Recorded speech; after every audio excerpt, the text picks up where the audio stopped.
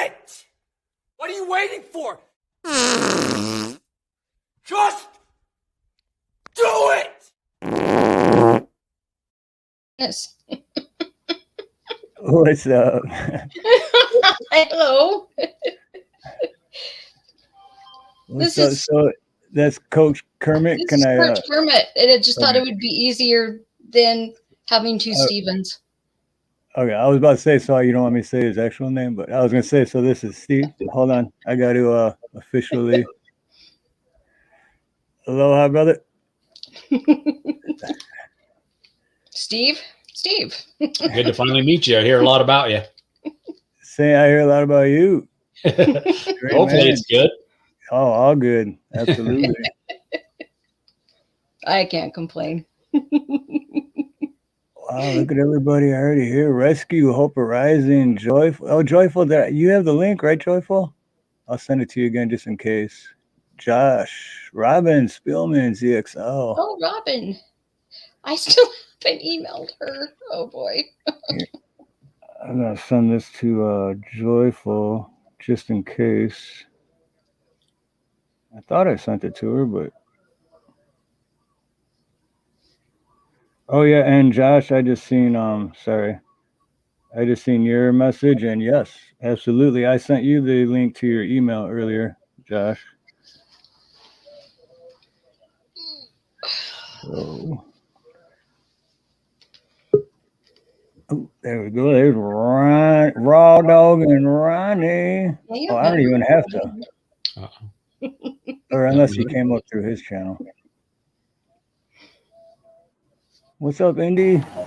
That was Virginia Roots. Aloha, Virginia. Virginia, if you want to come up, you are more than welcome to come up, Virginia Roots. Wow, it seems like I just seen you, Ronnie. Oh, that's right. I did. Yeah, so like, how are you? Like 2 seconds ago. Exactly. And long has it. Ronnie, this is my husband. This good-looking guy here. And if I understand right, his name is Steve also. Yeah. But we'll just go with Coach Kermit tonight since it'll make it a little easier than Steve and Steve. Coach Kermit. Hebert. Nice meeting you, Coach. Nice to meet you as well. Did you hear the voice? Yeah. Hebert. What's up, David Devine? Oh, you know what? Now that David Devine's here, I had to wear it 2 days in a row. Oh, yeah. I need to get one of those. You know what? It's really like the material is nice too, because I order a lot of like merch shirts. And this is a nice one? The material is, it's like really nice. It's it's a lot better than most of the ones I get. That's good. Hello again, David. A lot of people already in. Joyful hadn't made it yet, huh? Oh, this one, yeah. Is Joyful coming up tonight? She was supposed to. She's in chat. I just sent her the link again, just in case. I'm pretty sure I sent it to her, or maybe I should send it to her email. That'd probably be easier if she's on a computer. Otherwise, you got to write it down and then type in that whole. Well, I got a question for the coach. Yes, sir. You think you're going to learn anything tonight from your wife that you don't already know? Probably not. So it's possible. I hear you, bro. She might be keeping secrets from you. They're good at that stuff, women are. Oh, yeah. Can I keep a secret, though? Do I ever shut up? Ever? I don't shut up, Ronnie, so there's no way I could keep any secrets. Hey, Joyful. There's the beautiful, joyful diamond. Aloha. Hello, Miss Beautiful Girl. Yay. Good to see you. Hi, Ronnie. Look at all the guys you got here tonight. We got 3 guys and only 2 girls. We need another girl to come up. Yeah, we're waiting for Ren K1000 is supposed to be up here too. Oh God. Okay. You know, the I was listening to All the way from Australia, mate. the All Aussie guy the way did from earlier today. Australia. Yeah, that's Renke Okay. and his wife. So it'll be good. So how you been? I keep wanting to call you. How you been, Coach Kermit? Good. From what I hear, you work like way more than I do, and I think I work a lot. So you got to be burnt out. Yeah. It's only a 10-hour shift, but it's like 13 hours with travel. Yeah, I was just talking about that a week ago when I worked at 1 month at the Ford Rouge plant in Detroit, like long time, like 20 years ago. Yeah. And I quit after 1 month because it was 5 10s. But you know, when you wake up, get ready, by the time you drive, park, walk to your, like, it's really a 13, 14-hour day. So Yeah. when you get home, it's go right back to bed, you know, eat dinner, go to bed, and then it just wears you out so quick. Yeah. But I throw in some runs, so it makes it good. Right. Steve's problem was he wanted to work after he was asleep. Right. Yeah, see, I wanted the paycheck, but I didn't want to have to like do anything. Yeah, that's what we all want. All right. What's up, Wobbly Boost? Oh. I got Independent, Wobbly Boost, and that's it. I only got 2 members in here. Well, Heather's a member too, so. A member of the Steve Harloha fan club. Yeah, I'm working on getting more emojis or whatever, the little things you can. I don't know what they're called. I don't know that shit. Well, I certainly Emotional damage. He does good voices. Here to learn, Virginia. If you want to come up, Virginia, you are always welcome. And here is my good friend, all the way from Pennsylvania, Josh Kinder. Hi, everybody. Hey, He's John. another guy. We need girls. What's up, Josh?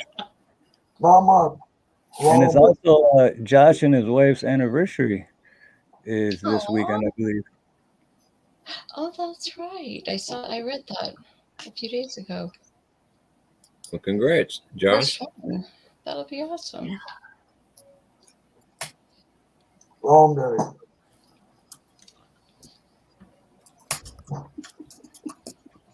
Can you see You know what? As if it weren't, the skeletons? well, I'll speak for myself. As if it weren't odd enough feeling for me personally, you know, to talk to these ladies about sex, it's going to be even odder with the coach sitting in tonight. We were waiting for the coach last week, and we are like, oh man, he couldn't make it. Was I at work? Or was I sleeping? Hey, I was on breaks last week. What's up, Double Dog? Good to see you. Clarence, what's up? Rescue. Everybody's here tonight. Yeah. Do it like they did on the Discovery Channel. You remember that song? Wow, that was brought back a lot of memories. Wow. Bloodhound Gang. Yep. Oh boy. Silver I Girl. remember the first time you showed me that. He showed you what?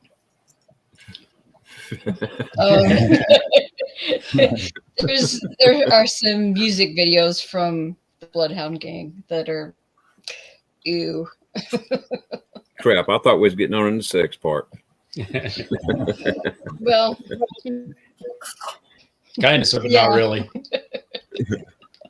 Well, we're all low on cash, so we're skipping dinner and going straight to it. that's it. Okay. Goodness. Well, I'll tell you what, for a cartoon character, that blonde is a very good looking woman on your. I know, right? I found like a dozen of them, and that was the one that looked the most realistic for a cartoon. That's one hot woman, I'm here to tell you. I have dreams about her. Oh, and before I forget too, because I see Rescue in the chat, I wanted to thank Rescue again for having me on his panel last night. Rescue, if anyone here is not subscribed to Rescue, definitely go subscribe and check him out. Great guy. Thank you, Rescue. I had a good time last night, but I was super tired, and I'm still only on like 4 hours of sleep. So, what time were you on with him? I didn't. Rescue was on this morning. I was watching this morning. He was still on when I woke up. Yeah, Josh. Oh, I dang. got up like right before 2 a.m. my time, and then went to bed, and then I got up at 6 or 5:30. Yeah, and then he was still on. I was like, yeah. Dang. Must have some no-dos or something. Couldn't even think about Gary something. Hawkins. Yeah, for him though, I think when he started his live, it was like early morning, so he's like, he already got his sleep, and I'm fine. Use something. that chicken coop he's making too is pretty sweet. Yeah, I saw the those. one we made. A lot better than the one we made.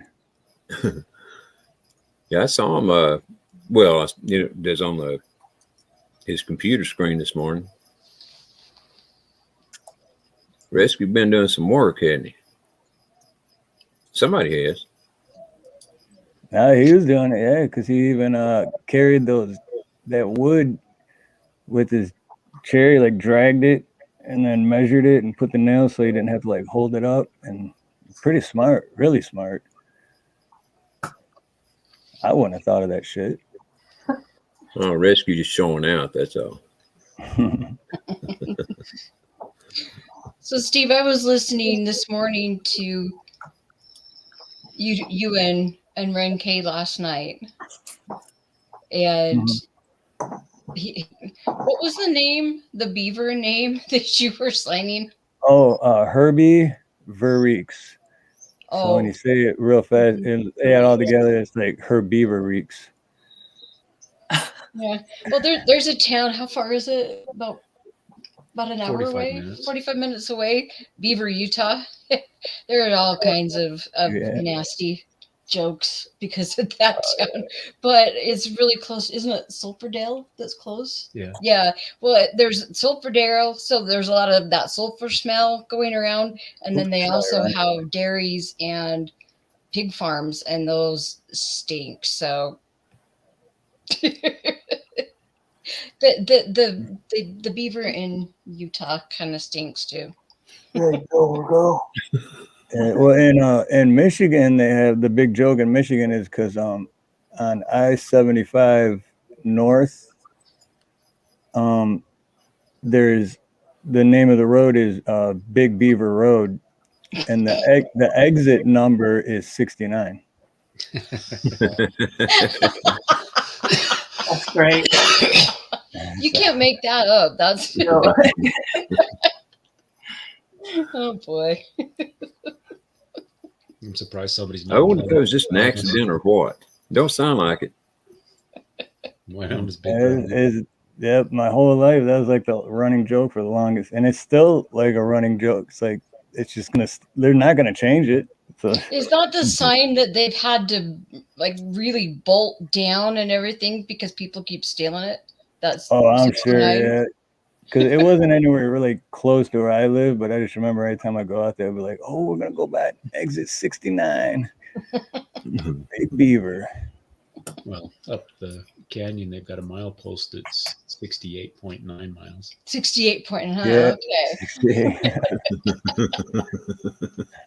Yep. For the same reason, Same so people reason. don't steal it. But they could steal it and say, "Oh, What's up, Joker?" 68.9." Oh, you want. Mm-hmm. Yeah.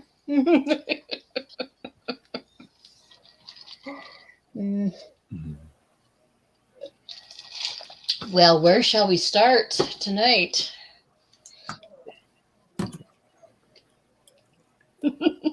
Wherever you ladies want to start, as far as I'm concerned.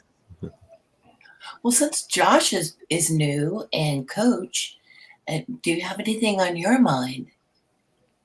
No, I just had a long day because we've been with my wife all day. they sent her to the hospital and found out she had to go for a test and found out that her when she eats food, her when she eats the food, it's not processing through her body. It's just sitting in her body, not really doing anything. So it's been a long day for me. I'm sorry to hear that. Yeah. Darn it. She has what they call Alpin syndrome. I'm sorry. She has what they call Alpin syndrome. Albertson. Disease Hmm. that Aldrin syndrome. I'm not sure what that is, it but has it makes you become a diabetic and it gets worse as you get older. oh boy, Okay. that's not good. Yeah.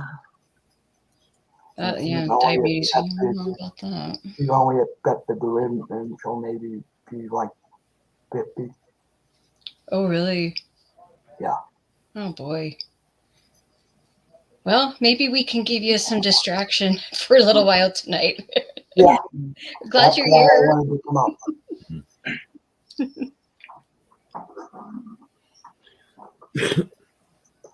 Oh, well, Joyful, this is my husband.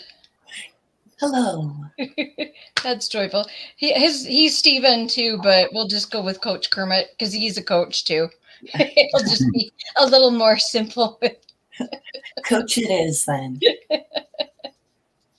So when Heather was telling you about what we were doing, did you believe her at first?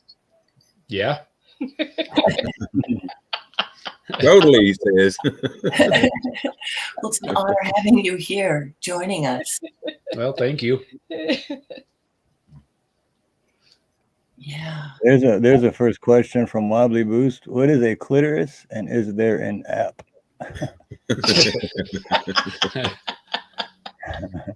Probably on Pornhub. Yeah. And yes, there is one. Right, Heather?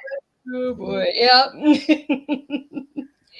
There are all kinds of interesting apps too. Just oh boy. But there's one for that one. I want to see it. I mean, that really. Oh yeah, I'm sure Mayhem's seen a ton of different The books. I know there's another exit in one toy West Michigan called with the app. Climax. You know what I'm talking about? Yeah, the Oh, movie. yeah. Name of the street, the exit is Climax, and I'm like, ooh, yeah, I like that. Who doesn't like? Oh my word, Mayhem Studios. As a truck driver, I see a lot of weird places.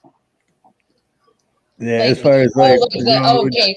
Oh, because roads, there's this female trucker that I think it's on TikTok. I got rid of TikTok, but I used to see a bunch of clips, and she would describe the things she'd see going on while she's driving down the freeway in cars, and you know, because she can see up and she can see out, and she's seen it all. She says,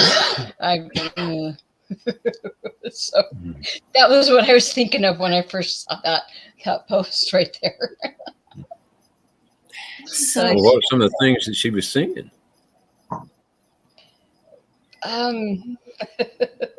Lots of oral sex and lots of masturbation and just a lot of stuff, you know, that people carry on when they're traveling or when they're in traffic jams and stuff like that.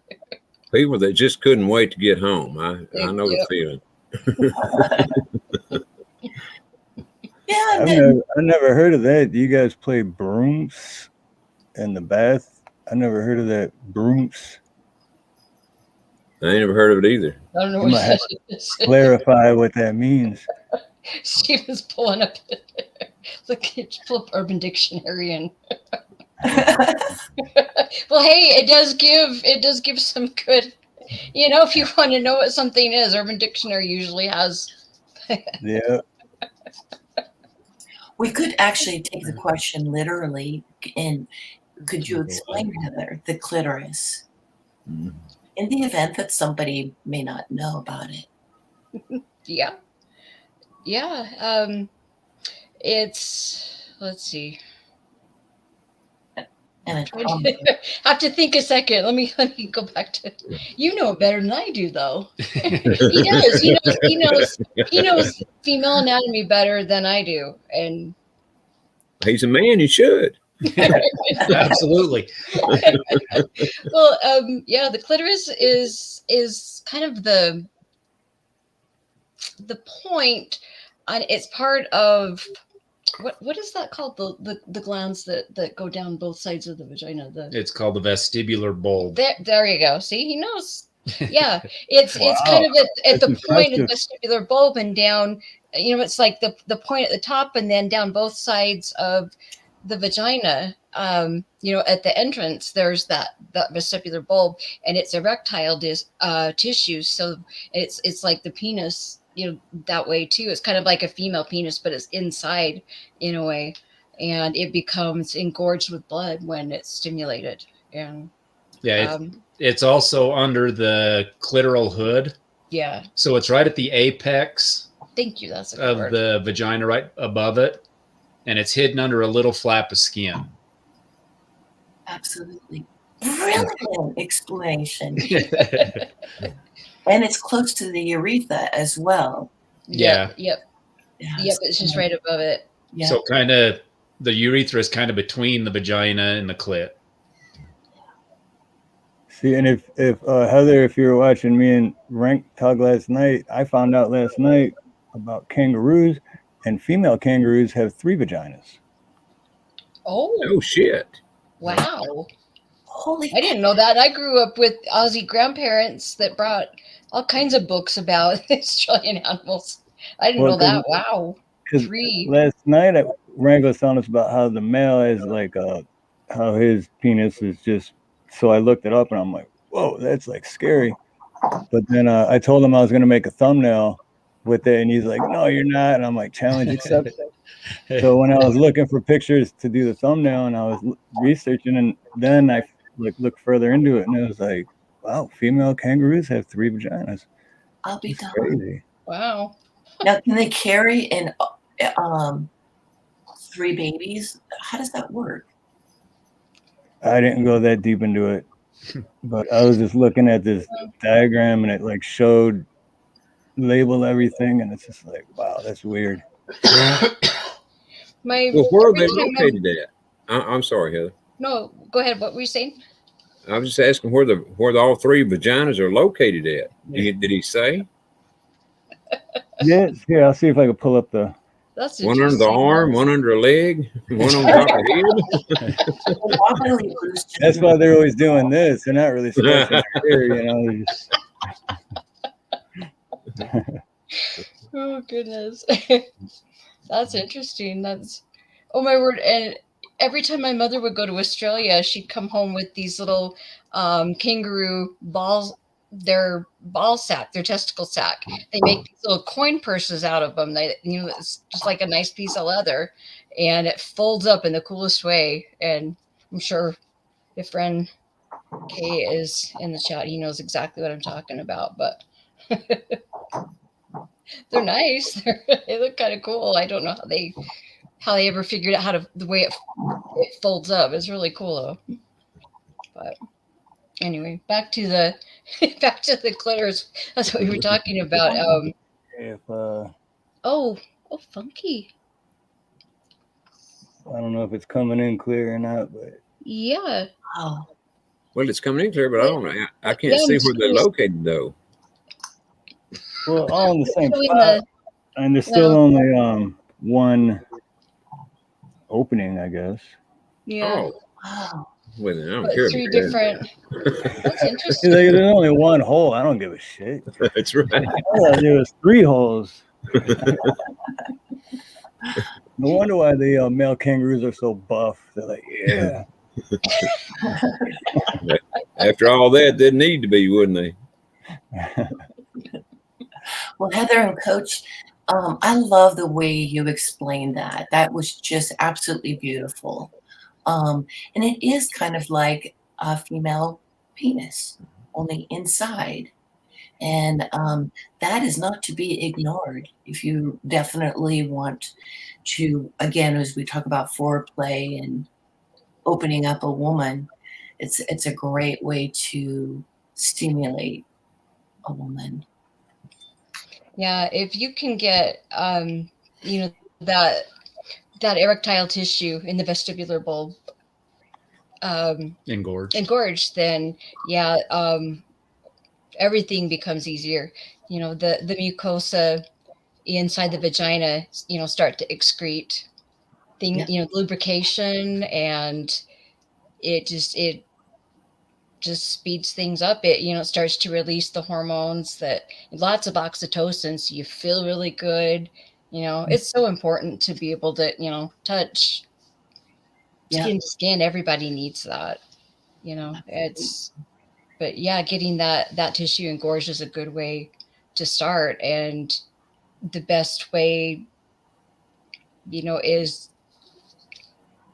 lubrication and massage. You know, that's well, you know, one of the ways. Or your tongue. Yeah, that too. And you know, certain vibrators, toys, those are helpful too. Or even like rubbing your hips together in a way, putting that pressure there can be very stimulating as well. What's true kind of neat about the female biology is that you can have climax simultaneously from your clitoris and your vagina. Yeah. And those are the big ones, you know. Does that make sense, Heather? Oh yeah. And they were, I think I mentioned last time we were talking about this, that you can also have a cervical orgasm alone or combined with the others. And when that happens, I hear it's mind blowing, you know, just it's really nice. And it's not just, you know, with a clitoral and a vaginal orgasm, you know, it happens really fast, you know, it can happen over and over again with a woman. But from what I understand, the cervical one is kind of a slow building and then a very long lasting, and it's different. I don't know if you know what I'm talking about, but I hear that it's very nurturing, and you know, it's supposed to be really wonderful, and it does a lot for your emotions as well. It does. It opens up, you know, more than just a sexual pathway between you and your partner. It's more of a, you know, kind of a spiritual thing in a way. And I know that's what I hear. Real quick too, I keep forgetting, because Robin's a nurse, and Robin, if you want to come up, you're always welcome on the panel. Always. Yeah, me and my wife have gotten married on October 10th of last year, and we just celebrated our 1-year anniversary as of Monday, that we're going out to eat tomorrow. Nice. Well, congratulations. So today was your anniversary then, right on. Yeah. Nice. Happy anniversary, brother. Yeah. Amen there. But yes, and I've been actually able to attain that, Heather. Oh, really? Yeah. And you can use penetration through a toy, for example. Uh-huh. Yeah. Yeah. Oh, I'm sorry. Go ahead. But when you were talking about that, was like, so that's what that is.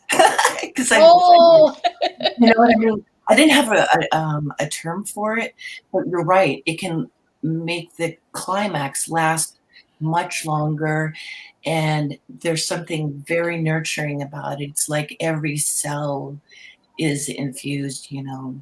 Yeah, it's like a whole body thing too. Yeah, isn't it? That's what I hear about it. Is that it's your whole body.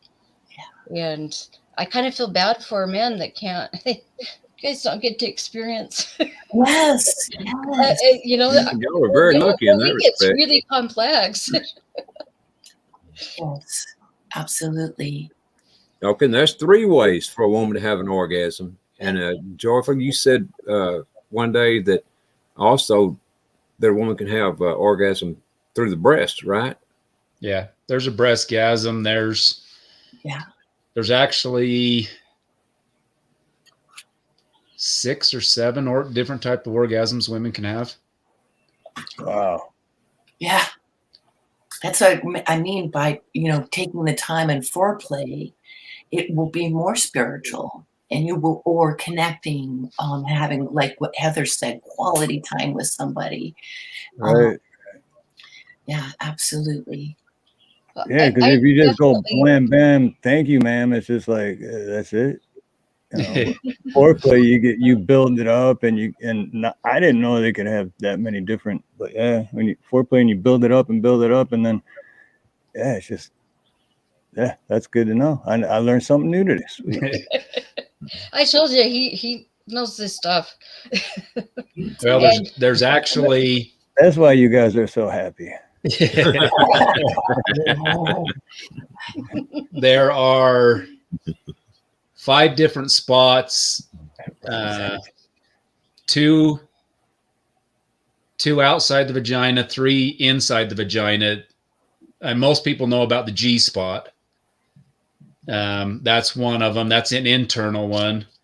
There's an A spot, an S spot inside. You have the clit, and then there's a U spot outside. So the clitoris, and then the U spot is around the urethra. So if you can stimulate around the urethra, that can cause an orgasm as well. It just takes time to figure it out and learn where they're all at. Heather, can I ask you two a question? Have you ever had like a kind of a climax looking at each other and, just... Always. Yeah. That's where you get, when you're really connected with someone, you just like... Yeah. I knew something was missing in my marriage. That's what it was. I never got off just looking at her. I mean, close, but no cigar, But that's the thing. Men are always going to get off, regardless. It's just easier for a guy to get off. It takes a while to get a woman off. But if you invest the time and effort into learning her and her body, it's way better. So that's what's frustrating for Heather is she's like, well, tell me what you want. And I'm like, pleasuring you is what I want. Yep. That's what I always say, because if I can't, like, if I just have sex and get it over with I don't enjoy it, because I only enjoy it if I know she's enjoying it. You know what I mean? That's like more than half of the whole, you know what I'm saying? Oh yeah, most definitely. It's not a game if I win. Right. Yep. There's the man will always win that game. There's nothing in it for me if she's not into it or not there's nothing there. Yeah, definitely. I mean, I can't even get aroused if she's not into it. So it's like, oh wow. Huh. Yeah. I know Nina and I have good husbands. Definitely. Yeah, you too. It sounds like it. Sure. Particularly with a guy that knows every spot on the female body to touch or whatever. I mean, I never knew about no A, S, and U spot. Damn. Yeah. I've spent a lot of time, some money learning. Oh, that's awesome. And there's a lot of good resources out there. I've actually found some, and Heather's, I think she said she mentioned, what was it, Nina? Mm-hmm. Yeah, that was one of them. That's one of my favorite ones.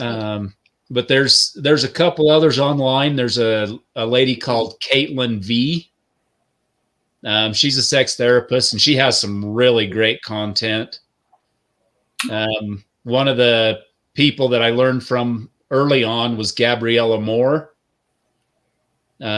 She did a series. It was called Naked You, Naked University. That's what you've seen that one. Hello? Yeah. Okay. But there's just a lot of resources if you're willing to take the time to learn. Yeah.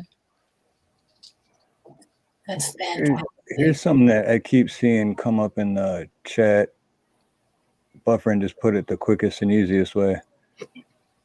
I never understood that fetish thing.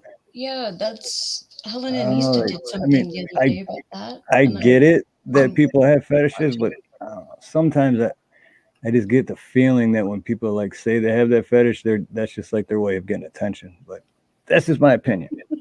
Well, but Steve, would it arouse you for your wife or a beautiful woman to, if you know, sitting down and she would put her foot up between your legs and start massaging around their toes?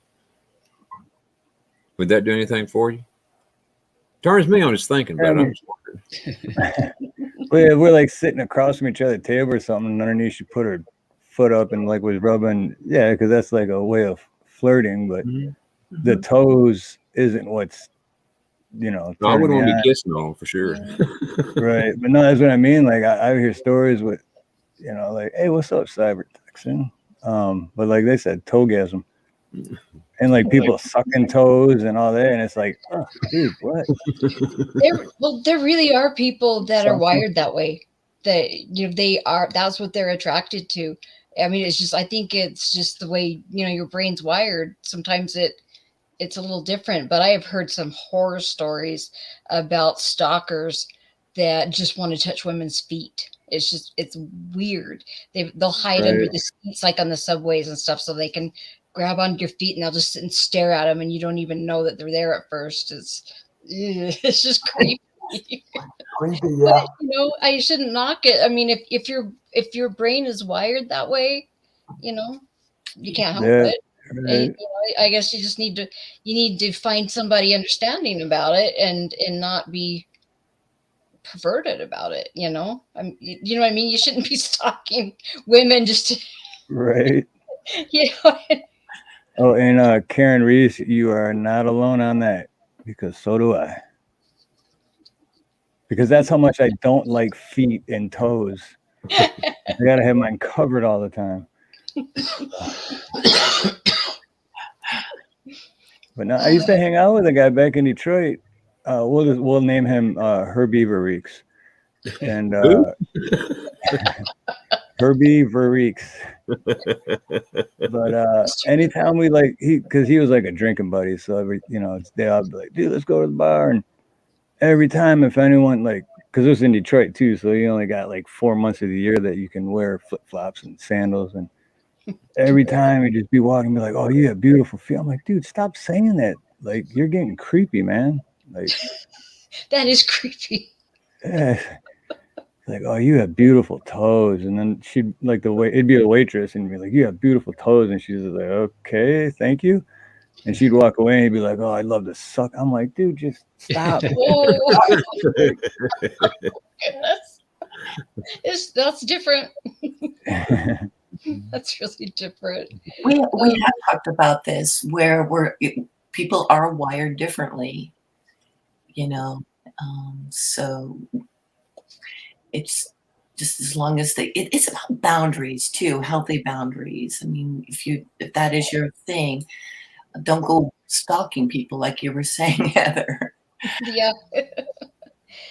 It's, you know, I understand why people can get that way, though. I mean, you know, you were saying the first time we ever talked about that on Ronnie's channel, you were talking about how powerful that energy is, that sexual energy. Yes. And, you know, if you aren't if you aren't trying to fulfill those needs that you have, you know, in a consenting way, you know, then yeah, it's gonna cause some issues. Definitely. But that is such a strong energy. Buffering, that was 20 years ago in Detroit, so I don't hang out with guys like that anymore. I wonder what he's up to today. That's interesting. Probably with that guy, like, and I wish the guy the best, but he's the same guy that literally told me the only place he could ever work is a factory because he can't think for himself, because he has to be told. If he's not told what to do, he doesn't, like, I'm like, so you're saying you can't think for yourself? He's like, well, basically, and I'm like, and he's okay with that. That's when I realized, like, I guess there are people like that just, and I'm like, so what do you do if you're at work and like the line slows down or something? And he's like, I just stand there until someone and it's like, you can't think ahead. You can't be like, okay, well, normally if this would happen, I would do that, but anyway, I moved here and I don't. I got a question. Well, for the ladies, how often should a normal, healthy woman, in y'all's opinion, want sex in a week's time? That's I've been following maybe once a month. wow. I mean, that depends, just on the person. I think everybody has a slightly different sex drive, and everybody has a different relation. Everybody has different relationships. I don't know. Well, a very average woman, then, just very average, I don't know. normal, healthy woman. I'd say 3 times a week. 3, okay. But I don't know. What would you say? I have no idea. I'm not a woman. What is a woman? Yeah, what is? I'm thinking if you're having sex 3 times a week, making love, you're in a flow with yourself. You are really activated, because you think about our really busy lives. You might go a week or 2, and then people get worried when it's like a month. Ooh, yeah. You know what I mean? So 3 times, that was my first thought too, Heather, would be like in your flow, with your partner. When there's so many chemical reactions that go on in your body when, just the entire process from, just getting stimulated to, the climax. There's so many good hormones and things, that are released in your body. I mean, it's really, I think it's healthy for you. It relieves stress. It Cures headaches. Yeah. Yeah. Yeah. Real quick, Mayhem, sleep good, brother. And if you're going back on the road tomorrow, be safe. And yeah, we'll take full blame if you have wet dreams tonight. But stay safe on the road tomorrow and get some rest, brother. Much love. Thanks for joining us. That was good. That was great. Yeah, Mayhem's a cool guy, really cool guy. Speaking on hormones, then there's the female cycle. Now, some partners won't make love, while you're menstruating. Some will. It doesn't matter, So what are your thoughts on that, Heather and Coach? I had a hysterectomy before we ever got married, so it's never been anything I've ever had to deal with. Okay. I don't know. Does that bother you? Would that bother you if I was having? Oh, Nightbot's gonna start up again. No. Hold on, I got a timeout. Hollywood, Jablomi, just hold it out for 300 seconds. I'm gonna time out Nightbot. Yeah, stupid Nightbot. I'm timing out. Okay, so now Nightbot is timed out. So just stick it out, Hollywood. It's surprising Nightbot didn't time all of us out if he could, Well, if you have a wrench, it can't. Yeah, that's what I'm saying. If he could, he'd probably time the show out. Every time. Oh goodness, that was. Well, speaking strictly for myself, when I was a younger man, 20, 25, 30 years old, I literally wanted sex 3 or 4 or 5 times a day. That's been a long time ago now, and I definitely don't want it that much anymore. When you hadn't got it around, you got to do it out, period. But man, I tell you what, I guess that's what the driving thing is, though, for men and women to find a partner. Is a lot of it's got to do with the sex urge, sex drive. Yeah. I can. Hold on, I'm gonna, just because I feel bad that Hollywood got timed out, I'm gonna read what she got timed out. I'm not sure, is Hollywood he or she, but what Hollywood got timed out for. Hormonally speaking, the sex drive is very dependent on cholesterol consumption. Hormones are predominantly made by cholesterol. Many people ignore the nutritional side of how hormones work and are made. So wait a minute, which That's fascinating. That's a good point. oh, it did say the sex drive. Like, that's so freaking Nightbot. Get a life, Nightbot. Nobody likes you. It's still when the show, that's what the show is about. You think Nightbot would read the description of the show, before you went timing people out. Right. I mean, damn. I'm gonna put it in timeout again just in case. Oh, I wanted to make the point that I think there's a definite difference between just having sex and actually making love. I think there's a huge difference there. Big difference. Oh, no doubt. Yeah, that's. Yeah.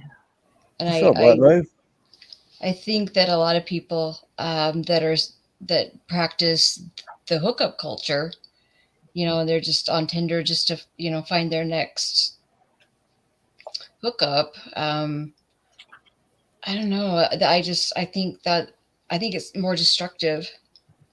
I understand everybody has a sex drive, everybody has needs, but when you're when you're sharing something that intimate, of yourself with so many different people,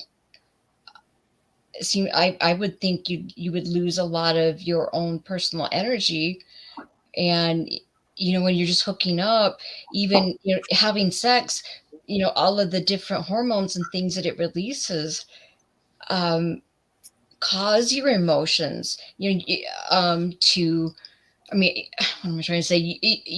It causes you to want more than just the sex. You want that, that connection.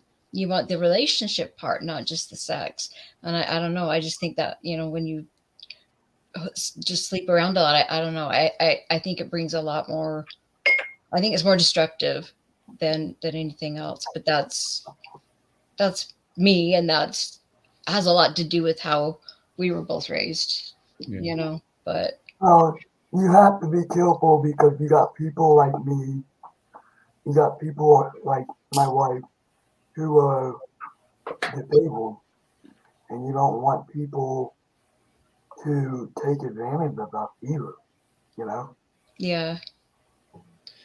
Shoot. Well, there's hey, guys, you guys got this. I'll be right back. Okay. Oh. Mhm.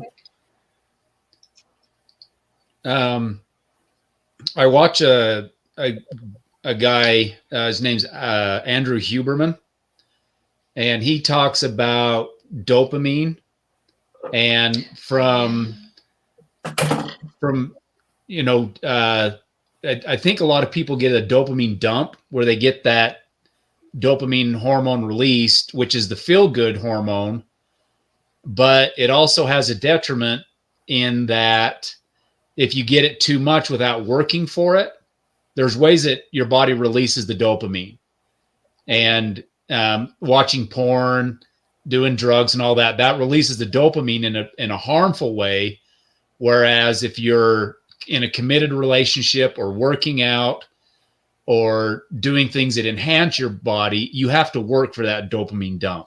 It just doesn't come quick like it does with porn or drugs.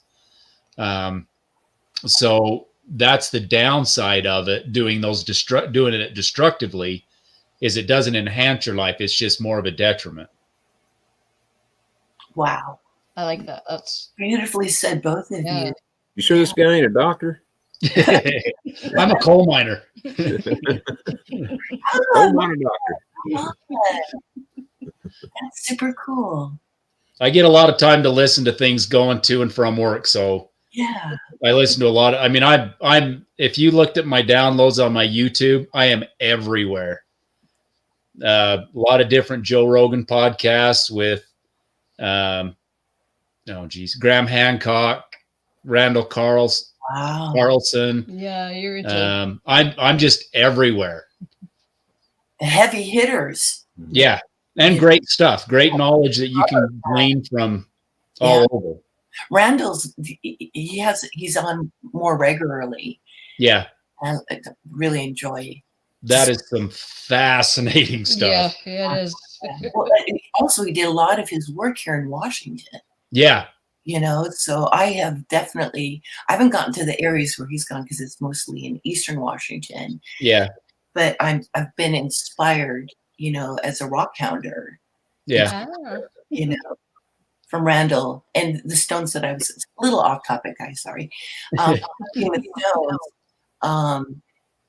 stones, it just spiritually expanded me. It got me thinking about the ancients. Yeah. You know, very much so. Who were the people that were here when all this was going down, especially around the flood? Yeah. Yeah. Yeah, that's where Graham Hancock comes in with the lost civilizations. And some of his stuff is just incredibly intriguing. And we can bring this to sexuality, actually, because a lot of what Ronnie was talking about earlier tonight, I was listening, Ronnie, to your show, but I just wanted to save my energy here for what I share. And the sexual abuse that is so old, that goes way back to the ancients, and how it's, you know, inculcated from generation to generation to generation. And I was thinking, this group that we have started is an opportunity to take some of the demystification out of what sexuality is, and really do some healing. You know, because I think that's part of it for men and women, is that we're healing part of our ancestry because it's passed down. You know. Yeah, everything that happens to you, you know, is recorded, you know, in your very bones, you know, in your DNA, and it's passed on. Yeah. Both of us have we go to a lady that does foot zoning, you know, reflexology and that kind of thing, and we've both been able to find out some of the things that happened to some of our ancestors, and the shock and the different emotions. Different emotions have been passed to us. Yes. And affect us. And I know the accident I was in as a kid, I know one of my daughters, it was passed, a lot of the emotions from that were passed on to her from me. I mean, in your very genetics. We do have a lot of healing to do generationally. No kidding. You know, I was reading in a medical journal here about a year ago, I guess, and these doctors, they were talking about, you know, the post-mortem exams they do on people. This was about just women, and they were saying, and I don't know if they're full of shit or not, but I'm just saying what they were saying was that every man that a woman had ever had sex with was stored in a part of her brain from his semen. That it's I've heard about this. Have you? Okay. Yeah, I've heard about that. It's a long time ago, so it's really faint, but yeah, I've heard about that. It's I thought it was amazing. Dang, you. I mean, if you know, if a woman's a prostitute, boy, I mean, her brain would be full of it, you know, of different guys. Yeah. I mean, it's a little bit of a joke, but very little bit.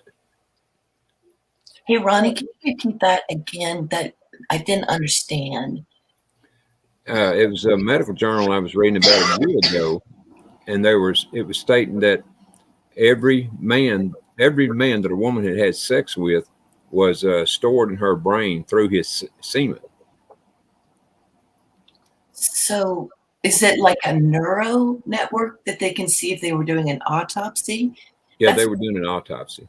Okay, so it'd be like a brain cell, let's say, a network. No, I don't remember exactly where they said it was at in the brain, but it was, I guess, you know, because it gets in her bloodstream, you know, of course, and I guess it's carried there, you know, through the blood and stored there. But I just thought that was awful. You know, I'd never thought of anything like that before. Interesting. Wow. You know, and I All know. right, I just had a talk with Nightbot, so you guys are good. Oh, okay. Good deal. Getting straightened out. Yeah, it was doing it last night too. But then, thank you, Navy Vet, by the way, because I didn't take it off completely, but I like disabled all the crap that was on. I forgot how to get to it. That's why I've been blowing it off. But the last couple of lives I did, it's like, dude, Nightbot's killing me. I just got to figure out and get back into Nightbot and shut all that crap off. But anyway, go ahead. Didn't mean to.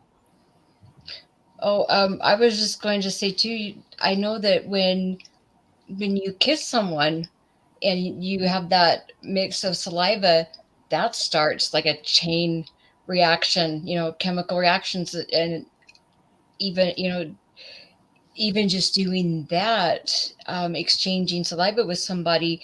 I mean, it's not just physical. There's also, an energetic kind of spiritual exchange too.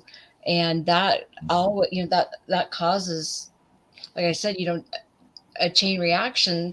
So I can see how that could be, end up being stored, up here in your brain, through semen. I can see how that would. Yeah, it makes sense, after you think about it a bit. But when I first read it, I thought, what? Man, are these? Who would ever thought to look there, for that to begin with? I mean, I don't care what kind of doctor I was. I don't think I'd ever thought to look there for that. But have y'all ever seen the videos of when a sperm first meets the egg and how there's a burst of light? Yeah. That, to me, that's absolutely amazing. Yeah. That's how. Have you seen that? It's cool looking. Yeah, that's how powerful lovemaking is. It literally creates life. Mm-hmm. Yep. And so it's bringing that honor back, because I think of just all the stuff that we've been conditioned with in our media, our ads, etc. The access to porn is so much easier today than it was back in the day. And yeah, back when I was a young man, you had to go into a store and ask for a Playboy or something. I mean, now you just you had to show your face, just go buy whatever you want to buy. Or it's free on the internet. It doesn't even cost you money, really. Oh, really? I don't know. I ain't been looking lately, but if it's free, maybe I will go look. No, I'm just kidding. I really liked Steve's explanation of the dopamine dump when, that's, I can see how, like he just said that's really how well. People get addicted to it. Yeah, is that that dopamine dump that just gets that feel good hormone. So if I understood you right, Coach, what you were saying is that drugs are what they more or less do is make the brain release dopamine. Yeah. And okay, no, I didn't know that. Yeah, well, and also exercise or doing anything physical and hard will also give you that dopamine, but you have to work for it. Yeah. It's not something that's quick, like porn or drugs. It's not a quick hit. It takes a while to get to it. Yeah. That runner's high that's a real thing, but it does take, it takes like we're going to be running a half marathon in about 5 weeks. Okay. And it takes me about 2.5 hours to run it, and the rest of the day I'm singing and bouncing around and happy, and it lasts, but it does take some work, but it's worth it. It's because there's so many good hormones, all those endorphins that are released when you exercise, and it's just so good for you. I've heard about those. I just want to say real quick, Ronnie, I'm sorry. No, I just want to say a few more words before we go any further. I say with a heavy heart, Nightbot will no longer be with us. Oh my goodness, no. Oh no. Say it's not true. Oh man. Bye, Nightbot. Bye, you son of a bitch. YouTube asshole. You asshole. You're hanging out with YouTube too much. You become asshole. Dick, I told him not to do it anymore. What does he do? He does it, okay? He does it. I told him not to do it. I love that impression. You do it so good. I know he does it very well. There was I use medical marijuana at most nights, just for pain and for sleep. And there was one night I was listening to you, Steve, and you were just doing one line after the other, one voice after the other, and I was laughing so hard, and I couldn't not laugh because I was baked, and the neighbors on this wall right here kept banging on the other side because I kept laughing, and because I was a little baked, I kept forgetting, so I kept doing it over and over again. That's a compliment to me. Then, if the neighbors are banging on the wall because you were laughing so hard, thank you. That makes me feel good. There's my dopamine hit right there. Absolutely. Steve gonna be floating through the air here in a minute. That dopamine. The whole reason I got, well, one, in the plumbing to begin with, and then two, started my channel is just to like help people and make people happy and forget about their everyday problems. And hey, if it only works once a week, I did my job. So you always make me laugh. Heather, have you seen him do his Trump dance? Or Joy? No, I haven't. Y'all haven't seen this Trump dance? We need to. I can only do that when we're out on the road, though, because I'm like backed in a corner right now. So. Nobody puts baby in a corner. One day, he's got the dance down. That's committing all the way right there. Well, it took me like 9 months to get his voice somewhat decent. So. Good practice. That my favorite one, and I know I brought this up before, but there's that guy that was going through the drive-through and he did his whole order in Trump's voice, and that was so good. That was funny. He is so spot on. It's like, wow. Yep. Yeah, that was good.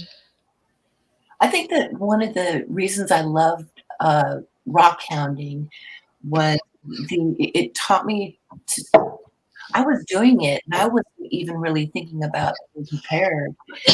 When I really got into it, and then I my mindset changed, meaning prepared, like having a backup, making sure that people knew where I was, having a backpack, having the basics. It was the dopamine.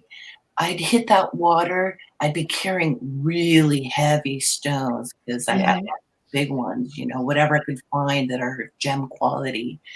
And trucking through the woods, every single time I felt right as rain. And I'd be really hungry afterwards, and it just chilled me out. So I think there are lots of ways, things we can do. Yard work, too, just the satisfaction the yard's done, but also nature and sweating a little bit and doing deep breathing. It turns my thinking process off, where I'm much more in my body, especially when I was rock hounding as a single woman, because I go out by myself. There was this other elevated sense of, I gotta take care of myself. So every move I was paying attention to make sure I wouldn't sprain my ankle, for example, and be stuck out at a mile in the woods where no one knew where I was. So it made me more mindful as well. But I just love that feeling of feeling right as rain. It was, and it kind of replaced sexuality for me, actually, because it gave me the same kind of outlet, because I'm single and have been for a long time. So it was a way to work with my sensual energy, and and I got lots of treasures from it. Wasn't that sublimation? Isn't that the term for that? Taking that sublimation, where you take where you take deep sexual energy and put it into other things that you're really passionate about. Isn't that absolutely? I've done that probably all my life through athletics, as an example, to studying martial arts, skydiving, or Oh, wow.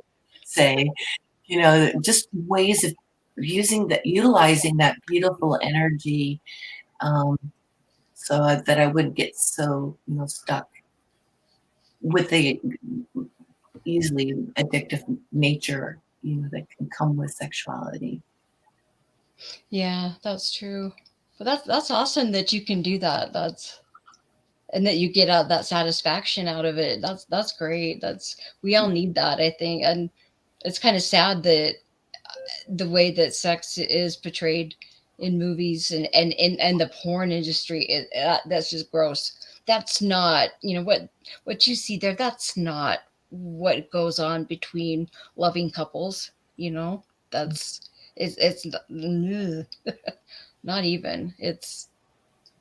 I don't like it, and it's sad that that's it's so available now, and that's what kids think. At first, that's what if they see that, that's what they think it's all about, and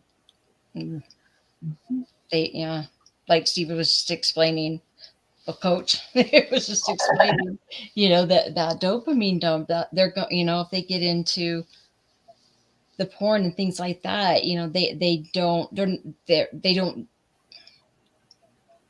kids don't I just don't think that a lot of them don't even know how to work anymore. So, committing in a relationship and working at it and things like that, they're not going to want to do that. And that's exactly what they need.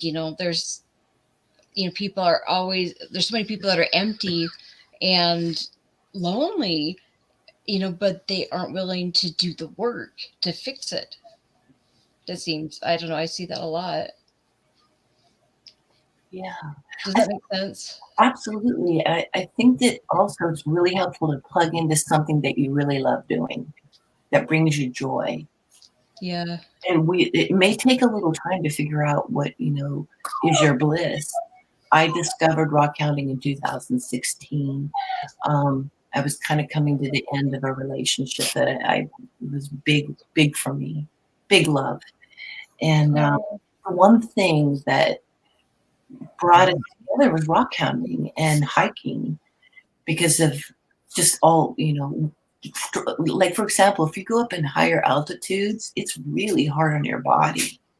Breathing, everything. So it is work. He races in the mountains, so he what I he mean? knows that. And it's Sorry. come home with like these headaches and things like that, but you just kind of build it. But I loved it. I just absolutely loved it. And it took me a really long time to find my bliss.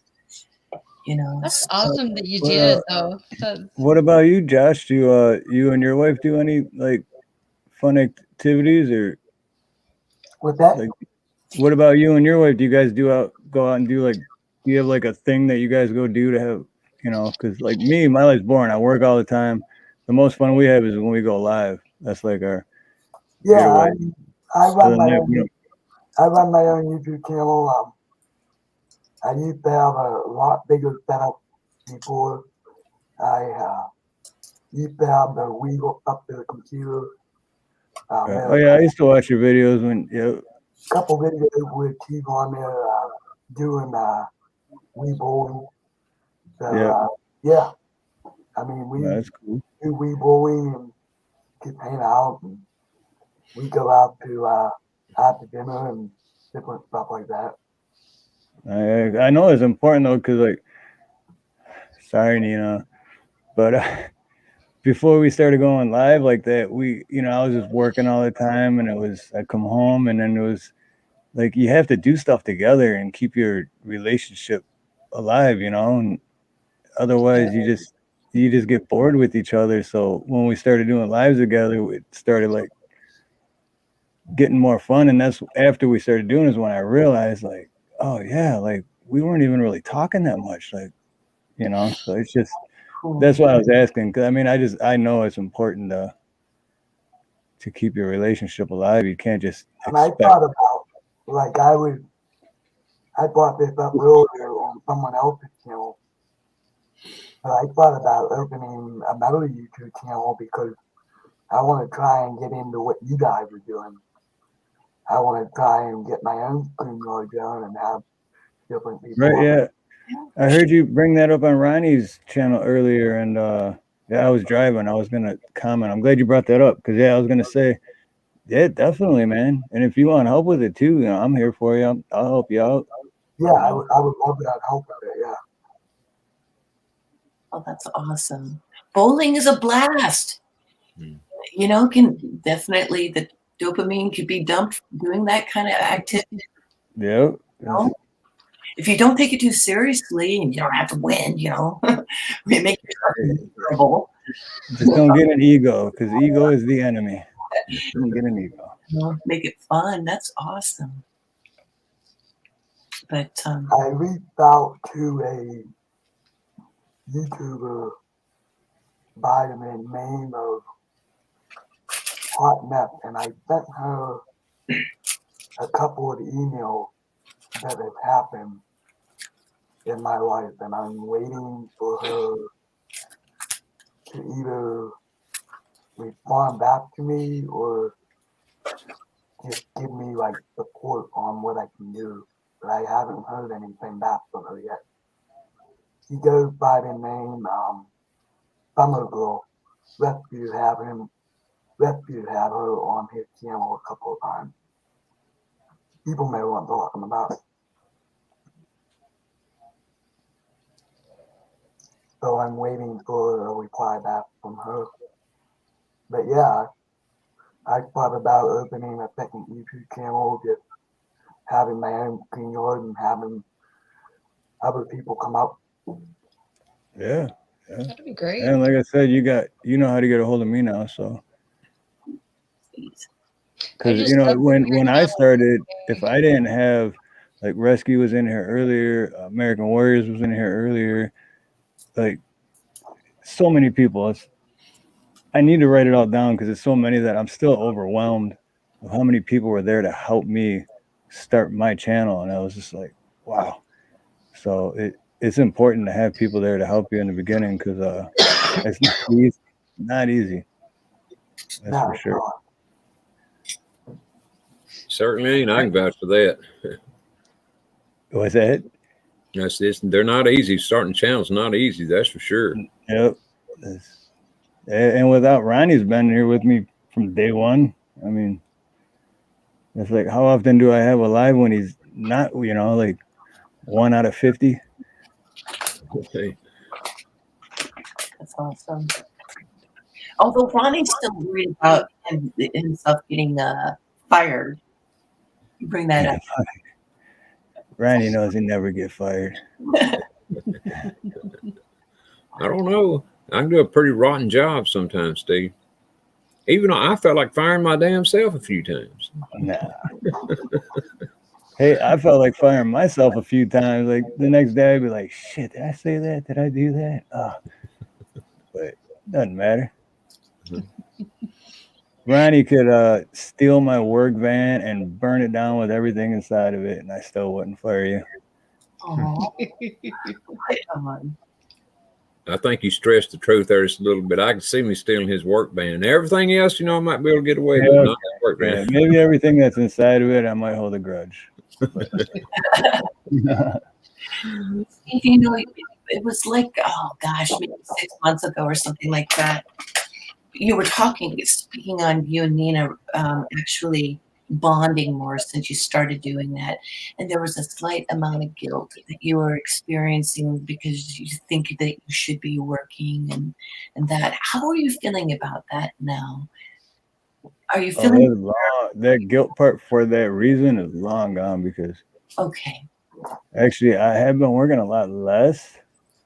I'm just not feeling as guilty about it, but I do stress about it a little bit because like bills still got to get paid, and $9 a month in advertising doesn't pay any of it. But still, I enjoy doing this too. So it's like, you know, I still go to work. I still do what I have to do, and because before I used to take work so serious, like that was that was it. It was plumbing. I'd dream plumbing, and it got to a point where, and now I wonder how much money I lost, because at one point I was so busy in my whole life plumbing before I started my company, I didn't have to worry about sending invoices or worry about all the office work stuff. So it just makes me wonder how many invoices did I forget to send, and how much money I just left out there, and all the work I did for free. And like right now, I got 2 invoices that equal out to like over $2,000 from 2.5 weeks ago, and I still haven't sent them. And it's like you can't Just wait think how much much money longer. you're going to have when all that comes in, though. Right. Well, yeah, I always think that too. It's like, yeah, if it were to all come in at once, those are nice days. But yeah, usually it'll be like you really need it, and then like the $140 check comes in. It's like, dang. And then like a week later, one of the other ones will come in, but it never comes in at the same time.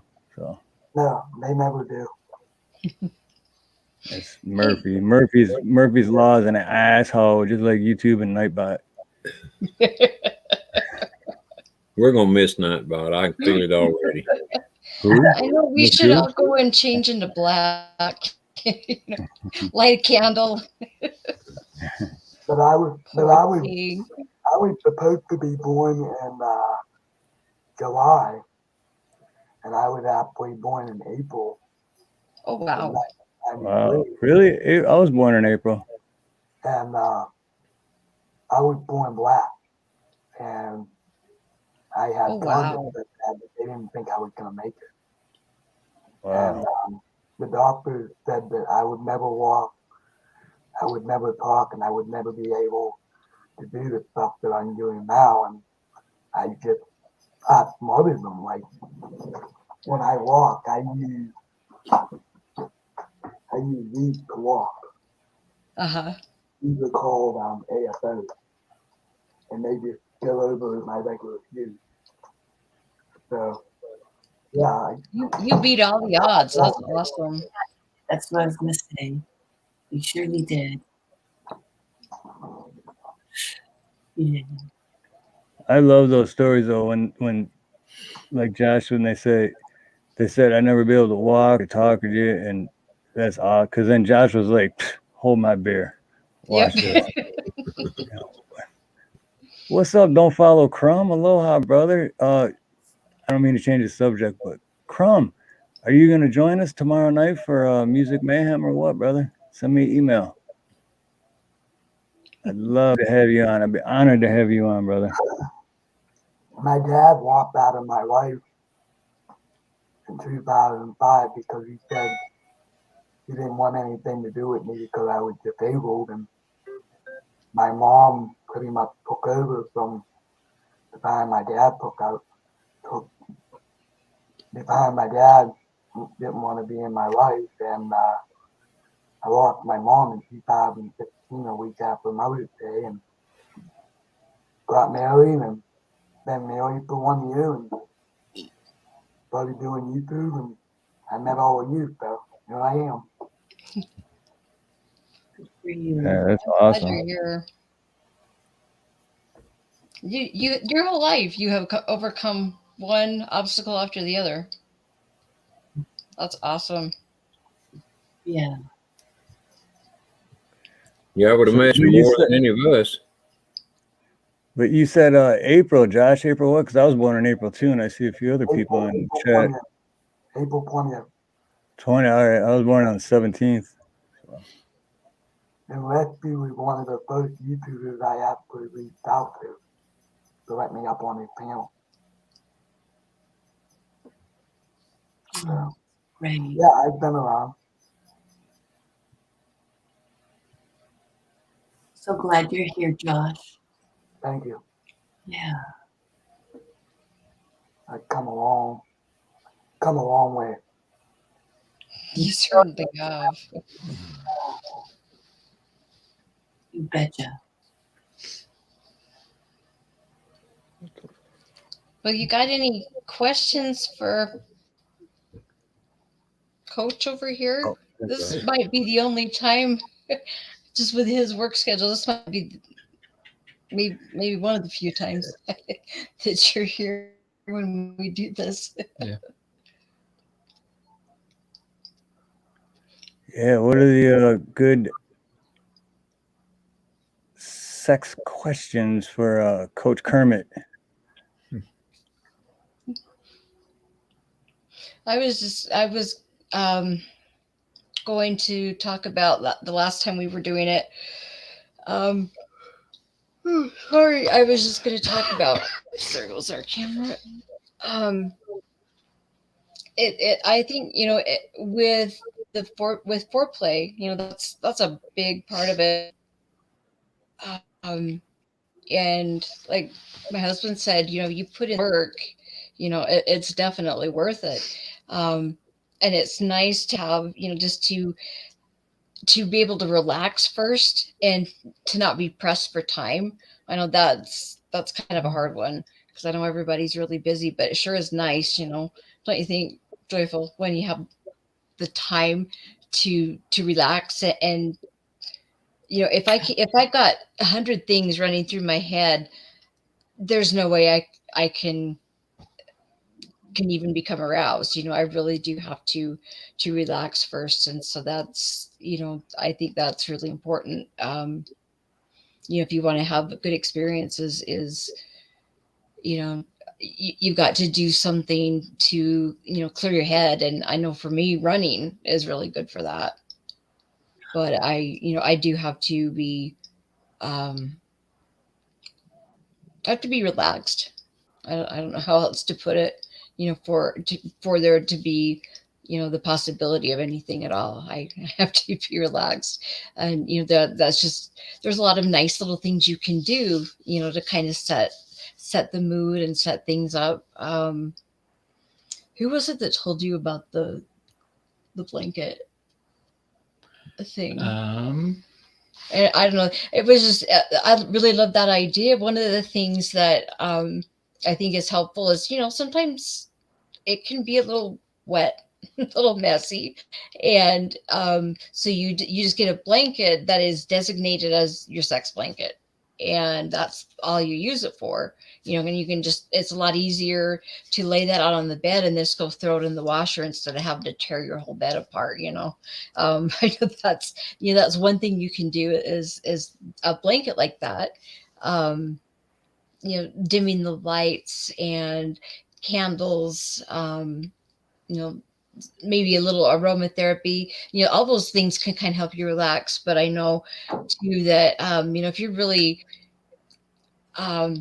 really tense, you tend to hold that, in the back of your head and down your neck, down into your trapezius. And so, a little back rub, a little, shoulder, neck rub, that's always helpful too.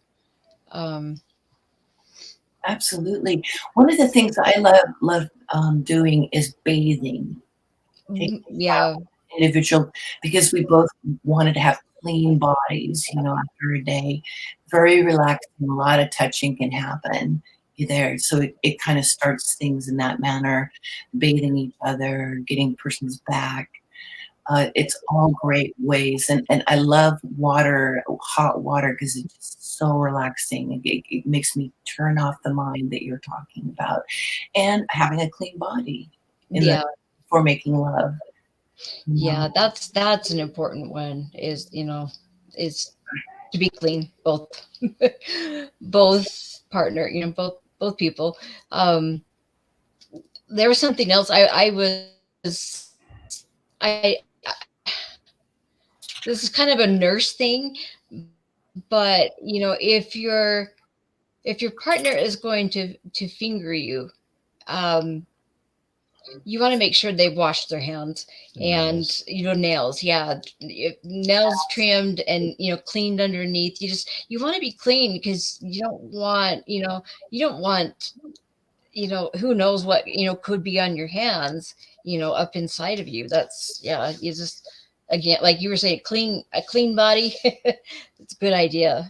But that's actually one of my pet peeves is hands and fingers. And absolutely. Oh, that's a must. Because I'm sorry, you. Yeah, having clean hands for women who love women. I was one time touched by a woman who was touching her pets, and she didn't clean her hands before, and she would never clean her hands. I was young, and I didn't know Oh, that. And I got a really bad yeast infection. It was hard to get rid of that. So definitely having oh clean, dear. you know what I mean? Oh, Yeah. So we yeah. didn't work together that long. Yeah. Oh boy, I'm sorry about that. That's not good. Absolutely. Silver girl. But that is very, very important, especially again, with women can get yeast infections so easily. And since Silvergirl brought this up, she asked me to restate some of the information Yes. you knew. But if you were using toys as an example in part of your, foreplay or the actual making love, back in the 80s, when AIDS first came out, I took a sex education class. And one of the greatest things I ever learned was put a condom on it. If you're going to use a dildo or a vibrator, because even woman to woman, you definitely exchange biology fluids together. It helped me avoid STDs, and it kept my infection rates much more under control throughout my life. So just as a little tip. And the other part of Yeah. it, though, is some women have an allergy for the petroleum jellies. So there are water-based lubricants out there that are fantastic. I think it's called Slippery Wet is the one I used, which I used to get in Seattle all the time because it was. Have a look. I'm sorry. Oh. Mm. I'm not sure. Breaking up. Can you guys hear me? Okay, Steve, Josh. I think they froze. Okay. I can hear you. Okay. I think Heather and Coach Kermit froze. I couldn't remember. You keep coming in and out a little bit. Your audio's a little bit. At least on my end, it is. Yeah, you guys are frozen right now, and you're cutting in and out. Okay. Heather. Okay. But the product is called Slippery Wet. I don't know if they sell that nationally, but it was I've used it for years. Fantastic because it was water-based. It wouldn't dry out as quickly. Some water-based can. Because there's nothing like having to, apply lubrication, constantly. So that was a product that is really awesome. They again, I don't know if it's national, but it's called Slippery Wet. And that's for women who may have a sensitivity to the more petroleum-based lubrications. So there you go, Silver Girl. Thank you for the compliment. But real quick, Heather and Steve, if you drop down but don't leave, so don't leave streamer, but just drop down off the panel and then come back up. Sometimes that helps. Yeah. Sometimes it does help. I learned when I go on panel, unfortunately, I have to turn my VPN off because it just buffers all of you for me. So it's like a little, just be safe, no one's going to do any harm, mess with my computer. A little bit of positive thinking because I usually use it. So, but yeah, using condoms on toys can be a game changer if you've been struggling, with for women, yeast infections, and men can get yeast infections too. Absolutely. but it's definitely more, at least from what I remember. A lot of what I'm talking about is old knowledge. I've been single for so long, like I just haven't been in it. But, Right. yeah. Well, plus it's old knowledge, but still, like the last couple decades, it's not something that it's talked about that much anymore. Yeah. It's not fun. Oh, Heather's still a little choppy. Shoot. Maybe if yeah, well, I'm trying to think. Oh, that's right, because I had Ronnie with me, because he has access to my StreamYard, and I dropped down completely, and then just came back in fresh, and everything was back to normal. Because you guys are still frozen from like 5 minutes ago. Well, maybe they can actually reboot and come back. Yeah. And then just come right back. Yeah, because they just dropped. So just come right back up, and it should. Yeah. And you know, they have so many different condoms out there, ribbed ones, and I mean, you can really spice up. You know, myself personally, I prefer ones that are not ribbed or don't have any edges. I like a smooth condom. So, and here's a hint.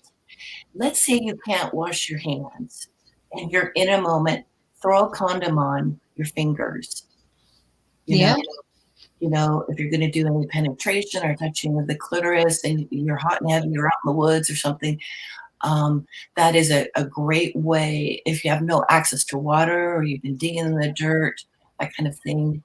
As an example, just throw a condom on those fingers. You know? That's a good idea. That's yeah. Much really better, Heather. Much okay, better. good. Back to normal. Better. We got to switch positions, right? Yep. Moving around a little bit. Good. Oh yeah, that's a great. Oh man, that is like, you know, men and women should be carrying condoms because it's just, why not? But again, I love that idea because I haven't even thought about that because it's so important. If you're going to go inside a woman, you know, or touch her clitoris, you want to have a barrier there because there's so much bacteria on the fingers. Yeah, absolutely. That's yeah. No. And there's a lot of little crevices and skin folds and, you know, places where bacteria and all kinds of microorganisms can hide, you know. It's to me, that's something that was just always naturally that I thought of, but it just dawned on me like, yeah, I'm sure there's probably a lot of people that don't even like, dude, when's the last time you washed your hands and now you're touching her, like, yeah. Oh, just dirty. And yeah, that's how. Well, I guess then she won't get sick on you, you know. Right. And back in the day when we were learning about all this, for the lesbian community, and I didn't take it this far because I would cleanse my mouth as well. But there was this thing called dental dams. Do you remember that, Heather? I've heard of those before. Yeah, I've heard of those. Yeah. Put it right over the clitoris. I mean, that if you wanted to be really safe, you know, you could use a dental dam. It's not as pleasurable for the woman, but then again, you know, you guys could say the same thing about putting a condom on too. Yeah. They were pretty radical, you know. I had to use actually a dental dam with a woman who had herpes because she wasn't having an outbreak. Always condoms and dental dams so that it would protect. Definitely. You know, you don't want to get herpes in your mouth. Yeah, that would not be fun. I'm so glad you brought that up. That's a good point. To the chat. Oh, there we go. Okay. Joe Kerr's right there, dude, because they're not pleasurable at all.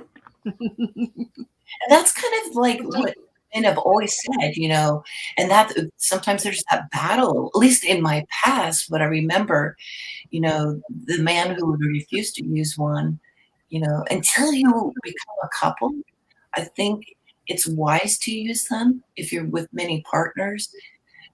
It's wise to use them, because once you become a couple, it's like, take that thing off and let it, Yeah. take it off Right. the same person. And that's what's so nice, is to, to be married and Yeah, not have to worry about it. And, Exactly. yeah, and neither of us are capable of having kids anymore. So it's, I don't think. Yeah. don't worry about it. And I don't I think don't know, my is wife it is for capable you of as a having condom? What do you prefer? Definitely no condom. No condom, yeah. Yeah, you're a couple. You don't need it. And let's make. Yeah. Oh, here's an example. You could use it. If let's say you didn't have your hysterectomy, and you had your regular period, but you still wanted to do that, and maybe it wouldn't even matter.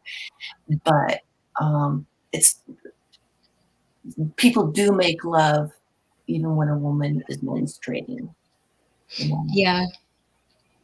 Yeah, there's nothing dangerous about it or anything. I mean, it is messy, but there's nothing, it's not going to hurt anything. I think it just depends on, now the personal preferences. If you yeah, and the woman during that time period, she's much more like swollen because you got all that blood down there. And all those hormones, it's a different kind of climax too. So Yeah. So do birth control pills interfere with a woman's desire to have sex, or with sex itself? There are so many different ones, so many different pills, so many different hormone levels in them and things. It's hard to say. I mean, I think it's very individual. I don't remember anymore. It's been so long since let me go get my nursing drug book. Hang on. Well, I figured Coach would know. I haven't had to deal with that. Okay, I get you. 17 years. William Gramer, aloha. Sorry, Josh, we were just kind of going for it there, but I do have one question to ask. Also, since I have not had any experience with birth control like pills, I wonder what it's like to have the diaphragm up there, or the ones that you put it inside of you. If a woman can even sense that, Boy, I would like to know that myself. Yeah. I was gonna say, because I wouldn't know at all, but I'd like to know. Yeah, like those little pieces of wire or whatever it is they put in women sometimes. I don't know if it's called a diaphragm or not, but it's what I heard is just a little piece of wire they put up in there somewhere around the cervix or whatever. I mean, I don't know where they put it. IUDs. Oh, yeah. That's what when I was with my first husband before, in between our daughters, that's what I had was an IUD. But it's like a little piece of plastic, like a little T, and it had a little string on it, and they'd insert it, into your cervix, and it was a little wire. If I remember right, it was a copper wire, and it just irritated the lining of the uterus enough that if one of your eggs was fertilized, it wouldn't be able to plant itself into the wall of the uterus. Oh, okay. And so you wouldn't become pregnant. And that's how that one worked. And I preferred that method just because I always struggled with depression and anxiety, and the birth control pills can. What did he say? No. All the talking and everything. No, go ahead, Heather. Anyway, the birth control pills I know can make you very moody, and I don't know. I just didn't need any extra hormones or issues going on. But let me look. I'm trying to think. What is the name of one of the brand name of the pills? I have no idea. It's been so long for me. I don't even remember that. I never knew. Let's see. Man, Oh, I don't know that shit, man. Wasn't it Nova, Novex? I mean, I seen my wife's, but I Yeah. don't remember what the hell. Nova Champagne something. supernova. Could have been. Champagne supernova in the sky. But you thought those IUDs, the wires, would give all kinds of infections to women. Yeah, well, Heather, I was going to say that's a great question, and also, did it interfere with lovemaking? I mean, could you feel it like Not at all. okay? No, you didn't. I mean, it hurt a little, having it put in because they have to, open your cervix a little bit to get it inside. But no, you don't feel it. It doesn't. I forgot it was there. What are the? I just need to. Oh, okay. I just real quick, I have to give a quick commercial break for all awesome 35 viewers. Do it! Just do it! Do it! Do it! What are you waiting for? Just do it! I'll never get sick of that. And I hope it works. I hope a couple people hit the like button. Silvergirl brings up the worst part of birth control pills and menopause is the Where's dryness. the Nova? That's the one I'm looking. That's what I was thinking of. It's been so long since I Yeah. did any birth control. Sharon Steinspring, aloha. I It was know Novum or something like that, Heather. Novum, I know that N-O-V-U-M. today there's a lot of low hormone birth control pills, and it really just tricks your body into thinking that you're pregnant. Your body, that's what the hormones do, and so you can actually take them so that you never get a period. Because when you are on birth control too, if you are on the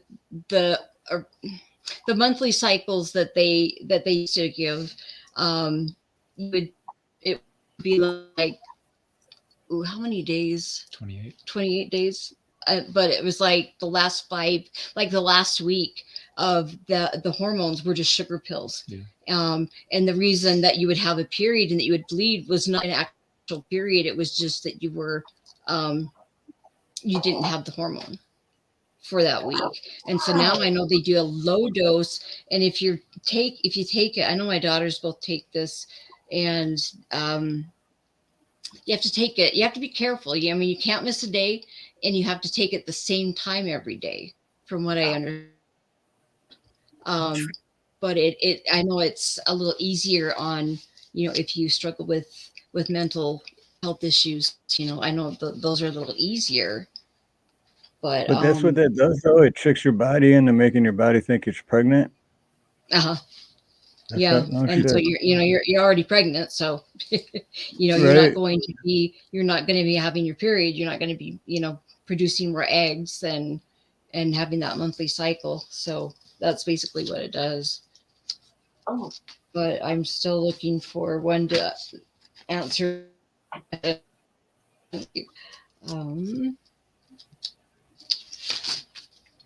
It was Novum or something like that. N-O-V-U-M. Or the Novum was one of the old classic ones. That's what I'm just looking for right here. That figures. So this was very old and very classic. 197 years ago. Let's see. I don't know. Hey, Gima. See it in here. Gima Merkel. There it is. Well, get my mark. You fit right in here. Rob P. What about gerbils?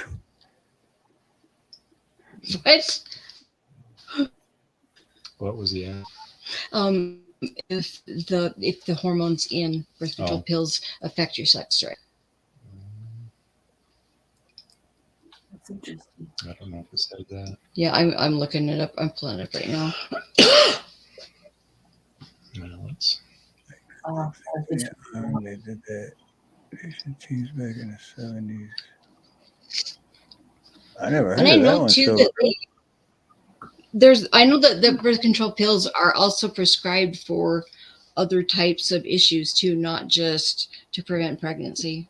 Like a lot of to clear their acne.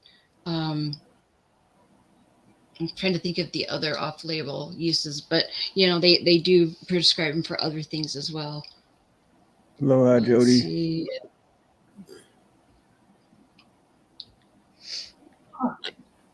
IUD is the best form of birth control ever.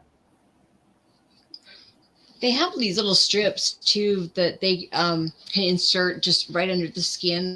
That's what Silver Girl is. So the ones that look like sticks they put in your. That's the Norplant. Yeah, I mean those are nice because you don't have to remember to take it. Yeah. But it still is releasing hormones. So that's why I like the IUD because it wasn't a hormone. Yeah, the sticks they put in your arm was called Norplant. My ex-wife had those. Okay. Norplant. Yeah. And it was just kind of the same thing. Release hormones. They what? The hormones? It would release hormones. Oh, really? Okay. Like the pill, but you didn't have to take the pill or anything. It was just there. Okay, Ronnie. I just found something in a 2013 review of studies published since the 1970s on the pill and sexual function. Researchers found that more than 6 in 10 people using the pill had no changes in libido. More than 2 in 10 had an increase in libido, and about 1 in 10 did report a decrease in libido. Huh. So not too much, but I guess so it really boils down to none. It seems to me like, because some of them had more of a sex drive, very few of them had less. The other was about average. So.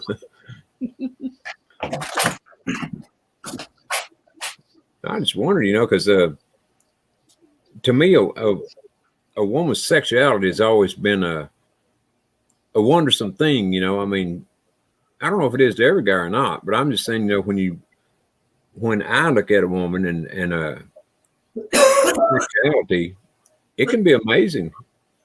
But because a woman is so beautiful, and there's so many moving parts, not only in her head but in her body. It's almost impossible for a man to keep up with them. At least for this man. Oh, don't get me started on that. I can't stop looking at my wife every day. That's a compliment. That's a compliment, brother. You know what? That's funny that you said, because I used to be a real jealous person, but that's because back in the day too, I was, like I said, I was a slut. So, if I was always messing around, why wouldn't, but I'm not like that anymore. But yeah, I see guys checking out Nina all the time, and that just makes me happy because I'm like, yep, she's going home with me, dude. She is a beautiful lady. Oh, she really is. Oh, thank you. And I think she has a sweet husband too. Do I know him? It's fun to see you guys together when you guys do your live streams together. She's so sweet. I just love her. Yeah, Nina is sweet, no doubt about it. I thought I heard her coming to say hi, but I don't know. Maybe not. Hey, Ronnie, I have to admit something. You said we used the chewing apples. Mm-hmm. Last week. I thought you said chewing tobacco, and that's why I tobacco. And I was chewing tobacco? Yeah. Damn. Similar, right? Chewing apples and chewing tobacco. And I made the joke of, putting it in my mouth. Hold on, before I get all loaded up. Chewing tobacco also a good stimulant? Well, it might be in one way, but I don't think it would be in that way. At least not for me. I speak for myself again. Huh. It might numb a little. And yeah, it might burn like heck too. I don't know. I never had that done. I never had an apple done either. I was just saying what I'd heard, So Oh God, I can't even imagine, There going she is. water, chewing tobacco, and having. Aw. Hello, Nina. Hello, everybody. I wanted This to is add. my husband. This is my Hi, Stephen. Coach Hermit. There's Steve.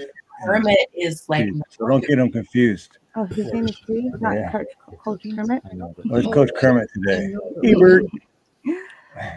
I wanted to add my birth control pills when I was with my ex. It was not pills, but my method was Depo. You guys heard of Oh, Depo? yeah, the Sarah? Depo shots. Mhm. Yeah. Every Yeah, 3 I months. forgot all about those. So I never got my period and I never got cramps, which was amazing. Nina, where are you from in the Philippines? Manila. I came here when I was 4 years old, so I don't remember too much, but my birth certificate says Caloocan. Okay. Yeah. Hi, So Ken. do you speak Tagalog? Kaunti. Kunti lang? Pwede Tagalog kaunti lang. I think they're talking about us now, guys. Yep. gotta be. Marunong na ako ng salita ng Tagalog. Well, when you said Coach Kermit was smart, holy shit, this guy knows everything. He's more than me, I think. I think he spends longer than me in the Philippines. Yeah. Wow. I heard Tagalog. Yeah, I was in the Philippines for a while. Oh, okay. Northern Luzon. Northern what? Northern Luzon. Luzon. Oh, that's where you. Okay. Yeah. I don't know. We visited back in the 80s for 10 days. Okay. And I didn't know anything. Oh. Yeah. They taught me how to count to 10 when I was in my teens. Yeah. Yeah, I love Filipino cuisine. Oh, yeah. Steve doesn't like it too much, but. Especially Balut. Balut. Oh, yeah. No. Steve Do knows you about really that. like it? Do you really Oh, yeah, I like love it. Seriously? I would eat 4 of them a night. Really? No joke. No joke. God. Okay. Does anyone here know what Balut is? Because What is? it's like just, that's why I always say, oh, sweet Balut. Okay, Ronnie, hold on. it's spelled Balut. So, Steve, do you that's some you kind guys- of fish, ain't it? No, it's like eggs. it's egg. It's eggs. Chicken egg. Oh, Well, they take- It's like a hard-boiled egg, but just imagine opening the egg and No, like right half of the right before it hatches. I don't know how many days. half of the embryo. Is that the word I'm looking for? Yeah. Basically, it's still there. no, man. Well, they take it and they incubate the egg for, I liked mine between 20 and 21 days. Over that, there was too many feathers and bones and that, but 19 to 20 days, the embryo was still soft and little. I guess we could make them, couldn't we? Well, I used to. You could make them and I eat had it on the camera. I had an Yeah. apprentice. I had an apprentice once, and he's a Filipino guy. His name is Ruben, dude. If you're out there, Ruben, I'd love to have you work for me again. But dude, guy's a great guy. Young at the time, he was like 22, and we stopped to get lunch, and then I stopped at a party store afterwards to get energy drink, and he was all, "Oh, Balut." They had it at the counter, and I'm like, "You really eat that?" He's like, "Yeah." So we get in the van, and he's like, he cracks the top and does it, and I'm just like, oh. Yeah, And I you crack always the top off and you drink the salt. It's really salty. Yeah. See, and that's the thing. I like salty. But Yeah.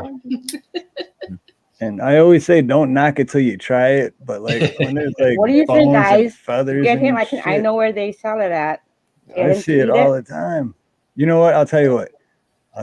If when I get to 2,000 subscribers, I will eat Balut. I may puke. I don't know. Or I might be like, dude, this is the best damn shit I ever ate. Well, answer me this: does the egg have blood in it, or is that what y'all? No, it after you crack it and drink the juice out of it, the chick will set on top, and it's usually gray. Like I said, 19 to 21 days. It's really little, so you can just suck the chick out, and then the rest of it's just like a hard-boiled egg. Damn, I wouldn't want to do that if I got to 1 million. Well, just watching Ruben eat it, I was like, I don't want to knock it till I try it, but no, I just. But hey, if I hit 2,000 subscribers, I will do it live. Oh, You might see me throw up too, but Well, I want to see that. I think we can actually buy it up in Salt Lake, can't we? I know we can get it in Vegas. Yeah, that too. I bought it in Vegas before. If you get to 2,000, I'll get one for him, and you guys can see. Yeah, I would enjoy it. He'll be enjoying it. Yeah, he'll be like, what, you know, hey, come on, what are you waiting for? Take another bite. I'm on my third one, man. Come on. Oh, man. Balut. Yeah, I say that all the time. I'm like, if I show up to a plumbing job and it's going to be harder than I thought, or there's like something they were hiding and didn't tell me about over the phone, I'm like, ah, sweet Balut. Just like a figure of speech. I like that. Well, I think I'll leave the balut to you two guys. This don't sound appetizing at all to me. Why is me and you reverse and not over there? But other than balut, Steve also loves spam. Oh, that's delicious. Spam is yes, good stuff. I'll eat just about anything. If I want to point to Ronnie, I got to point that way. See what I'm saying? If I point that way, which is away from Ronnie, but on the screen it's pointing to Ronnie. Sorry. It's backwards looking at your phone. It's like, no, but look, I'm on your right. Right. But Heather is on the left. What's up with that? That's what I'm saying. It's why is it only on? I don't know. I just don't think. I just know if I want to point at someone, I have to do the opposite way. So what if I say Steve's right there? Then you're pointing at sets. That means you're in heaven. But we're right. Yeah, we're mirrored. I don't know what the. So y'all are like this. Well, Heather's on this side of me, which is right, which is correct. It's not backwards. Yeah, well, we're using a webcam, not a phone. No, I just thought it was weird. There, I said it that way. I know it does be confusing. Oh, sweet Balut. Masarap ng balut.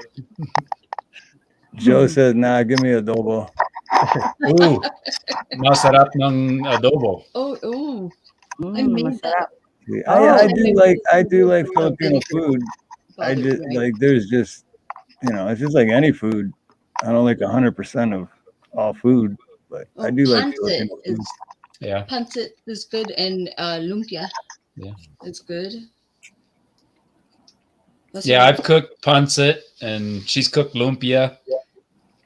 She's on. They say you're on the left of them. Adobo. I just didn't. Lumpia. Oh, dude, Nina makes awesome lumpia. Awesome banana lumpia. I've never had banana. Oh, so good. Yeah, So she good. told me we gotta do banana. We gotta try that. Sounds good.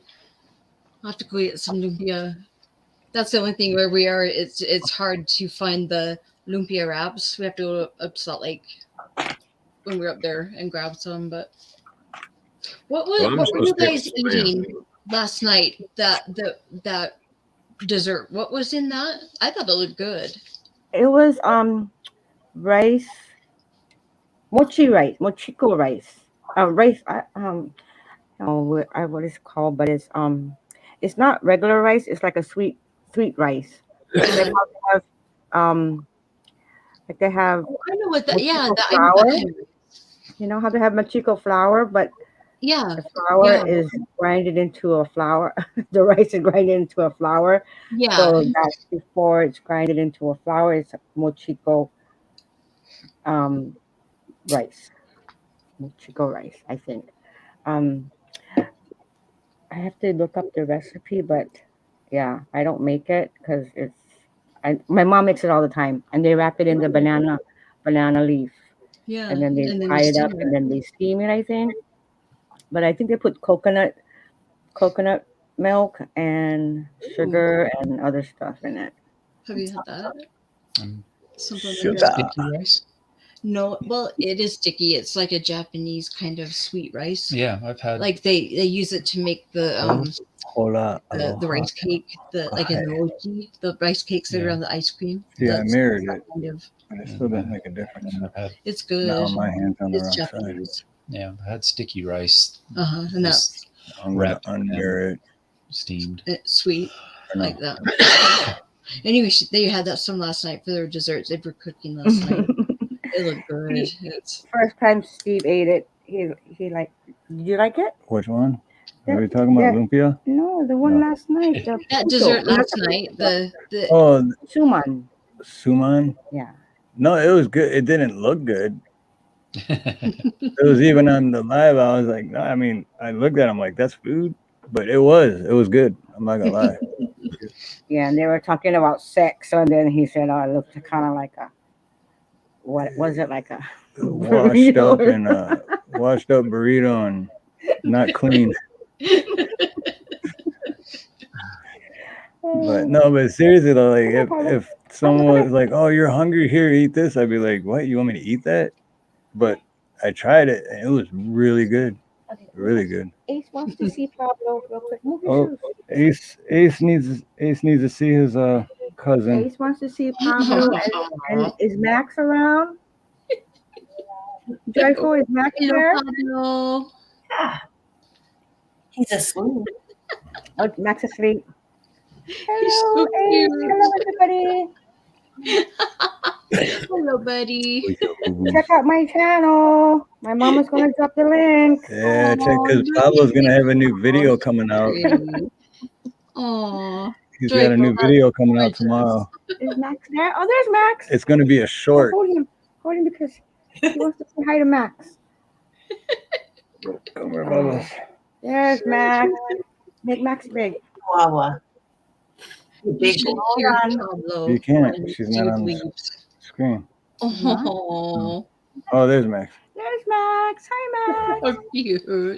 Wait, do this one. Joyful, is that a Pomeranian? Is that what kind of? He's dog actually a toy Chihuahua that was Oh, in size. He was the biggest of the four. Because oh, they're like little teacup Chihuahuas. And oh. the genes in this boy are amazing. Whoever Okay, yeah. Now I can see. I can see now he's a Chihuahua. How Yes, he is. He's so mellow too, and so chill and calm. Aw. Who is it? Who is it, boys? Who is it? He loves his mama, that's for sure. He almost found Pablo almost got raped last night. Just kidding. Yeah, Pablo had 5 little pussy cats Yeah. trying to attack him. Somebody had Just 11 kidding. today. 11 puppies. Oh, Boltonator's got 11 puppies today. Oh my goodness. It wasn't too long ago that you had more puppies, Boltonator. Wow. That's going to be fun. And cute and work Loud. too. Loud, yeah. But they're so cute. I hope, Boltonator, I hope you'll show them on your channel. I bet they're just darling. you see me farting around over here, I have 3 Chihuahuas. Oh. That's why I'm turning. They get up and they come and greet me. I have a He's gonna question go practice making babies. He's gonna go what? Practice Aw. making babies. Oh, I see. I think we inspired him. If you need any tips, you can put the questions in the comment box. We don't need a play-by-play. Right. I was just thinking it's so appropriate to talk about food with this subject because somehow they just seem linked to me. Oh yeah. You know, even if we got a little off topic there, it was delightful. And it brought Nina out, right? Yep. There are certain foods that are reportedly aphrodisiac. Balut is one of them. Oh, really? Oh, Steve, Balut is aphrodisiac. All right. Well, in that case, I hope I get to 2,000 subscribers quicker. Now I'm looking forward to it. That's why they only sell it at night. You know what? Earlier, like when we first started, someone, I remember reading, someone said, "What about oysters? Is that just a myth?" I don't know. I've heard that. I mean, that's been one of them that, you know, even in medieval times was reportedly aphrodisiac. I don't know. I don't know. Ronnie's already got me. Or did But you do I that? mean, food, you know, but just eating in general, you know, can be very enjoyable, and you can make it very sensual and very erotic. You know, when you're Okay. you can play with food, and You can make anything sexual, really, if you think about it. that's true. That's true. But And our new friend Rob P, who I've never seen before till today, but welcome and thank you for coming by, asked, "How do you ask a partner about a fetish such as pain with needles or electric shock that you really get off on and enjoy?" For me, if it were me, honestly, I would just say, "Hey, this is what I'm into. What about you?" yeah, I mean, you need to be open and honest and upfront, you know, if you want to have a meaningful encounter. Yeah. I agree. But yeah, I think I'd just be, I don't know, Joyful, how would you handle that? I would definitely want it to be upfront, because if someone were to try to lure me in and then suddenly try to build our encounter, let's say we were going to have a number of encounters that, and the agenda was, the ultimate goal was to take me someplace where that is not pleasurable for me. I would want to know that, because then it would give me the opportunity to decide whether or not I physically engage with that individual. And I would like to have that choice. So. Yeah, that's definitely not anything I would appreciate having sprung on me, you know, in the middle of something that I don't know. I don't understand pain during sex. But I know that some people are wired that way. Yeah, and you know, just it's a fetish, and you know, fetishes happen. You be honest about it, because that would reject you right away in that moment when you start pulling out the mask and the chains, and you're going, bye-bye, I'm not for this, you know, kind of thing. And so for your own well-being, definitely be honest with your partners, you know, because you'll find somebody that will appreciate that. Yeah. You know, there's no agenda, there's no misleading to it. Yeah, I agree. Yeah. Well, myself, I just don't see how people get off on pain, but that's just me. I don't either, man. I don't know. I think I told it before, maybe last week, but with my ex-girlfriend when I was like 19, 20, 21, and she was on top, and we were both getting close, and then I was, you know, next thing you know, she just reached back and it slapped me, and I threw her halfway across the room, because natural reaction, right? And I'm like, what the fuck are you doing? Like, you know, I was trying to like spice it up, or I'm like, no warning, you just like boom. Well, you know, Is that me getting feedback? Just a little bit somewhere. What's that? A little bit of feedback. Feedback. Yeah. Let me I was just thinking, when you are having sex with someone, hopefully it's not just sex, it's making love, but if you are sharing that with another person, I mean, that is one of the most intimate acts, and you are making yourself very vulnerable. And so I don't think it's nice at all to just spring something on someone at that Right. you really, both people need to know, and you need to consent to something like that. And there are people that are wired that way, and you can find, I'm sure you can find a partner that will enjoy the same thing. Yeah. But Hey, I'm gonna drop down and come back because I think I'm getting the feedback. So okay. Okay. I'll be right back because we got Ronnie here, so we're good. Oh, wonderful. I don't know what the hell I'm going to do when Steve leaves. While Steve's doing that, I have a question for you, gentlemen. Do you like having a full stomach, like you've had a meal before lovemaking? Because often interludes happen after a meal, like if you go out to dinner or something like that. Or does it really matter? For me, it doesn't matter. Me either. Okay. In my walker. In the walker? In my walker. Oh, okay. All right. I think the whole,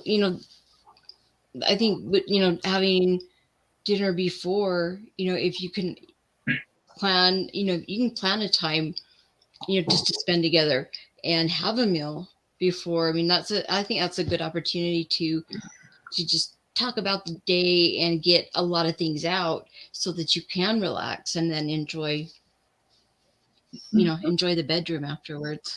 Absolutely. I like that. Absolutely. And, again, I was just saying, eating can be a very sensual thing. It's another one of our primal needs. And sometimes I think they can kind of blend together, Yeah. Does that make sense? Yeah. What it's, our three primal needs is food, shelter, and what? Relationship. Yeah. Bonding. Yeah, you got to have that. But it's, sex is a very primal part of that. It's, I mean, and I love it that, all, mammals, they all have sex to reproduce, and it's an instinct in all of us, but it's humans that are so much more complex. There are so many emotions involved, and it's a higher level function for us. Yeah. And we enjoy it. It's not just for procreation. Yeah. I mean, it's very enjoyable. It's absolutely, and we have come a long ways away as a humanity to kind of break some of the ancient ideas about it only being, to procreate. Yeah. I think that for both of us, our parents, their generation that they came from, you didn't talk about it. Mm-hmm. It wasn't, you didn't discuss it. You didn't, and there was a lot of shame that was, whether it was from religion or just the, the mores of the time. It just wasn't, it wasn't talked about. It wasn't polite conversation. I mean, and that you would, in school you would get the sex talk, but that was all you got. There wasn't any other information. And a lot of people, I think, suffered because of that. They didn't understand how pleasurable it can be. They didn't understand how their bodies work, and there was so much shame associated with it that a lot of people, didn't get to enjoy it. It was, and they believed that's what it was for, was just procreation. I don't know. I've at least my parents, I saw a lot of that, and and as a result, my mother never told me anything at all. I found it all out just trial and error, with my first husband. And I don't know. I don't think there's anything wrong with, talking about it and, learning how your body functions and, the things that you can do, to make sex better. I don't know, for you, for Stephen and I mean, it's a big part of our relationship, but it's not even just sex. I mean, there's so much more than that, and I don't think our parents got to enjoy it like that. At least mine didn't. Not that we would really ever know. Yeah. There was, do you know what I'm saying though? I mean, it was kind of a taboo subject. And perfect word. Yeah. We have come a long ways. Yeah. With it. And there's so much to learn just about yourself. Yeah, absolutely. That's the journey. Absolutely. Hey, Josh, Sherry Leash was asking how your anniversary date went. Oh, yeah. Yeah, and we formed in the chat. Oh, okay. But what so did true, Joyful. There's so much more to learn, because I mean, I know I'm 46, and I always say, man, I'm getting old, but I'm still young. But I'm still finding out things about myself, and just Well, I'm every 72, day. and I still find out things about myself too. And he's 197. That's right. Actually, I just had a birthday. I'm 198. Okay, then we have to change the number. Wait, did you really have a birthday though, Ronnie? For real? No, I'm just kidding. I would have felt like shit. Like, dude, it was Ronnie's birthday, and especially it's my 198th one. I know. I think it's wonderful also, Heather, that you share about the emotional, spiritual aspect of it. So just kudos to you, because it's always a good reminder that there's so much more to us. And even though we're getting older, it can get even better. Exactly. Yeah. Don't you think? Yeah. Yeah. I mean, yeah, I don't mind. I don't like getting old, but it hasn't changed we haven't declined that way at all. It's just gotten better and better and better. And you would be surprised, when you have a relationship like Stephen and I have, you'd be surprised how good it can be. I continually saying, I didn't know it could be like that. It's. And I guarantee you, the older you get, the more you'll appreciate that relationship. It just, for me, my marriage got better and better as it went along. First 25 years were rocky as hell, but the second 25 were great. That's awesome.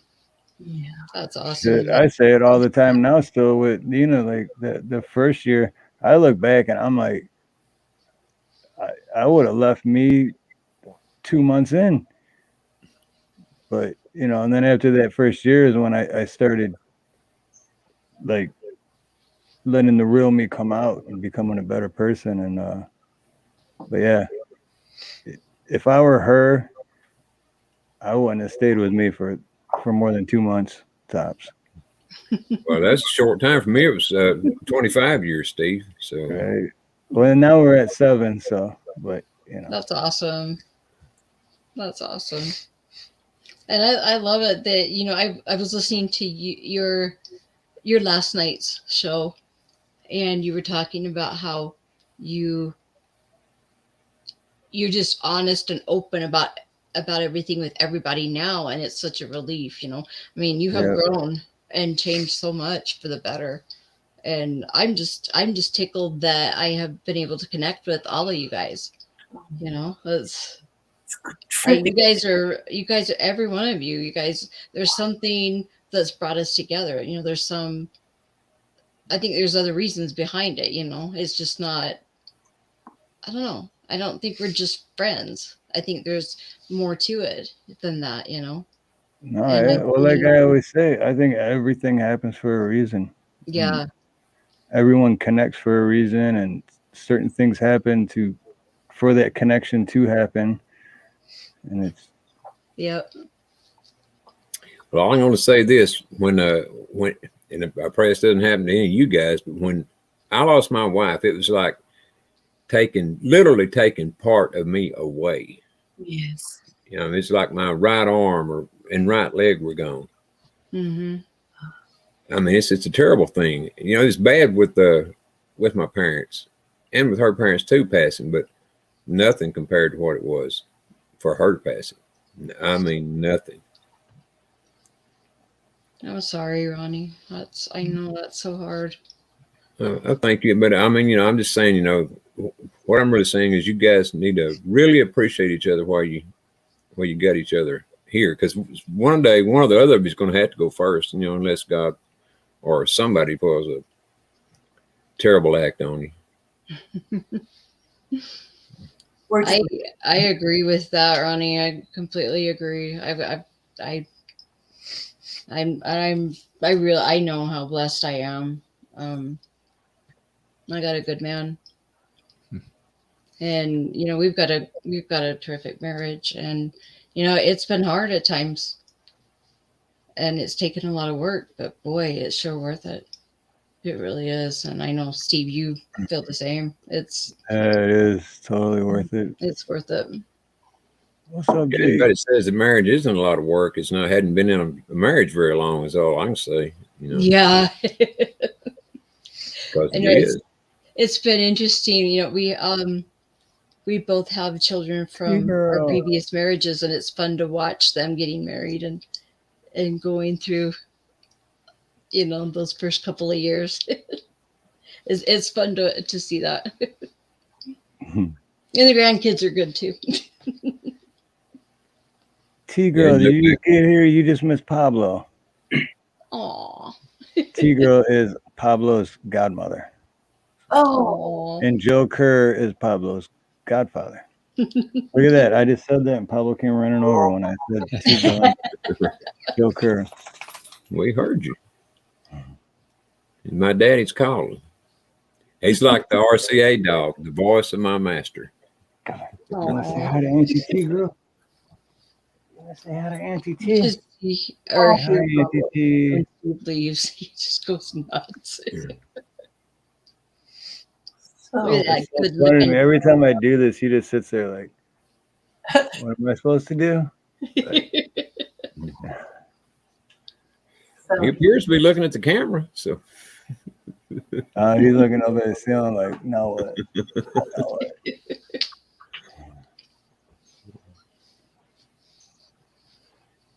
But no, it is like any relationship is hard, and that was my thing, because my whole life I was always that guy that, you know, I'll never settle down, I'll never get married, you know, I was just, and it was all because my heart was broken when I was a teenager, and you know, I didn't deal with it. And then I met Nina, and after the first year, that all went away and changed, and I became myself again, which was pretty awesome. So. Well, you and Ronnie, you guys are salt of the earth. So are you, Joyful and Josh. You guys are.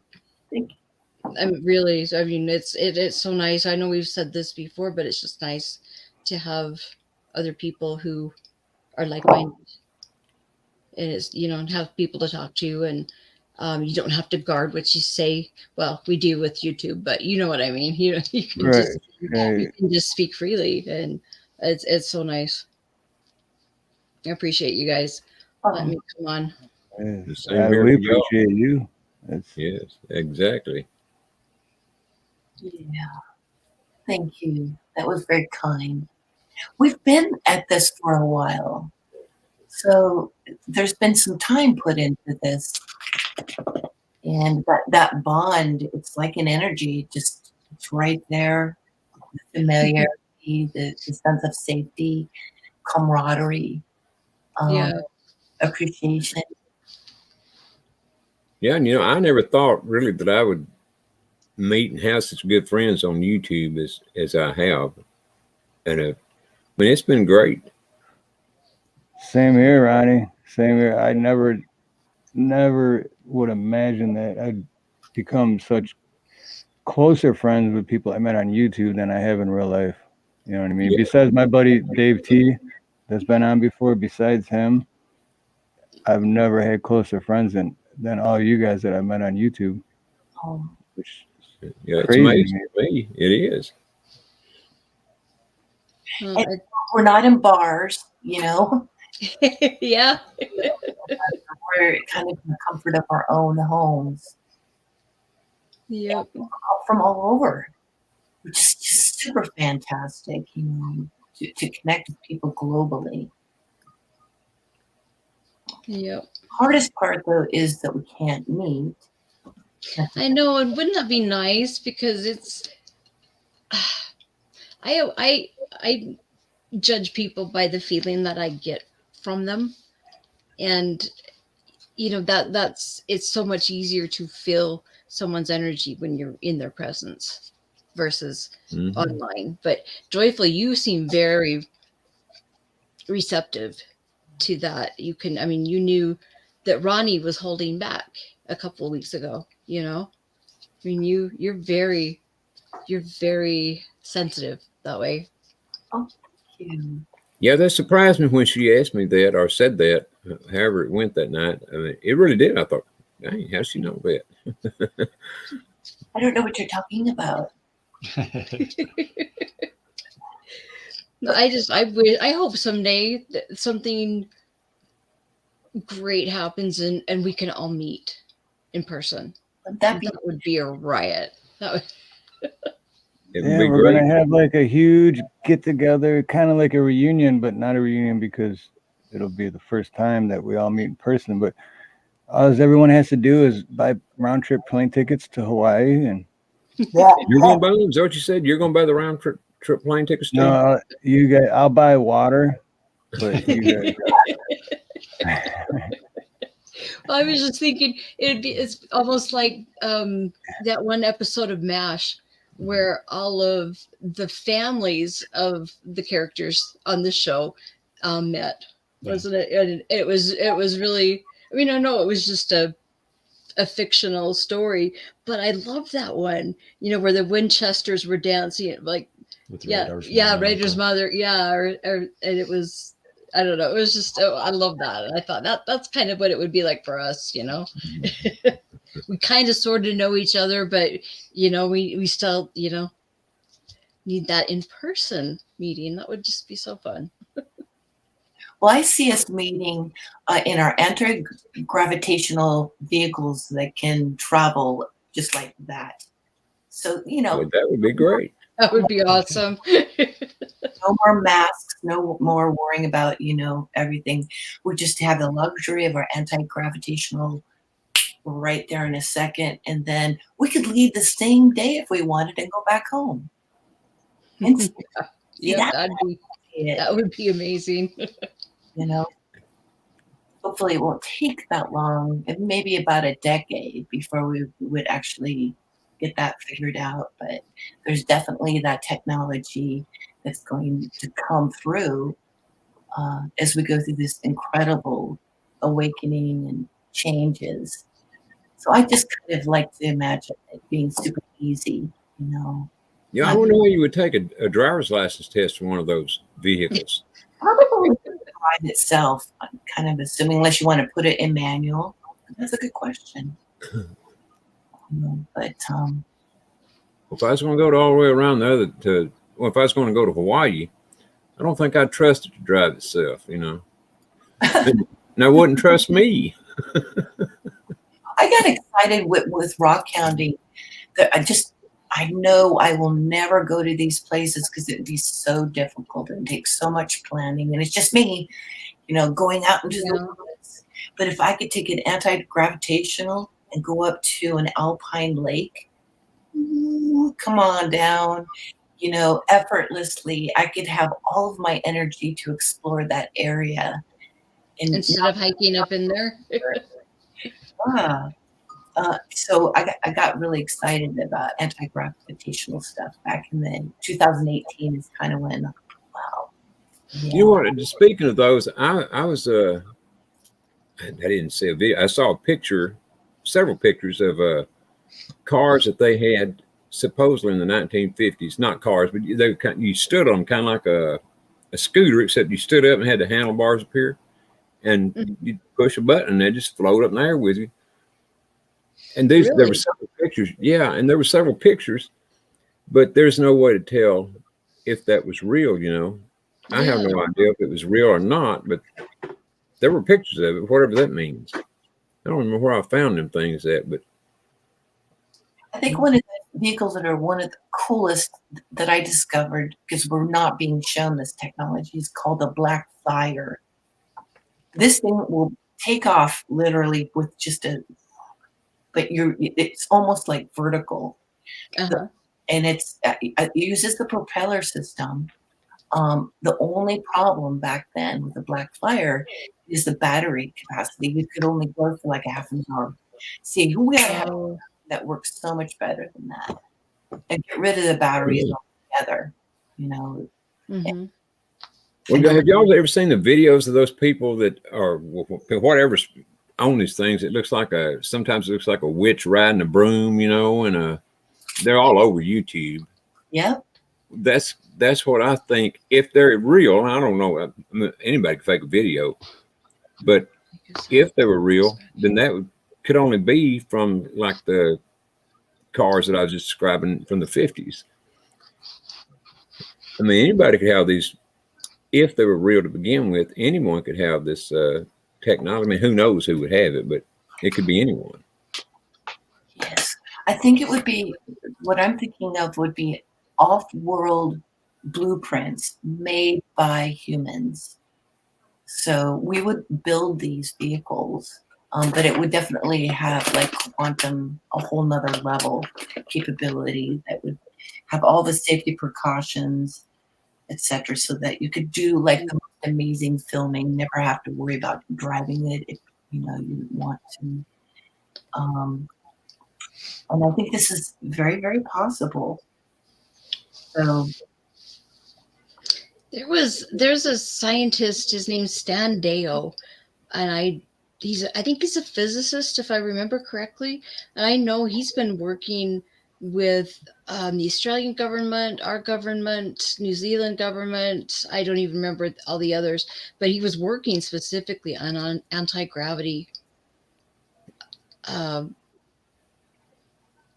What's the word I'm looking for? But I mean, that's what he was studying. I don't know, how successful they've been. I don't think he's allowed to say, and I haven't heard from him in a long time now, but I do know they've definitely been working on it. Yeah. We would have to overcome this government because they probably stopped that because they've been wanting to keep us in our cars and our airplanes. Yeah. But once we make that change and disclosure comes, baddies, if you will, are kind of taken care of.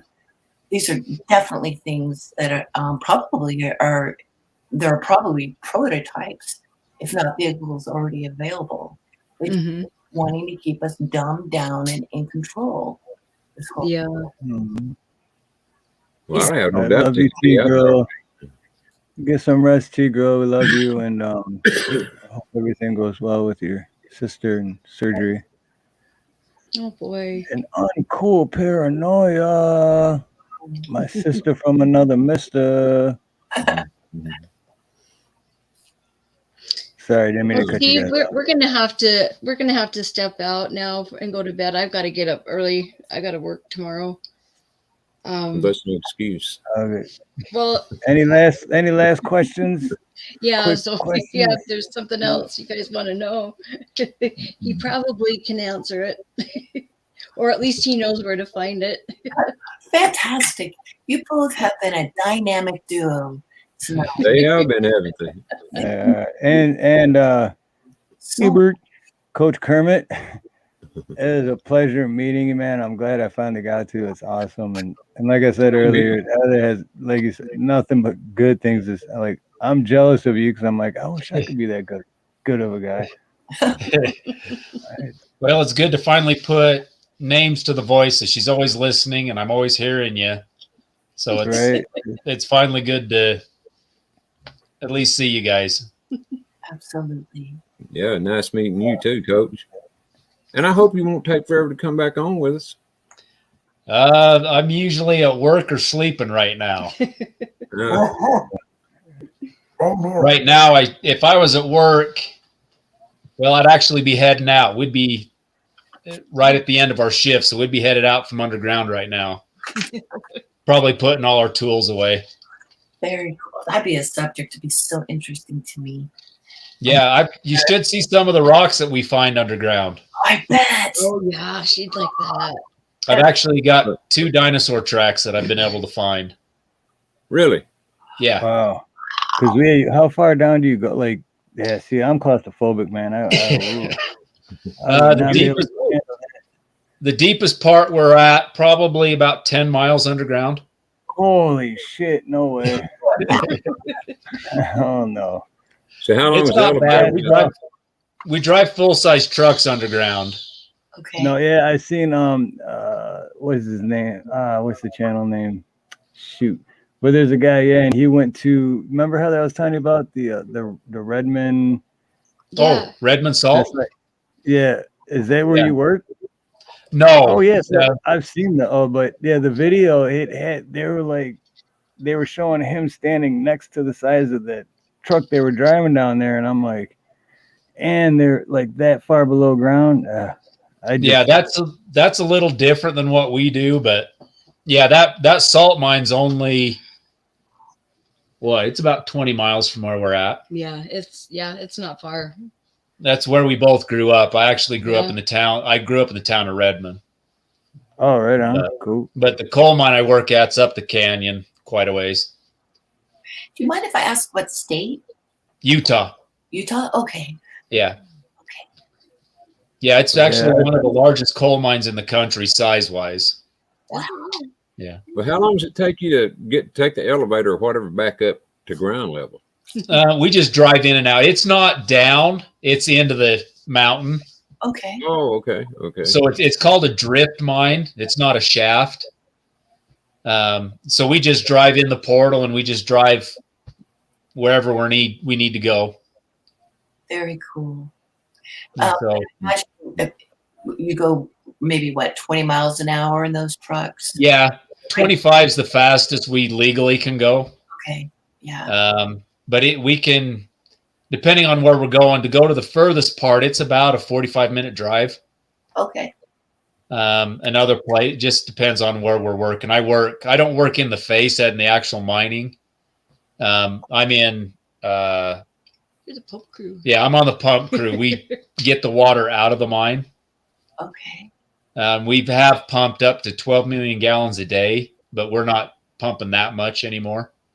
It was crazy for a while. It fell Hoover Dam or the Lake Mead back up, wouldn't it? Yeah. Wow, that's a lot of water. Yeah, but we send it off the other side of the mountain. It just goes out to the desert and dries up. God. Pitiful waste of good water, ain't it? Well, I don't know how good it is. It's got all kinds of. It's got arsenic, high levels of calcium, high levels of iron. Oh, in that case, keep pumping it in the desert.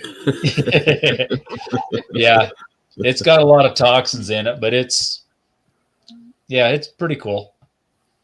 He took me down into the mine once, and my daughters went too. We got all dressed up in the coveralls and the boots and everything, and we rode down in one of the trucks just to see everything. It was fascinating. I bet. It was if you're claustrophobic, you wouldn't like it, but I thought it was really cool. It was That's nice. my thing, because I'm claustrophobic and I'm constantly thinking like, I'm gonna get stuck here. Like even plumbing wise, it sucks when I have like a tight crawl space. Yeah. And I'm halfway under. I like have to train my brain to like, because otherwise I'll have a panic attack and be like, this house is gonna fall on me, and I'm not gonna be able to move. And you know how your brain just like starts, like goes to an avalanche, and you're just like, ah. So yeah, it sucks, especially when it's a job and I have to get it done. Yeah, where we drive, it's like 18 feet wide and 9 feet tall, so it's fairly spacious. But yeah, we've got 2,200 feet of mountain over us in some What are places. y'all putting there to hold the mountain up? Why, once you get it dug out, what holds it up? Just the way the pillars are what hold it up, and just depending on the size of the pillar, it keeps most of it up. And then as we're mining, they go through and put, I think they're 5/8. No, they're bigger than that. Like 7/8 inch bolts. They're really rebar that are, some places they're 7 feet long, and they do a resin with them. And each bolt and resin will hold up 50,000 pounds. And they do those on every 5 feet. And so it just makes a laminate beam above us, and it keeps it up. So you trust it. I take it you trust it. The grace of God holds it up too. Well, some of the old works don't have any bolts. It's just coal holding it up. As long as they kept 2 feet of top coal, that was enough structural strength to hold the mountain up. Oh, really? Oh, shit. And as Just we're 2 feet? 2 feet of coal, which is coal is the reason why they call it fossil fuels is because it's fossilized peat moss is what it is. And so the peat moss, it's all that fibers that are all just pressured together. Oh. And our mine was able to pass through MSHA that was sufficient to hold the mountain up. But now where we're at, we gotta bolt it as we go in. I'd be constantly looking up. Well, there was one night the ceiling fell on his foot, and he had steel-toed boots, and that was different. Well, just saying. Well, sometimes things happen though. We do have cave-ins, and your dad almost got. Oh, that was. I mean, yeah, see, because when I first moved here, they have the H3. Well, there's three. There's H1, H2, H3, and you got the H3 tunnel, which is the longest tunnel that goes through the mountain from the leeward to the windward side, and I think that's 1 mile. And then you got the Like, and then the Poly, and the Like is the second longest, and the Poly is the shortest. But when I first moved here, every time I go through the H3 one, like I go in and I just know, even though it's like, it's a tunnel, there's cars, and I'm just like, by the time I get halfway through, I'm having that panic attack and my anxiety's kicking in. Oh, this shit just crumbles on right now. Like I'm gonna get stuck. I'm not gonna be able to get out that way or this way, and I don't know what it is. My brain just like freaks out like that. But that was when I first moved here. Now it doesn't even faze me. Yeah. If you want to have an experience, I've explored some abandoned mines here in Washington. There is absolutely nothing like entering inside the earth like that. It's such a different thing. It's like your senses are. It's like you can feel the earth in a way that is so different than just being outside of it. Now, that's true. That's just a profound experience if you don't have the claustrophobia and you want to have something to really feel the earth. It changes your senses, and it sounds like your spaces are much larger than the ones I went through. Yeah, much more cramped. But when we were walking out, because I actually went with 2 other women, my friend who was behind me, she got behind us a little bit, and she doesn't believe in spooks or anything like that. Something started throwing rocks at her as we were leaving outside.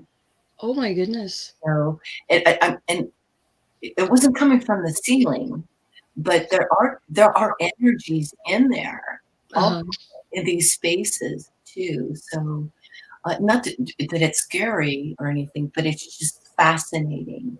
Yeah. All the souls and the blood, sweat, and tears they did to make these spaces and to harvest, materials inside there. Supernatural things can occur, but Yeah. it is for just an overall experience. It was life-changing. Yeah. I've never been the same since I've explored those old mines. Really? That is fascinating. Well, and you've never experienced total utter darkness. Yes. Because there is absolutely no light at all. That's true. And sometimes not oxygen. Right. Sometimes. Well, yeah, and the oxygen thing too. I didn't even think about that because I've heard plumbing stories for like with manholes. And when I worked for Roto-Rooter in Detroit, like 20 plus years ago, and they had to go in a manhole, but it was like, I think it was like 18 or 19 feet down or something. And the dude's just like that. And then he was like, oh, I think I wasn't there. I just heard the story. Someone that worked there, that before I worked there, it happened. He was like, I heard something about like oxygen dying. He's like, oh no, just drop a garden hose down or something. And he's like trying to, and then the dude was dying, like basically because he like collapsed. And then the other guy, and they were both hospitalized. And it's like, because when you get deeper into the ground like that, oxygen's pretty important to live, right? Yeah, we actually carry meters on us that check the oxygen. The one I carry checks for oxygen, CO2, and methane. Yeah. And I've been in places that the oxygen is dropped because normal air is about 20% oxygen. 20.9, so 21% oxygen. I've been in some places that the oxygen's dropped to 19.4, and we have to leave the area at that point, because if it gets gets much lower than that, you're going to start passing out and you'll die. If it gets below 19.6, we're supposed to leave that area or increase ventilation. We have fans that push the air and suck it, so air's constantly moving. Yeah, funny y'all should mention this stuff. There was here about 12 years ago. At this time, this was a small town, and it's about 10 miles north of me here. But I forgot now what happened underground, but it was in a manhole, and so they'd called the city, to come out and take care of it, but the city was taking their time getting there. So these 2 guys go out, and regular guys, they go out and lift the manhole cover off. And one of them crawls down in there and just collapses. And so the other guy, he has no idea what happened to him. So he goes down there to get him, and he collapsed. Yeah. Well, the city finally gets out there, and they find both these guys dead. Oh, wow. Inside that manhole. And it was some kind of gas that is created by carbon monoxide, maybe. Carbon monoxide.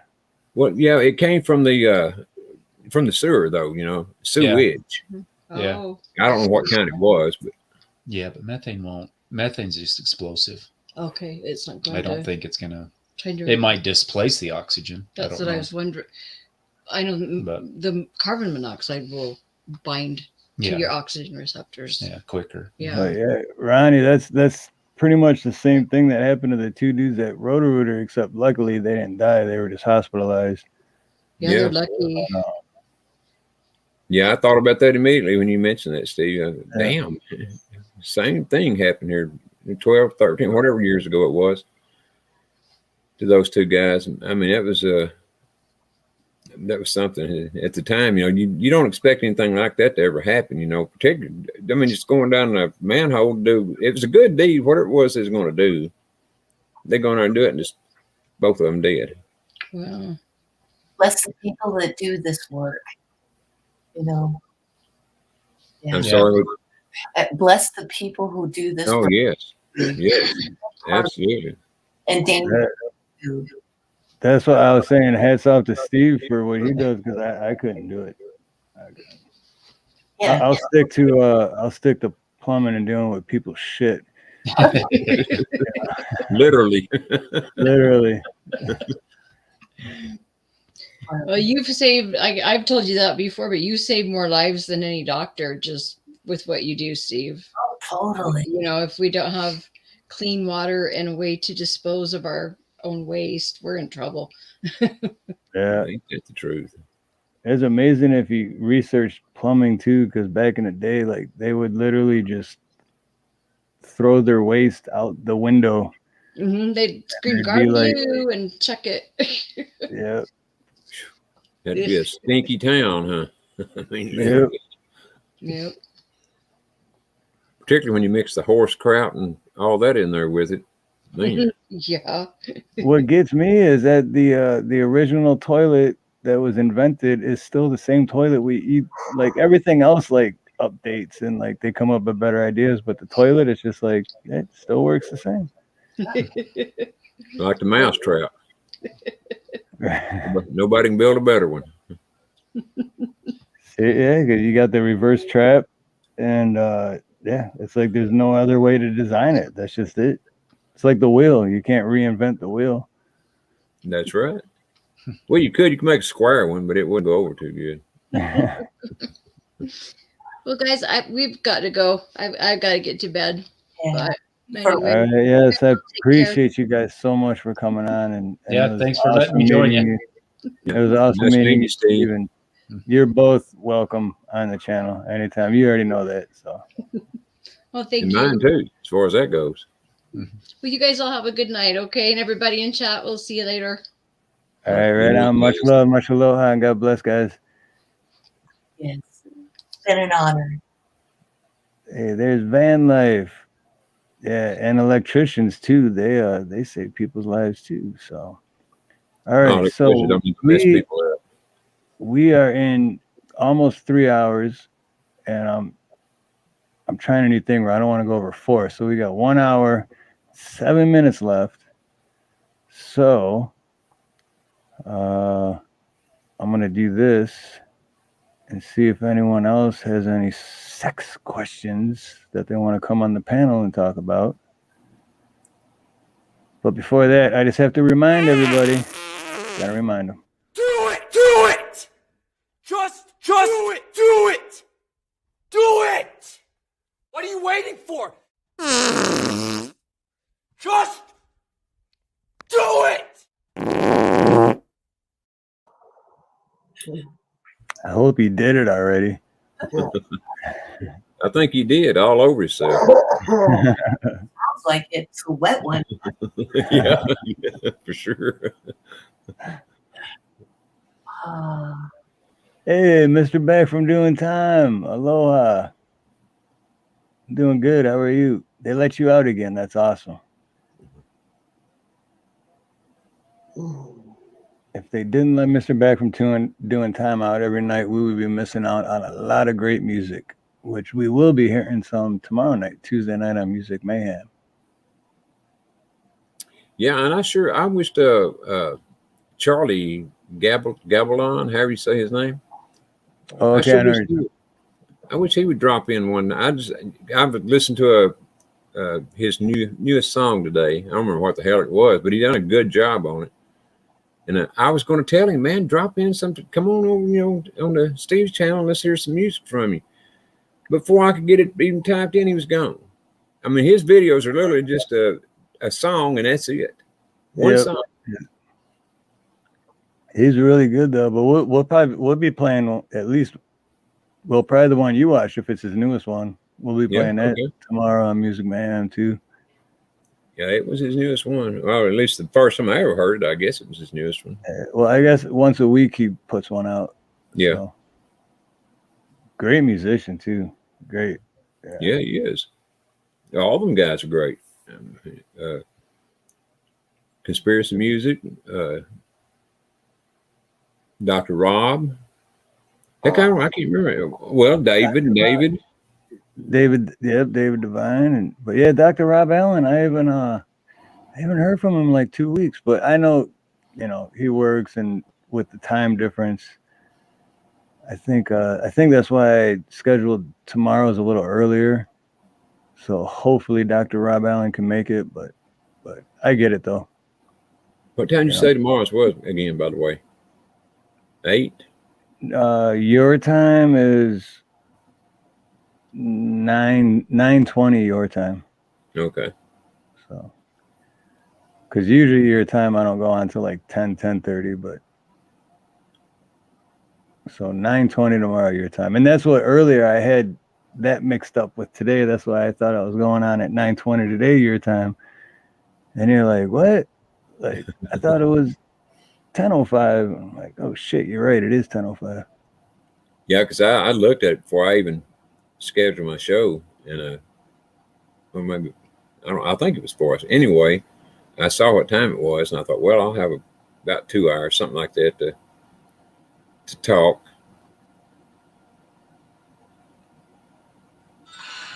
How long had you been on today before I jumped on, by the way? Or what's that? How long had you been on by the time I jumped on today? Oh, today, just a couple of minutes. Okay. I didn't think I'd be very late, but I didn't think I'd be late at all. But as it turns out, I was when I knew I would. Like maybe 2 minutes, I think, at the most. I didn't pay no attention to the clock up there when I came in. The counter thing.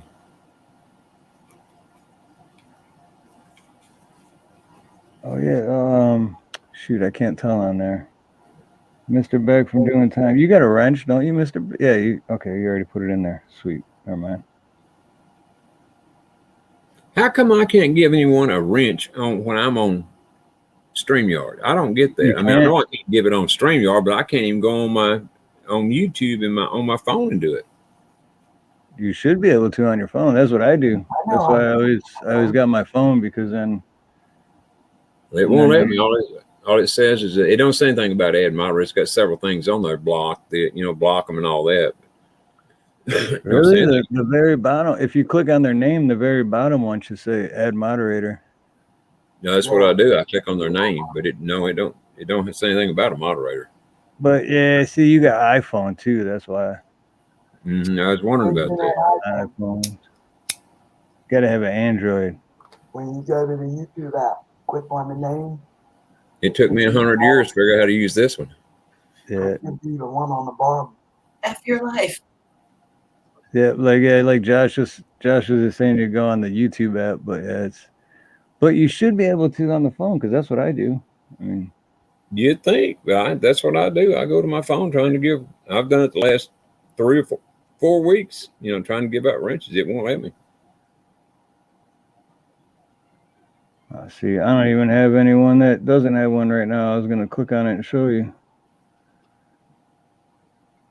I wish that someone did so I could try it. But here, look, I clicked. They already have one, but it says remove moderator. But normally, if they didn't have a wrench, it would say add moderator.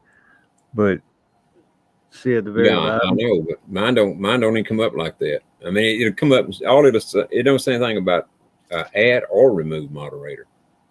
It has about 6 options on there, but none of them are that. I agree with Jake on this 100%. iPhones suck. No, it doesn't. I love iPhone. I like mine except for that one thing. I mean, of course, I'm very used to it, But this sucker is full, and the storage is full, and I'm having trouble getting anything to work on it. Well, I mean, it just don't want to work at all. iPhone 13. Could be, yeah. Have you cleaned it up? I tried to, but I mean, you know me, I'm a dumbass at technology. Which one is it? Which one is it, Josh? You said iPhone 13. 13. I don't know Yeah, which I've, one mine I've is. never had an iPhone ever.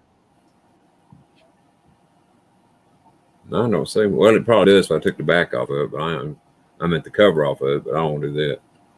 Too damn much trouble. I just got it. It's not even paid off. And one of the bummer things about the iPhone too is that you can't put like the little card in, memory card, which can make it really handy if you have to do a lot of video TV. Well, the 14s don't even have that. So Yeah, I don't know much about the. I'm pretty much computer illiterate too. I just figure shit out as I go, and I still don't know what I'm doing. So. Well, believe me, that's damn sure me. I have no idea what the hell I'm doing 99% of the time. Jake, homeless Americans, I've only had Androids on 4. Me too, but I just always, well, I can't say I like Androids better because I've never had an iPhone, but I've always had Androids, and why do they got to have phones that are so different from each other? Like, what? They should all work the same, right? Yeah, I don't get what the difference is between an Android and an iPhone. I never had an Android, so I don't know. yeah. I should do a stream on that. Android or iPhone? Which one's better and why? And who has the most? And I wouldn't be able to answer the why part because I've never had an iPhone. So I'd be like, I like Android, and be like, why is it better? Because that's the only thing I ever had. Yeah, I've had a couple people try to explain to me, how to do something on YouTube or StreamYard, but they'd be on an Android, and I have to use an iPhone. So when I go to do what they said to do, it wouldn't be totally different, but it'd be different enough to throw me off for a couple of hours while I figured it out. But at least it got me to a place where I could figure it out in most cases. What about the camera on the iPhone? Would it be considered more superior than the Android? Because they put a lot of money into their camera, the iPhone. What would you say, Josh? Apple puts a lot of money into everything. I have no idea myself.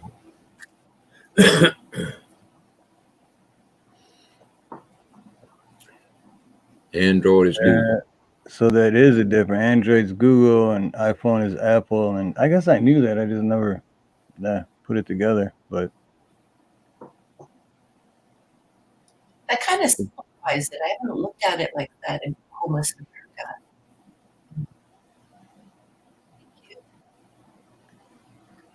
But I just wonder, when it gets right down to it, does it really make any difference about which one? I mean, as far as iPhone and Android goes, as far as Google and Gates, because they're going to listen in on you either way. right, yeah, no matter what, it's good. Yeah, doesn't matter. Regardless, they're listening. Like, how do I just have my phone 10 feet away from me and be like talking about something, and then when I go pick it up and I type 2 letters and it's like boop, just what I was. It's like, how did you know that's what I was going to type? That's absolutely right. There used to be a show on about it was American antiques, and they were having a discussion one day. These 2 guys in a truck, driving down the road, and they were having a discussion about about what you're talking about saying something and then the phone be advertising a minute later. One of them was telling them he's full of crap for saying it, but the guy that was saying it was right, because that's what happens. You can talk about a fish dinner, for instance, and turn on YouTube and they'll be advertising fish dinner. Yep. Here you go, Ronnie. I got a YouTube question. How many subscribers do you need to get before you can have your YouTube community page? Wait, how many subscribers do you need to do what? Before you can have your YouTube community, Dave. Oh, community, 500. And that's gonna be my next goal for my channel, 500. All right, what are you at now? 100. 100. All right, dude, we'll help you out. Me and Nina helped a couple people out, get them to 500. We're still working on Ronnie. Ronnie's just too good, and people are scared of him. That's right. Undoubtedly, it must be right. People are scared of the truth, and that's all Ronnie speaks. I damn sure try. Did you catch any show tonight, Steve? My show? I mean, were you listening where you could concentrate? Yeah, it was like kind of background because I was driving for a little bit, and then I had my tire was low, and my spare tire blew on me 2 weeks ago. I never got it fixed, and but yeah, I was listening. But yeah, look, here's Oh, that was what was in my tire at night. So I had to patch it because I don't have a spare because that's already blown. But no, anyway, it was on and I was listening, but yeah, I wasn't like 100% focused. I was just wondering if you were, what you thought about the stuff that I told about. I'm telling you what, man, it was enough to almost it did bring tears to my eyes. I didn't boo-hoo, but I mean, man, it's some serious crap. Yeah, it is. It's the whole thing where everyone knows it's already a messed up world, but then when you get into why and what people don't think about how it's messed up, then it's like, wow, that shit's really happening and has happened, you know? Exactly. Well, you can hear about that. I've heard about it now for I don't know how many years, but I've never seen an actual case filed on it, in any court, and a guy swearing that everything he's saying is true, an affidavit. Right.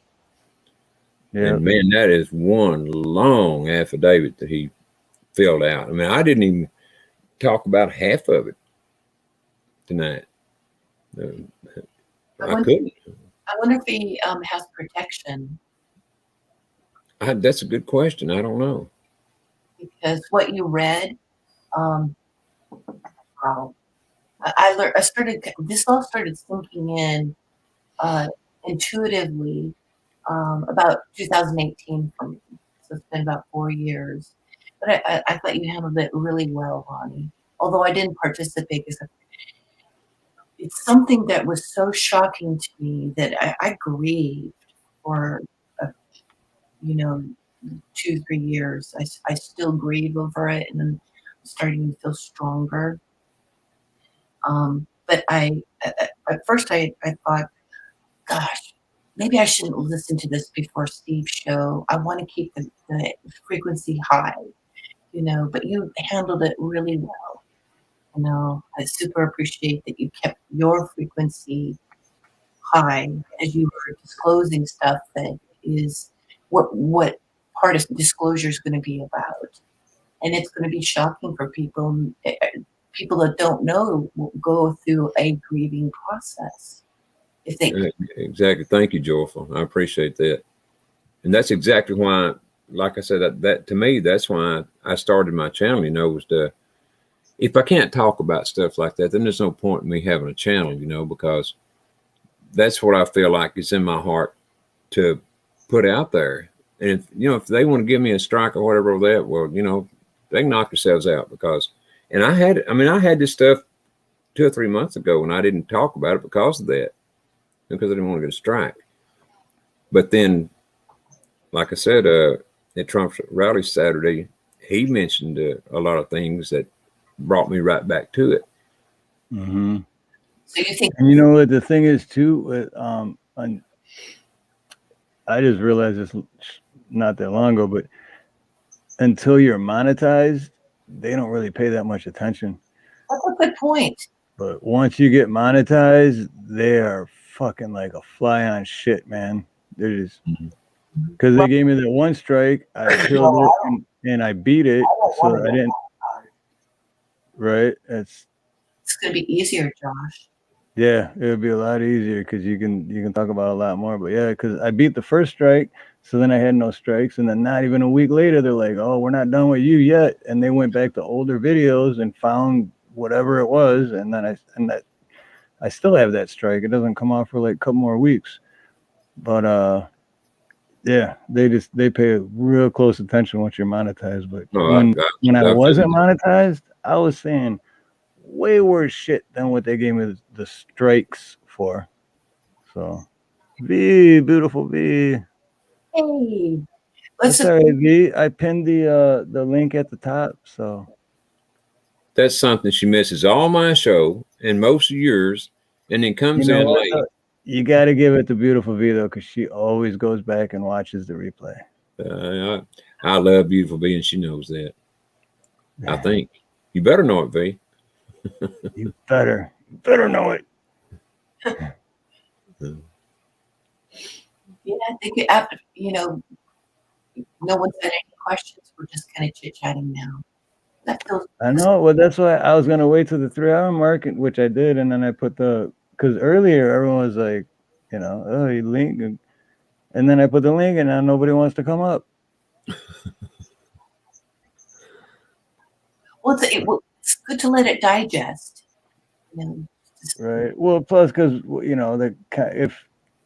if I were to put it up in the beginning, it just would have been too many people talking at once, and Heather and Steve were talking and giving good information. You were giving good, and it's like if you got 10 people on channel at once, it gets very diluted, to say the least. Yeah.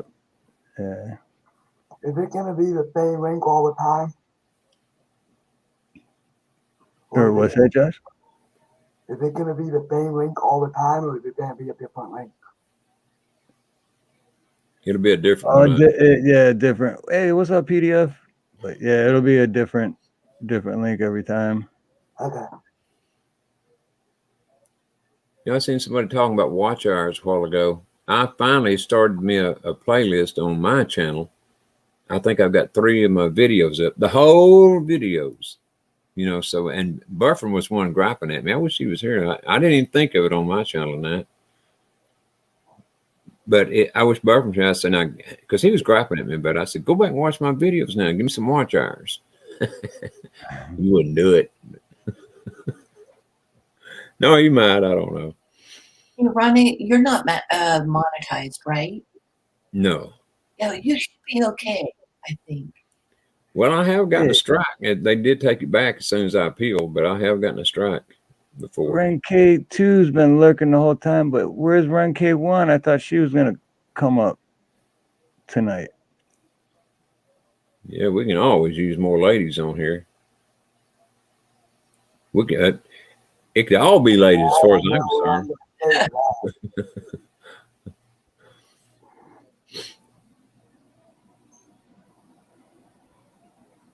Yeah, because I thought Ren K1 was supposed to come up.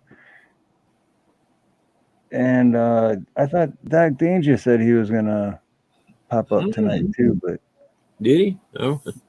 They might have other things going. Shit comes up. Shit happens. Oh, yeah. Shit happens, man. Nearly home, 20, 30 minutes, but it's 3 hours and 15 minutes in, and I was going to end at 4 hours. So, damn it. Well, you know what? Next Monday, I guess that means there's a part 3 coming. Well, it's not every day you get to meet someone in Pennsylvania either.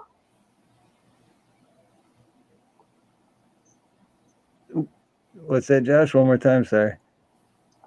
I said it's not every day you get to meet someone in Pennsylvania either. Right. Hey, I would love and very honored to welcome my very good friend PDF. What's up, brother? Good morning, man. What's happening? How are you, man? Good to see you. Or hear Waking up at these weird hours, It's like, what the hell? Like 2:30 in the morning and I'm awake. Now what do I do? Right? Turn on the tube, I guess. That's all we can do, right? Yeah, that's what I do. wake up in the middle of the night and I was watching all these hurricane videos. How close were you to that hurricane, PDF? What's that? How close were you, or how close was the hurricane to you when it came in? You're in Georgia, right? Yeah, I'm near Georgia. I'm in Florida, but I'm like right on the Georgia line, and that was way down south where it came in to shore, like at the bottom of Florida. I'm at the top. I was lucky. If it had came up here, man, I'd be up there with you guys. I heard that. I ain't staying for no more storms, and I don't suggest anyone try it. I'm telling you. I've done it a bunch of times. Yeah, I think this storm changed a lot of people's minds about that. I mean, I'm hearing there was a lot more people killed than they're even admitting. Yeah, they said they're missing a lot of people. Mm-hmm. A lot of people are missing. It's a scary thought. It is. That was one badass hurricane. It's the worst one. I've seen a lot of bad hurricanes, or not seen them. I've on TV and stuff. I've seen them. Yeah. But I'm telling you, I think this one was by far the worst of any that's ever hit this country. And I really believe, even though they said it was a category 4, I believe it hit with the fury of a 5, because, I mean, we're talking 2 miles an hour. 155 is a category 4. 157 is a category 5. They said it hit the land at 155. So we're talking 2 mile an hour different. You might well say it's a 5. You know what I mean? So it was a monster storm, and I've been in Florida many years, and I ain't never staying for another one. You know what I mean? If it comes, I'm leaving. I've been in a bunch of them, but I don't want to do that. I think they can tell me I go and stay. I'd be perfectly safe, and I still leave. Yeah. Yeah. Yeah, if you're smart and you got a place to go and you can get out of there, yeah. If you got animals, it sucks. If you got horses and cows and all that, you're pretty well stuck. You might be able to leave and try to get back, but if you leave, then you can't get back. Now, what are your critters going to do? They're standing there starving. So you're stuck. You can't leave, in some cases. Exactly. And I was reading the other day where the people were trying to get back, to take care of their animals and things, but they wouldn't let them back in because they were still either hunting for bodies or recovering bodies. Or maybe both. Yeah. I think it's the worst one I've seen in my lifetime. Definitely. I mean, anything that sucks all the water or blows all the water out of the Gulf of Mexico for even a minute or two is a powerful ass hurricane. And as far as I know, the water was still gone there a day or two later, at least for the guy said that I was listening to, a half a mile. Well, all the way up here at the top of the Gulf of Mexico where I live, the water was gone for like a mile. You could look out into the Gulf and there was no water. That storm sucked all the water out of up here, down there. Yeah, that's spinning. It's sucking the water in. It pulled the water away from our shore a mile. There was no water in the Gulf. You couldn't say it was all dirt where there used to be water, because that storm sucked it all out. How long did it stay like that? Do you know? Oh, the next day it pretty much came back. But that day where people were out there walking around on the bottom of the Gulf, the kids were where there used to be water. It's now dirt. Suction, it sucked all the water out of the Gulf into that storm, basically. Out here, when it does that, it means a tsunami's coming. Yeah, you see that coming. That's what here we knew it was a hurricane. But I mean, could you imagine not having storm coverage? Be sitting there in Florida one day, sunny day, and like saying, it gets a little cloudy, it starts to rain. You go to bed and 50 mile an hour wind comes across your head. You wouldn't make it. You'd be gone. But like I suggest everybody leave. I don't care. Unless you have animals that are going to starve to death and you have to stay. I would say go. Don't stay in a Florida storm. Shit, I wouldn't care if I had animals or not. I'd either be able to figure out a way to take them with me, or I just leave them there because you're all going to be dead, Yeah, well, you could be. Yes, you could be. It could be good. But I used to have cows and stuff, and it's like if the fence goes down, the cows get out. Somebody could die because of the cow. They hit it with their truck or car. you're pretty well responsible for the critters. So, and then you want to make sure they get fed. And so I've stayed before 4 storms in a row one year back. I think it was 2005, something like that. One after another. As soon as the power came back on, another storm would hit 4 times. Yeah, that was a weird year. Yeah, I said, I'm never doing that again. I was in the Orlando area. I said, I'm never doing this again. If a storm comes, I'm leaving. It was crazy. Yeah. Well, one year there, a hurricane came across Florida, turned around and went back right across it again. Yeah. That's why I say you can't never tell. Whatever the news guy says, he's full of shit. He don't know. Yeah, exactly. My bad. My bad, Terry. I didn't see you popped in. I'm sorry. Oh, not a problem at all. I don't feel bad about it. How you doing tonight? You weren't waiting long, were you? I apologize. No. Right on. Hello, Iron. Hello, everybody. I didn't mean to take over the show there. I was just popping in. No. I just looked. I was like, shit, has he been waiting long? But yeah, Iron's an otter. This is Terry. Great man. I didn't see you either, Iron Town. So I didn't see it. I was like, shit. But okay, go ahead. Sorry, PDF. I didn't mean to. Oh, Big. I was just playing around. I didn't realize which name I was on. I had to change my picture. Yeah. I was on another name, so to speak. Oops, my bad. Well, PDF, have you been out kicking any more ass with them redneck cops lately? No, I went down there that day. They didn't like me none at the courthouse, but I had to go give them $100. But they liked that, didn't they?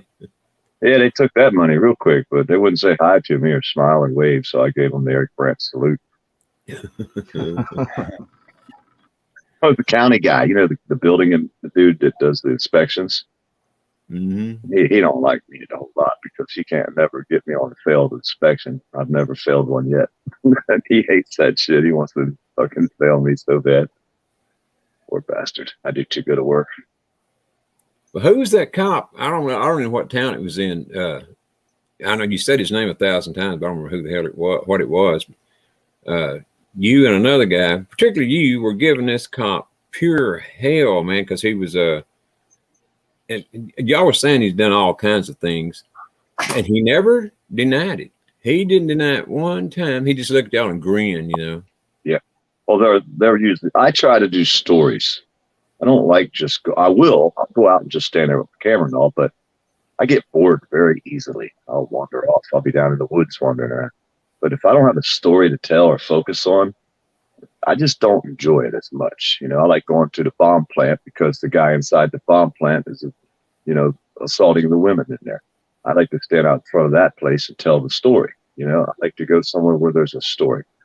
I will do audits, cop watches, but there's going to be a story usually, I hope, behind where I go. These crooked cops that we're seeing at these courthouses, a lot of cases, they've been kicked out of the police department for doing something screwed up. That's why they're at the courthouses that we go to.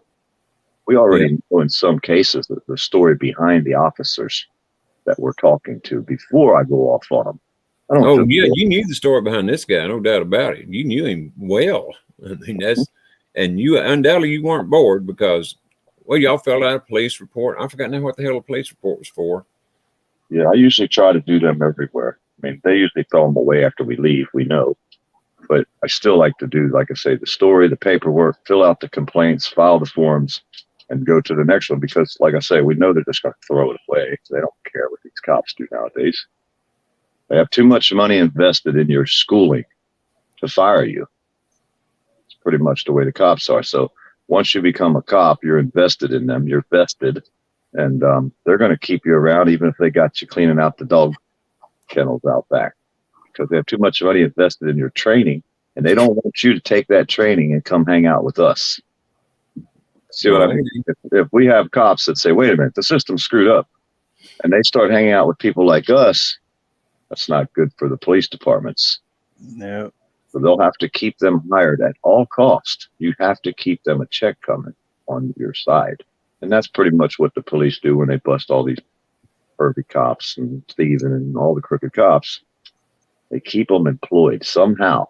They keep them a check, whether it's a public servant of some sorts, working for the dog pound. You know, they're going to get a county paycheck somehow. And that's the ones we got to follow. You know, we bust all these cops doing this weird shit, but where do they go afterwards?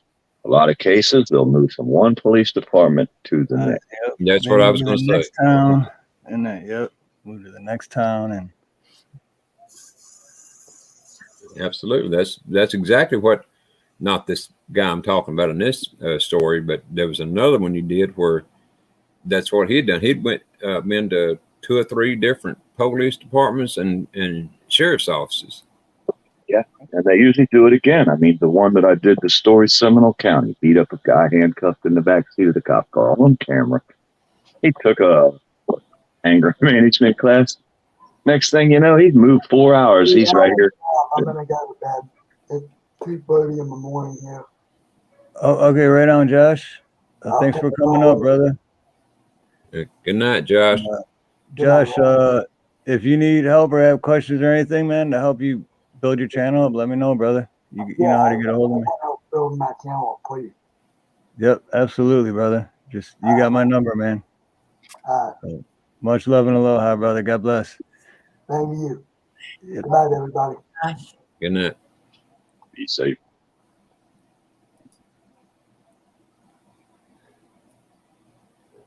But yeah, I think there's more behind the cops that being rotten in this than what you mentioned. I mean, now I don't want to say it on Steve's channel, but I think there's a lot more behind it than, not a lot more, but more. Yeah. Well, it's a cover up. I mean, you can't expect people not to cover for their buddies, kind of. You know what I mean? It's like out here, a lot of auditors will cover the other auditors, cop watchers, freedom fighters, whatever you want to call people. But they know that they're wrong, and they still back them. I have a hard time with that. You know what I mean? I'm not going to back somebody if I know they're wrong, and then expect the cops not to back their buddies when they know they're wrong. You know, I always say, I've been saying for 10 years, you can't hold another man accountable if you don't hold yourself and your friends accountable. How can we do that? We're just as bad as them. We might as well pin fucking blue flags on our fucking tits. Yep. We ain't no different. We're saying the same damn thing. Wasn't me. I wasn't there. I didn't see it. How many auditors you heard say that? Same damn words the cops say. Exactly. To the T. Yep. I wasn't there. I didn't see it. It wasn't me. Well, I know it, brother. I got to say, I know I've said this 1,000 times to Steve and to you, but you are one more ballsy motherfucker. I'm telling you, man. I mean, seriously. I got to binge watch him that day, man. Damn. Well, you just get to the point where you've had your fill. Enough is enough. You can't kill me but one time, and you better do it right the first time. Well, they tried. They didn't do it right. No shit, that's for sure. Well, they tried to kill me. They just didn't do it right. Now I came back. You know what I mean? So that's the way it is now. And there's people like me that say, you know what? Enough's enough. I'm going to take this to my grave now. This fight is to the end. There's never going to stop. They've destroyed us. They've wiped us out. They've robbed us. They took our constitutional rights and flushed them down the goddamn toilet. Searched our house without any warrants. Took us and stuck us in a cage or something. They'll now sell me. I'm supposed to just forget about that and let them keep on doing it to the next guy? Nah. I think I'll stand up till the day I die. So that hopefully they won't do it to the next guy, or the next guy will be educated enough to see it coming. You know, like I didn't see it coming. Well, I tell you, I think the country needs a whole lot more guys like you out there doing the same kind of shit. You know, I mean, I ain't saying that every cop is a crook by no stretch. I don't know if there's any here in my town that say there. I don't know if there's even one crook here, because I don't say every human. If by saying every cop's a crook, you would have to say every human's a crook, and we all can be crooked. Every human can be at the right, switched at the right time. I agree. Exactly. And I'm saying the same thing as Ronnie too, because not every cop is, but I mean, because literally, I should start a channel for plumbing auditor, because there's so many crooked fucking plumbers that make me look bad. Yeah. And like, seriously though, it sounds funny, but it's not a joke, because but then again, that's why I stay busy. It's like, yeah, following the idiots around. That's why I said if it wasn't for them, I wouldn't get half the air conditioning jobs I get probably. And they're stupid little jobs that if they would have just been thinking, they would have seen what they did wrong. It would have saved them a customer. Or the ones that go in and are just like all about the money, like, oh yeah, it's gonna cost this money. They just throw like high price it, like it's just all about the money, and then they do a half-ass job, and it's like, like, dude, really, like, not even gonna like take any pride in your work. Or there's Renke 1000, aloha from Australia. Aloha. Aloha to you. Good morning. I have literally just walked in the house from coming home from work. So, well, tell us something interesting that happened at work. If there was anything interesting. I know one thing. If you want some good news, you got to go to the Australian news channels to get American news. I just don't understand it. I really don't. It's good stuff. How in the hell does the Australian news channels get the best news in America that our news channels won't cover? Like I found 2 days ago, a missing person. I'm like, what the fuck is an Australian channel doing with a missing person from Florida that hasn't even been on the news in Florida, and the guy's been missing a month? Well, it's because of the news here in our country just following a theme, you know. They don't want to tell the truth about nothing. They just want to follow whatever Brandon says, you know. Yeah. And then I found did you see the Nancy Pelosi video? I found that on an Australian news channel. Where she comes out and says, we need these workers in Florida to pick our fruit. Yeah. Oh, man. So she wants some Spanish people to come to Florida so they can pick the fruit for us, because we need fruit pickers. The people that went. We don't even have fruit pickers. Well, you need to get you some Spanish people. We got extra. Would you like 100,000 or so? I'm sure we can have them shipped. About a couple million. No.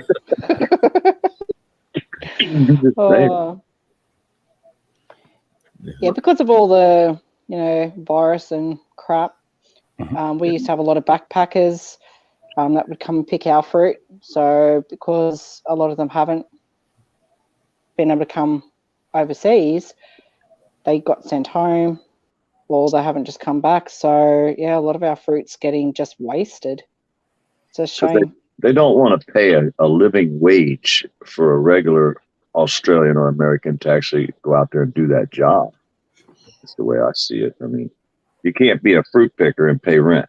You're going to have to live with somebody in their shit. You know what I mean? You can't make them money to do it. So it's not that we don't have the workers. It's that the farmers don't want to pay a living wage. That's how I see it. Yeah, exactly. Maybe they can't. Maybe there's not enough money involved in farming, but I believe there is.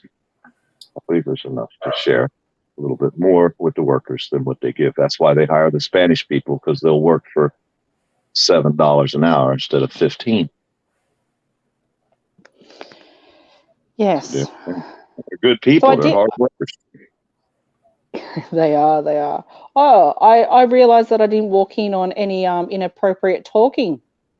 No, yeah, that about a half hour ago, the sex part kind of died down. Well, you guys said you were waiting on her to get here. She was like, what am I, like a sex connoisseur or something? you were going to edumacate us. I was. We can bring it back up. We still got Joyful Diamond here, and I mean Heather and her husband, Coach Kermit, had to call it a night, but we can still bring it back up. Okay. I've been with my wife for over 40 years. We're not married, and I'm saving it till we get married. So I need some education. Coach Kermit was a total surprise. Watch the replay at the beginning.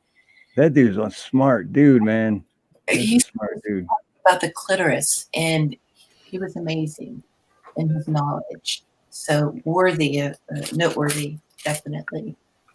Oh, radio. We'll have to go back and have a watch. Definitely. And it's at the beginning-ish.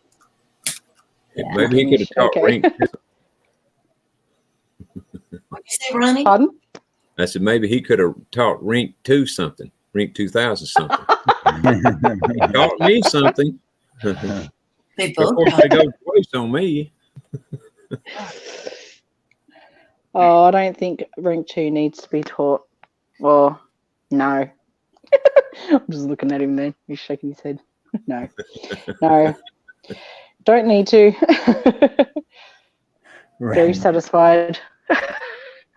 Rank 2 though. Hey, man, I'm good. Oh, he did enough talking last night. It wasn't even the sex talk. Yeah. Well, you know, we did have a few, maybe 1 or 2 beers too many, but you know, it was good conversation last night. You and Rick I don't know had how you continue on. beer? I don't either. Yeah, sure, Steve. Pretty amazing. What you talking about? What is? Is there anything that's too much beer? Or drinking too much? 1.5. 1.5 and up. Oh wait, no, those bottles are from yesterday. Never mind. Yeah, 1.5 and I'm done.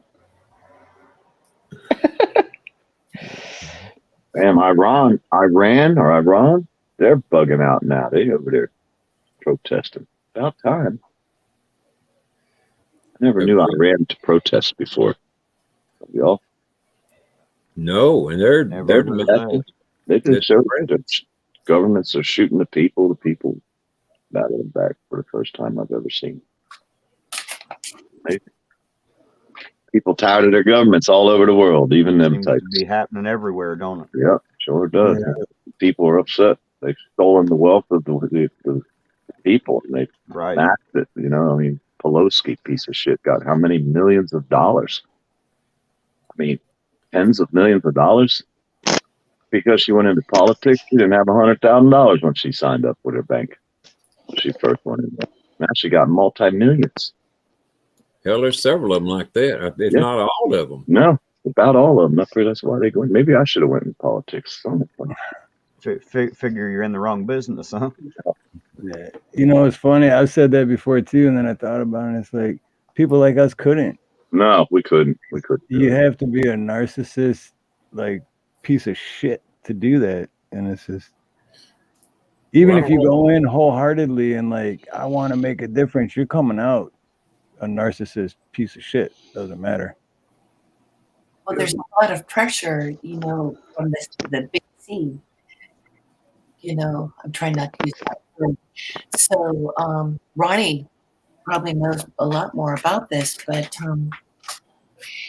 just the ritual aspect of it and who they worship and just what he was talking about this evening.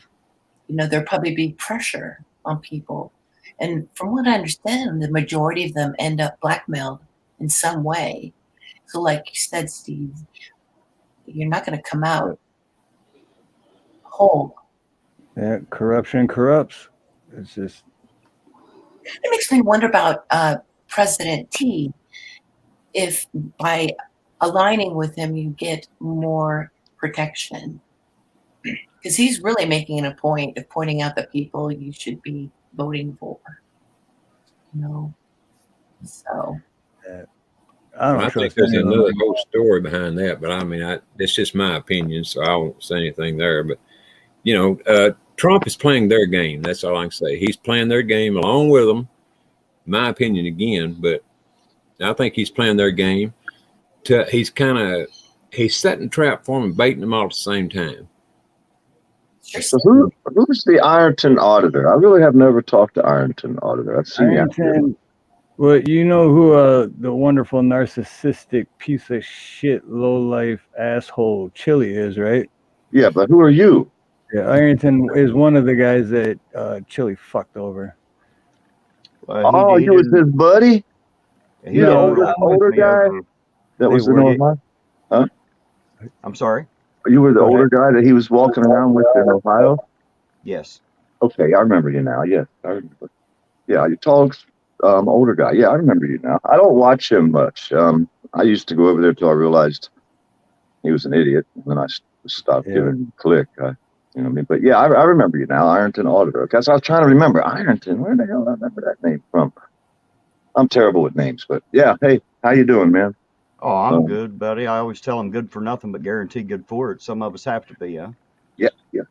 Sometimes they'll let us even. Sometimes they won't. But yeah, hey, nice meeting you, man. I never really got to talk to you before, so I've seen you out there. Yeah. I've been out there a little bit. It's I nice got meeting kinfolk in Ohio. Seneca, Lake Seneca, down at the bottom. Fellow Buckeyes. I got a bunch of kinfolk live up there. They all ride around on 2 wheels. A lot of them here do too. That's my kinfolk up there at the bottom of Ohio. They just called up. I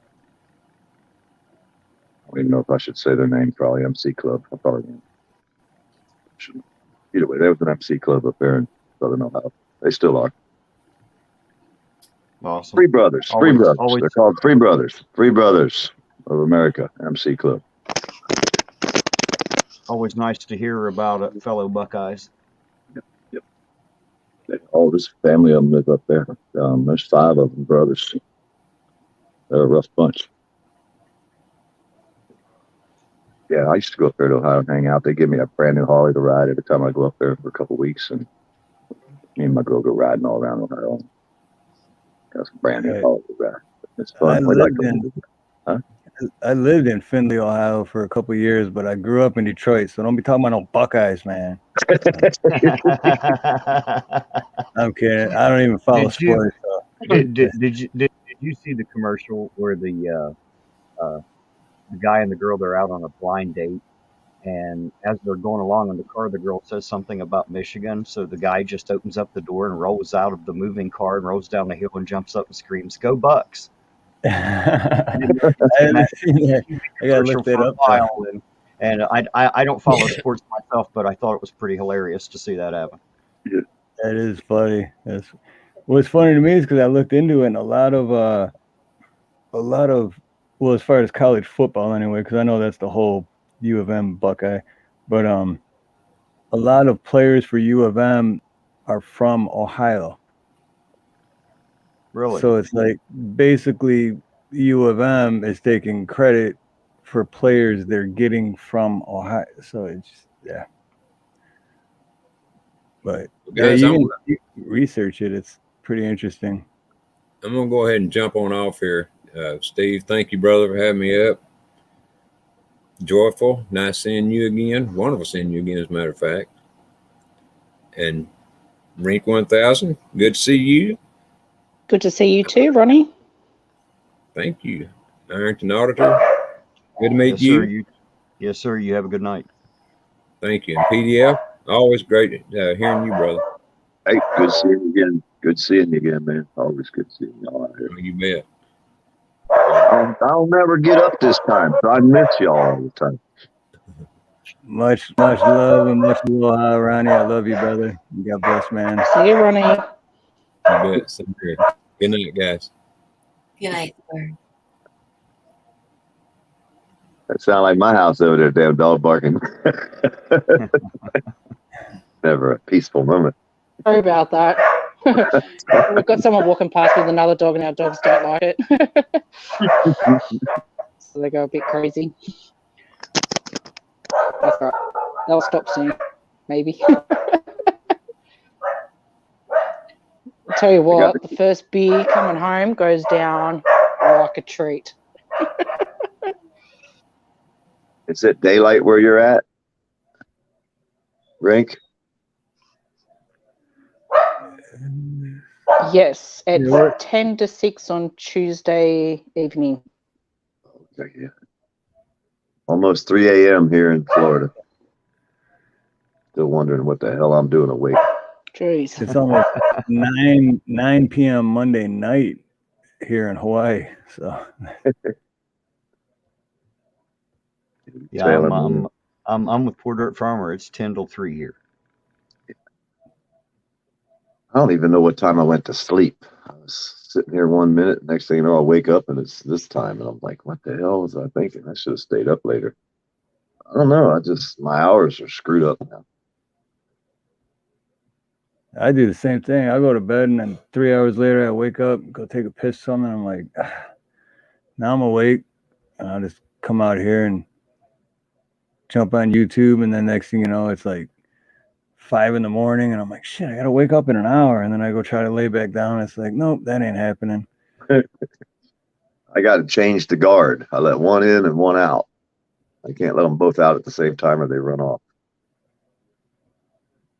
Partners in crime. Yeah. Nugget and Bear Bear, they're a pain in the ass. I've been trying to find them a new home. Nobody wants them. I couldn't blame them. I mean, they've seen them in action. Who would want them? Maniacs with legs. My four-legged maniacs. Sorry, I'm muted because my dogs were still barking at another person walking past. Sorry about that. So how is everyone this evening, this morning? Yeah, you see mine. Wherever He's we like, all are? don't film me. I'm trying to sleep over here. Aw. What's wrong with you, man? I'm trying to sleep. You got the camera on. This just ain't right. Aw, that's cute. That's a badass dog, though. That's his spot. He don't like to be bothered none. Aw. Especially with no damn camera. You come walking towards him, pointing your camera at him. He's upset. He's like, I did not give you permission to film me. That's my buddy. Good, Ren. Aw. Quiet day. I meditated today, and so that was really nice. I enjoyed that, taking that quiet time for myself. But I have no complaints. I have so much to be grateful for. So, yeah, it was a good day, and was really looking forward to the Good to show. hear. Yeah, hanging out with everybody. Good people.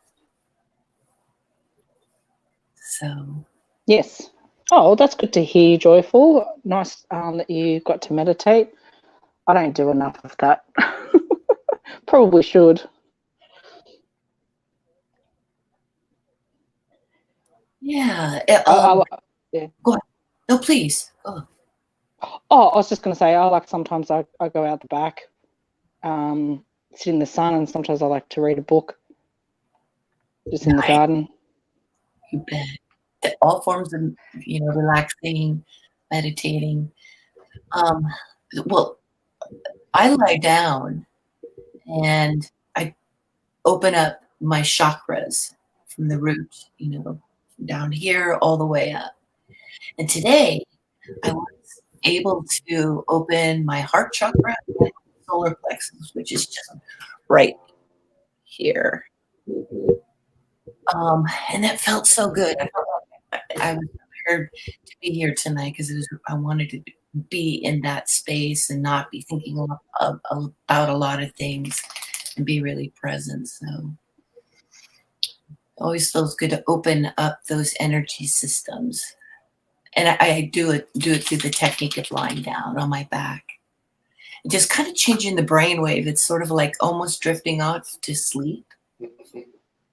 But then I could hear the frequency because I can hear it kind of lower. So I can tell that I'm thinking about something or whatever. And then all of a sudden it goes, whoo, and I come back and I'm not in that kind of sleepy state. But I can tell that I've changed my brain wave, and it feels so much smoother, and that the ringing in my ears is higher frequency. And I just started to do this starting this last May because I shut all of myself down for like 21 years. And I learned this technique in my youth.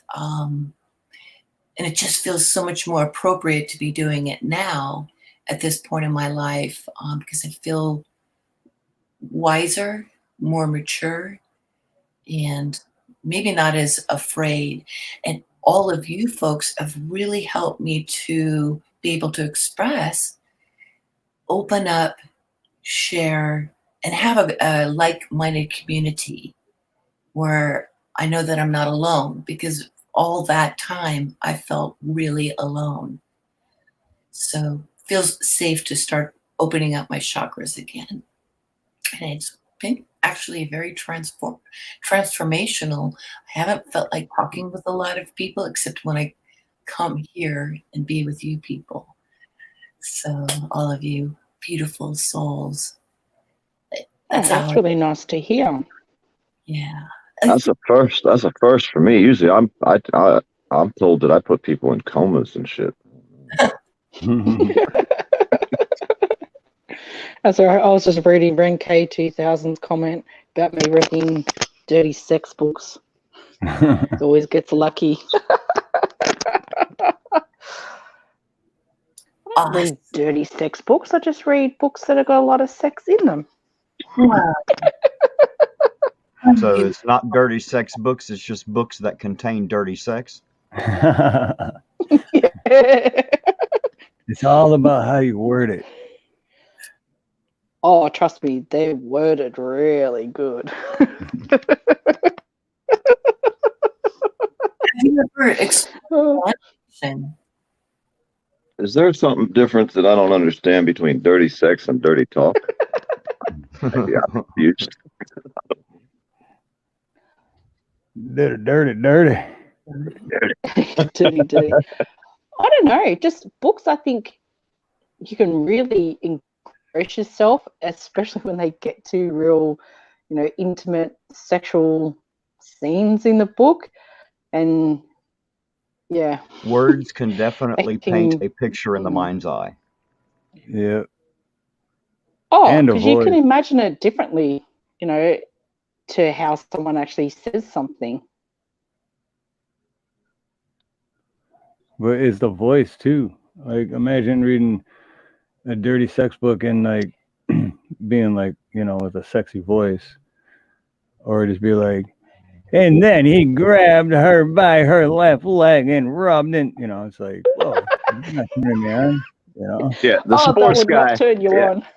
Yeah, no, the sports narrator just ain't gonna do it for us. I'm here to tell you. Oh, look, I'd have to put it. I think Joyful should do some reading. Oh yeah, yeah. You've got the 1000%. best voice for a Joyful.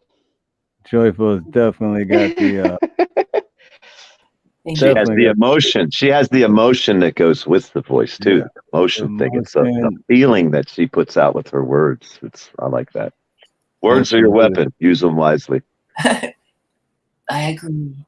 Absolutely. Well, I wasn't much into Harlequin romance, but when my mother and I would go to the Goodwill and stuff, I would pick up one. And I kind of learned a lot from those books until one day I found a sex book, and I was, I was maybe like 13, something like that. Boy, oh shit! I learned about. Sorry, Doc. That. So, sorry, brother. Hey. Hello, everybody. Doc, I apologize. You weren't waiting long, were you? You know what? I don't really care. I don't even know what I'm going to add to this conversation. So I don't know. Sorry, I was though, just sitting dude, backstage thinking, what the hell am I going to come out and talk about? No, I just glanced over and seen there's a private chat, and then I'm like, oh shit! Usually when there's a private chat, someone's backstage. And I'm like, shit, I missed because Ironton Auditor was back there waiting too, and I apologize. Yeah, don't feel bad, Doc. I can't really add anything to this panel either, but I'm having a good time listening. Right? Yeah. This is an interesting cast of characters you got up here. I didn't expect to see Ironton Auditor. How are you, Terry? I'm doing great, I didn't sir. expect to see PDF up here. So yeah, this is a pretty wild. I didn't mean to throw off your old train of thought by coming in here, Joyful. So excuse me for a minute there. So I know you were explaining something. So yes, sometimes the books can help when it's because my mother didn't want to talk about it, that generation. So it's weird how I think it was Heather that was also mentioned that we just figure it out on our own. But I'm so glad to see you, dear Doc. I thought about it. Nice to see you as well. Yes. I thought you'd spice things up like you always do. So you've been really busy tonight, sir. Yeah. I don't know. I don't know what I can add to it. I mean, I don't know. I don't know about books anymore because I'm 157 years old at this point, and you kind of you need more and more to get you turned on and stuff the older you get. And it's like I'm up to where I need to see like 4 chicks, a monkey, and a chainsaw on a garbage scow at this point. You know what I mean? Well, that's a bit full on. Hey, Renke. I was on with your husband a little bit last night. I got to talk to him a bit, and that was kind of cool. And I seen you were on a rescue too. After I went to bed and I woke up this morning. I hung out with those dudes for the first time for a while, and that was kind of cool. I was on with I had a good music talk with Bug Out Bushido over there, and I had a good time. It was fun, man. So I was glad you turned me on to those guys, and they gave me an open invite to come back anytime. So it was fun. Oh, look at everyone Awesome. getting around and everyone's channels. It's awesome. You gotta check out PDF. Have y'all been to a Canadian page called Useless Farms? Useless Farms. This lady is hilarious. She talks to llamas. She has an emu thing, ostrich-looking thing that attacks her every time it sees her. This lady is hilarious. Useless Farms. You want a good laugh? Go Useless Farms. This lady, the way she acts is. I've never seen anybody act the way this lady is. She's so calm, and she says that she talks these stories that are. You have to go. Useless Farms. Watch. I guarantee if you watch one of her videos, you'll be addicted to her. Oh, okay. All right. This Thanks. lady's cool. Turning me on to that. Hey, PDF, it's good to see you, my friend. We've never actually gotten to speak, but and I actually never really seen much of your content, PDF. I haven't really been over to your channel, but I do know that when I used to do Anna's show over on Banana Lounge with AFA, you used to come through, and you were actually one of my first subscribers to my channel, PDF. So shout out to you, my brother. Hey, good to meet you. Good to meet you. Yeah, I don't do much. I'm gonna build me a channel one day. I don't really have much of a channel, but I'm gonna get me one day. I'm working on it. There you go. Look, I've only uploaded 17 seconds of content on my channel. Everything I do on other people's channels. But you can find most of that on the homepage of my channel. Like put up playlists of places I've been and other stuff I've done on other people's channels. But as far as doing things on my own channel, I really haven't done anything myself either. And yet I have 122 subscribers. So go figure that out because it makes no sense. Yeah. I figure my channel will never be successful. I know that. I might have 10,000 subscribers or whatever, but my channel can never be successful. It's no way possible on YouTube because it goes against everything YouTube stands for. My channel's not about one certain thing. I'm kind of bipolar. I got a little bit of everything on there. You know what I mean? I have, dogs at the river. I got, there's so many different things on my page. It can never be a successful YouTube page. It can't happen. Yeah. I would have to delete 1,000 videos and try to steer it in one direction, whether it be cop watching, whether it be, boat watching, sunsets, graveyards, cemeteries, abandoned buildings. Pretty much you want to have, and I never liked that. I never wanted to make my page one thing. I'm more like a vlog. Whatever I see that day, that's what I put up. But I'm not, I'll never be a successful. Yeah, I'll never be a successful YouTube page. I already know that. And I have 100 YouTube pages or more. Oh, geez. Well, maybe that's why, brother. Maybe if you're focused on one fucking channel instead of doing 100 different channels, you might have one that's successful. I'm all over the map. I mean, look at my shows. It's like, let's talk about sex and then music, and then it's just whatever, and then it's let's go watch the sunset, and then it's So I was told you have to steer it in one direction, and I'm like, well, I can't do that. That's boring. And I'm like, if people tell me that's what I have to do it, I'll be like, hold my beer, watch this, motherfuckers. Yeah. Well, that's what I'm saying. I got a lot of subscribers because I share a lot of people and I do a lot for people, but I've never really tried to make me a money-making page, so to speak. I don't make no money. Right. People think, oh, yeah, I'm going to get me 1,000 subscribers. I got over 10,000 subscribers. I'm lucky to make $100 in a month. Dude, I made $9 last month in ads. So yay. I put that towards my electric bill. Well, it usually takes me every other month I get a check. I don't usually get a check every month because I don't bring in $100 a month. I don't, YouTube doesn't like videos, my story. Most of the videos on our page is just of us riding around different parts of Australia and just put a bit of music to the videos. Yeah, the music will kill you. They don't like music. It has a couple of times, but they just mainly copyright in certain countries. Yeah. But I always put the link of what the music is. But yeah, or we put shorts up of videos of just idiot drivers that are around in Australia. Shorts are great right now. Everybody should be putting shorts on their pages, as many as they can get up that are cool, because YouTube's promoting shorts. So if you put shorts on your, even like, especially critters, puppy shorts, anything. I put a short of a piece of copper laying on top of an air conditioning unit, right? And I wrote contaminated copper. I didn't put no tags, no description, nothing. Just contaminated copper. I think it's got like 3,000 views. Fucking piece of broken. Well, people are more apt to watch shorts as well too, as opposed to something longer. You know, so y'all should all start making shorts. Put you up some shorts. I mean, they're gold right now. It's everyone's attention spans of watching something these days. You're lucky if you can go more than a minute. Seconds. Yeah, I saw this was a sex stream, so I already took my shorts off for this.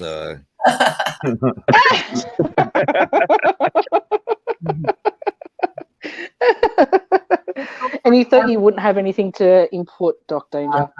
Right? You never know. I'll tell you, I do have a story I could tell you guys that it doesn't involve sex. This is not a comedy thing, so I'm not even going to try to be funny about this. When I was growing up in my household, my parents, they never talked about sex. That was like a dirty thing in my house.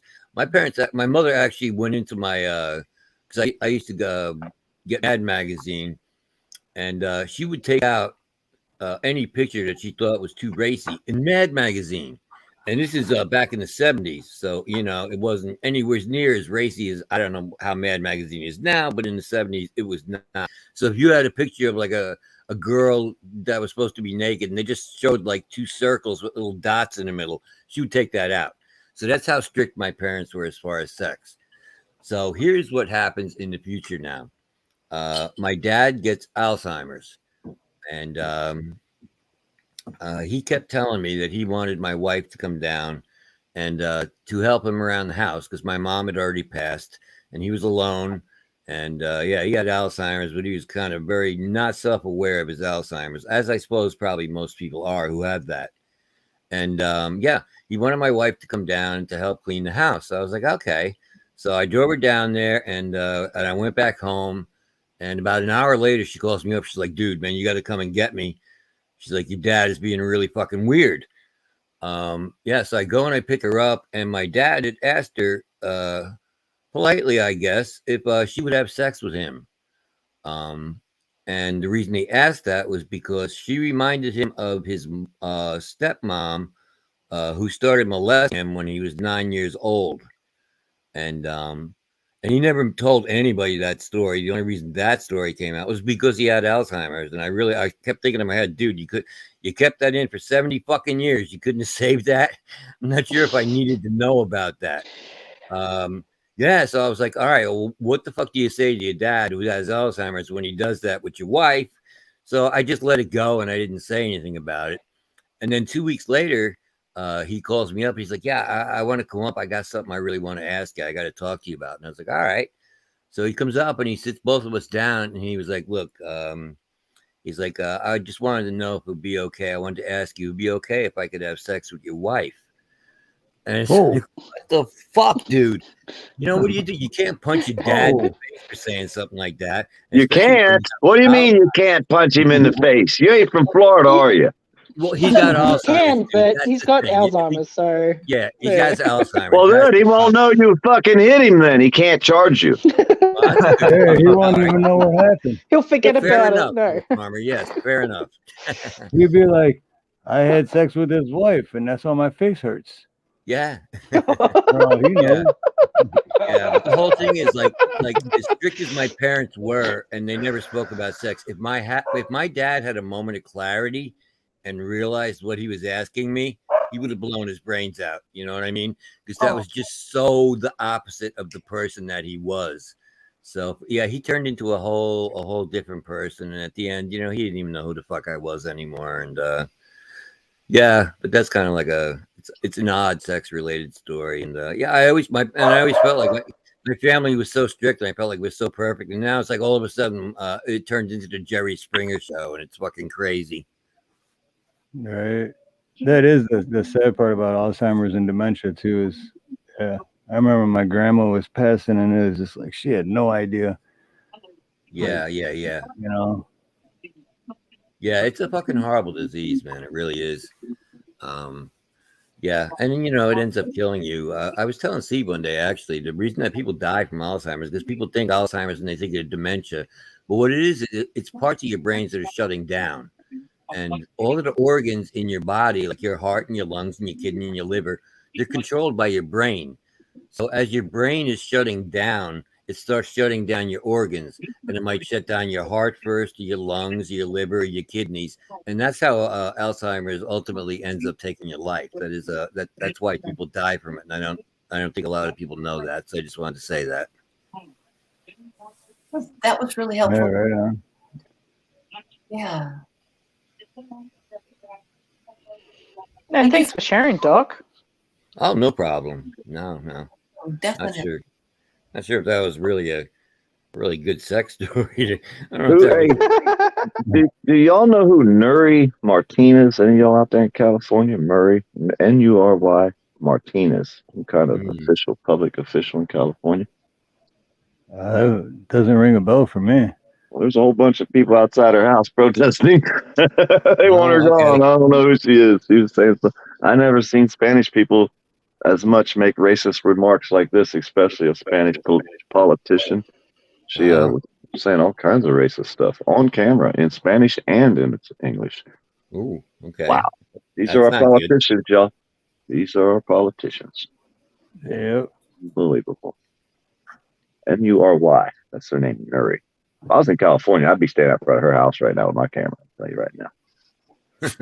But they passed a law in Florida now. We're not allowed to go to the neighborhood and protest our politicians or government officials in their neighborhoods, or we'll go to jail. Oh, wow. We're not allowed to walk down a damn public street with a sign if a political person lives there and we're protesting like a judge. We're not allowed to go to his house and stand out in front of his house and protest anymore. They've made a new Nazi law in Florida. Probably because, excuse me, probably because it's possibly dangerous, for the person. I'm not sure how I feel about showing up at somebody's house to do that. Yeah. It's one thing to show up at the courthouse and protest, and I get that. I'm not against protesting, trust me. Right. But yeah, maybe showing up at somebody's house is that might be stepping over the line a little bit, because cats are fucking crazy these days, and you don't know what somebody's gonna do. You know what I mean? And I know when they threaten to show up here, I live in the middle of nowhere on a dirt road. At the end of my road is the Swanee River, which will float you right to the Gulf of Mexico. It's not a good idea to come to my house and try to act like a fool. So I understand I shouldn't go to someone else's house where they live. Yes, I understand. Yeah. Like I said, if they come here, it probably won't be good for them. Yeah, well, that's the thing, man. I was actually, concerned about maybe a protester or some nut with the protesters showing up. But that is also a valid point, PDF, because sometimes you don't know whose house you're showing up at, and they might be a fucking nut too. They might come out with a fucking gun and start blasting. So going to people's houses could be a bad thing. You never know. It might not turn out well for anybody. So. And we watch the police, and I understand about getting too close because, like I say, I do air conditioner work, and I don't need somebody leaning over my shoulder watching me work. Oh, man. Yeah. That's the worst. I know PDF knows. Yeah. So the police got to feel kind of even worse, I guess, because they don't know if we're there and we're a friend of the guy that got pulled over. They don't know what's going on. They're scared. They are in fear for their life. Absolutely. I mean, if they're not, they're a dumbass because look how they act. Yeah. I agree entirely. There's got to be a distance, but you can't tell me I can't stop and watch you work. You can't. Right.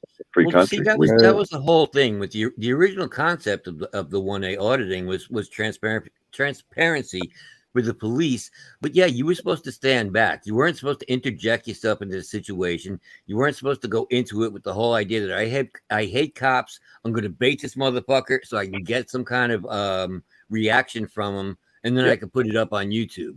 And that's kind of what it's turned into at this point. It's not really what the original concept was supposed to be about. Yeah, now it's money. Who gets the Yeah. most drama, gets the most clicks, the most views, the most donations, whoever can scam people the most, like that piece of shit Chili. What a piece of shit, man. Yeah. What's up, Playboy? What's up, Playboy? And there's a lot like him. He's not the only one. I used to think all cop watchers, auditors, constitutionalists, people standing, they were all good. Then one day I realized, no, they're a bunch of damn frauditors, and they're only here for the money. Yeah. Oh, PDF, I like you already, my brother. You are winning me over, my friend. I agree with you. There's a lot of auditors I don't watch anymore and unsubscribe from because, the same exact reason. And they have their freedoms. PDF is a down to earth guy, man. He's. I don't want to take their rights or tell them how to do it. I just want to say that I don't want to do it that way. And I'm glad I've watched them, because then I can learn and say, you know what? I acted like that. I don't want to do that no more. I'm not going to ever act like that again. You know what I mean? I want to do better. Good for you, my brother. Although I always say I want to talk to these guys. Thing I don't like, because that reminds me of somebody else. Well, wouldn't you like to talk to these cops? Wouldn't you really like to have a heartfelt conversation with these guys instead of just fuck you, fuck the police? You know what I mean? Wouldn't it be better if everybody started to communicate? I try everything I can to manage that. I do, and then they set me off for some reason. They'll say something stupid like, and then I tell them the Eric Brandt salute.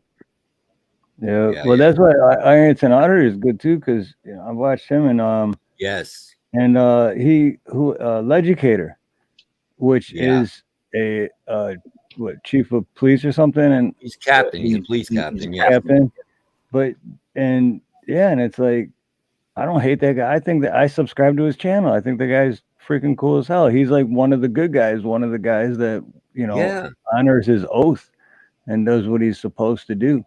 Yes.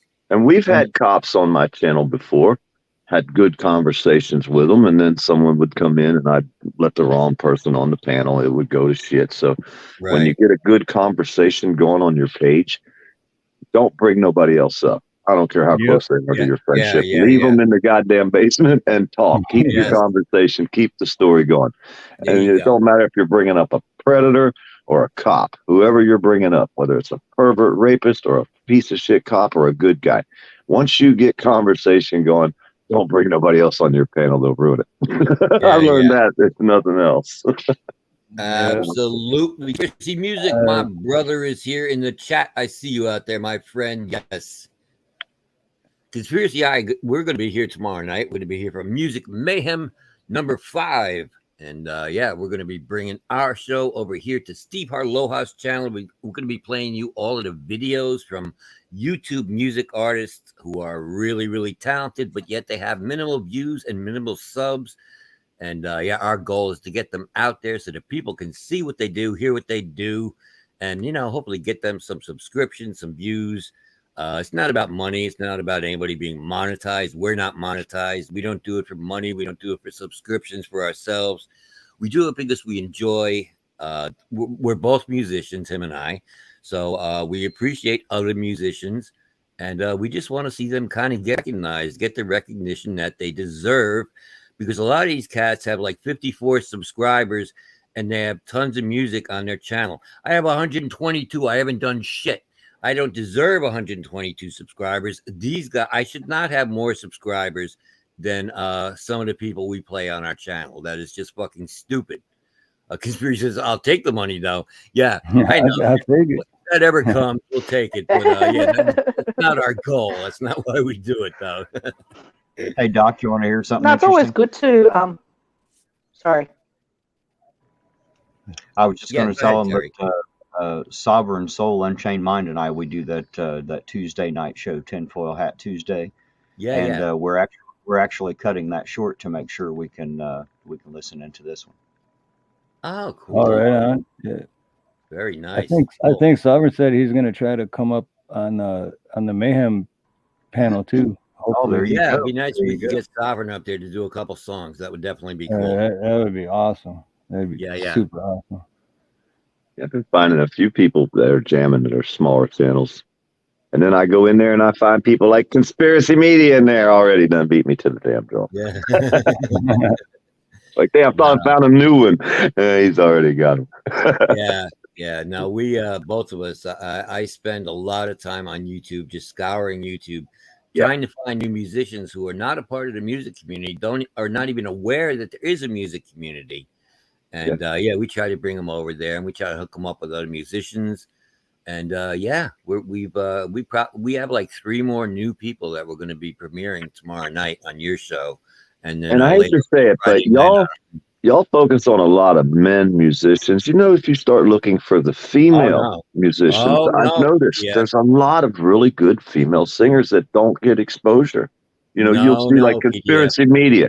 That motherfucker can jam, boy. You know what I'm saying? Yeah. But there's some girls out here that fucking hold a note right to him, dude. I'm like, God damn, these girls really got it going on. So if you look for the girls as well, you'll find a lot of musicians that we don't notice because they're female. Maybe I don't know. I would disagree with you. You are so wrong, my friend. Really, because I don't see them. I don't see them. I'm saying I don't get to see the girl. Watch our show, my friend, because we play a whole lot of female musicians. We play a lot of female musicians. We are not just it's not just a focus on males. We have a lot of them. I'm just saying though, they seem to stick out more. Not that we focus on them more, it's just we find them easier, maybe. I don't know what it is.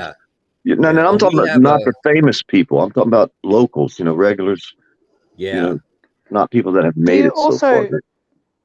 Do you also go like abroad, like not just in America? Do you go other countries? Oh yeah. No, we got tell them, Doc. I mean, how many different countries do we have that people we play? Yeah, no, our music community is global, and that's the great thing about it. No, we play cats from Sweden, from England, the UK, Germany, Canada. We have people from all over the world. Our music. Wait a minute, Canada? I'm out. Now I lost him. We find. Speaking as a fan here in Australia. Sorry, I'm sorry. Go ahead. I apologize.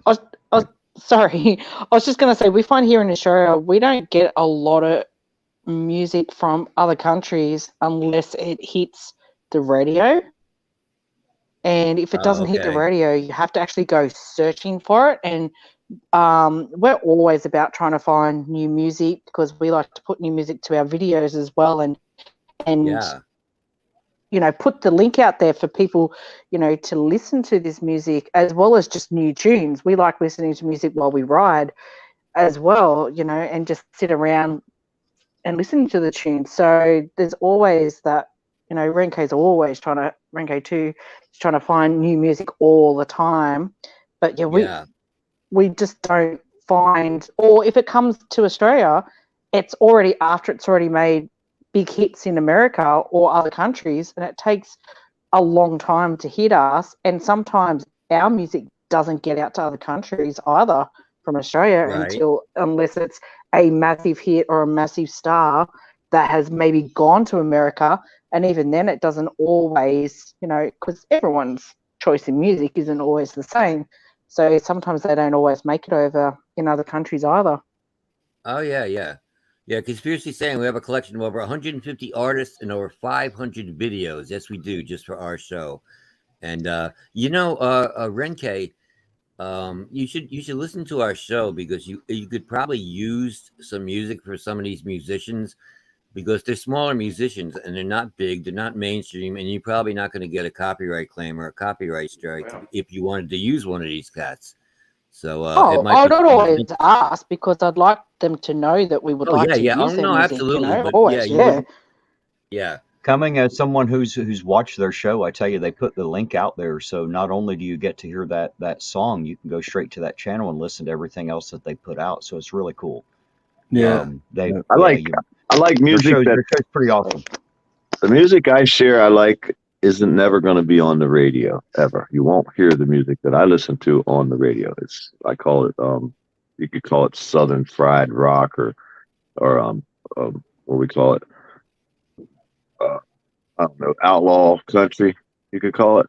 They don't play the music that I listen to on radios. I got a playlist for music on both of my pages, 2 of my pages, but I listen to music that you'll never hear on the radio, and it's good music. I mean, like that one song that I watched these guys premiere it live. It's called "Welcome to My House." Okay. And it is one badass song. Are you talking about New Breed? Yeah, New Breed. I watched them live, and they are new. There's a bunch of new music like theirs, and it's like I say, it's called outlaw country to me because you're never going to see it on the radio. You're never going to hear it. You're not going to see no videos because they ain't going to promote that to the public. But if you go to New Breed, "Welcome to My House," one of the baddest songs this year. I watched them perform that live on YouTube. The first time it was ever brought out, and YouTube has a lot of good singers like that are, Yeah. That's what's great about Conspiracy Music and Doc Danger, because they like you were saying, they bring all those, like they have less than 100 subscribers, and when I hear their music, I'm like, how do they not have links? 100,000? Hey, Steve, send me links. I'll share them on my community page. I'll try to send them on well, I I will get too, links. for There's so sure. many people. I can't keep up. So everybody that sends me links to my phone, I mean, because you got my phone number. So anybody that sends me links to my phone, I can promote that stuff. I'll have it. But YouTube is so out of control for me that I'm. Yeah. Hey Doc, tell them how Wednesday everybody night. gets a wrench so they can put in their own channel or their own music. Oh yeah. Well, if you have a wrench, you can click on anybody's name and go straight to their channel. You don't have to share links. That's right. Yeah. Just click on their name. It'll say go to channel. It won't even take you out of this channel. It'll open their channel at the top. Put this page down toward the bottom. You can hit subscribe and then go back and watch one of their videos later. Yeah. That's pretty much how I grew my channel, dude. I subscribe to everybody. I've subscribed to so many people that I get a thing at the bottom says I've subscribed to too many people for the amount of subscribers that I have. That's how many people I've subscribed to, and I've been doing. And then you got to go in and unsubscribe from 100 people or so to where you can resubscribe. Well, some of them people are going to see that you unsubscribed, and then they're going to unsubscribe, and they're going to. It's fucked up, but that's how I've done it. I've shared people's videos over and over. That's how I think I grew my page, actually sharing people's, helping promote people, Yeah. PDF, I just sent you the link for the Music Mayhem 5. Cool. Yeah, I'll get some people in there. It'll take you straight to the not to my page, but it'll take you straight to the Music Mayhem 5. Right, yeah.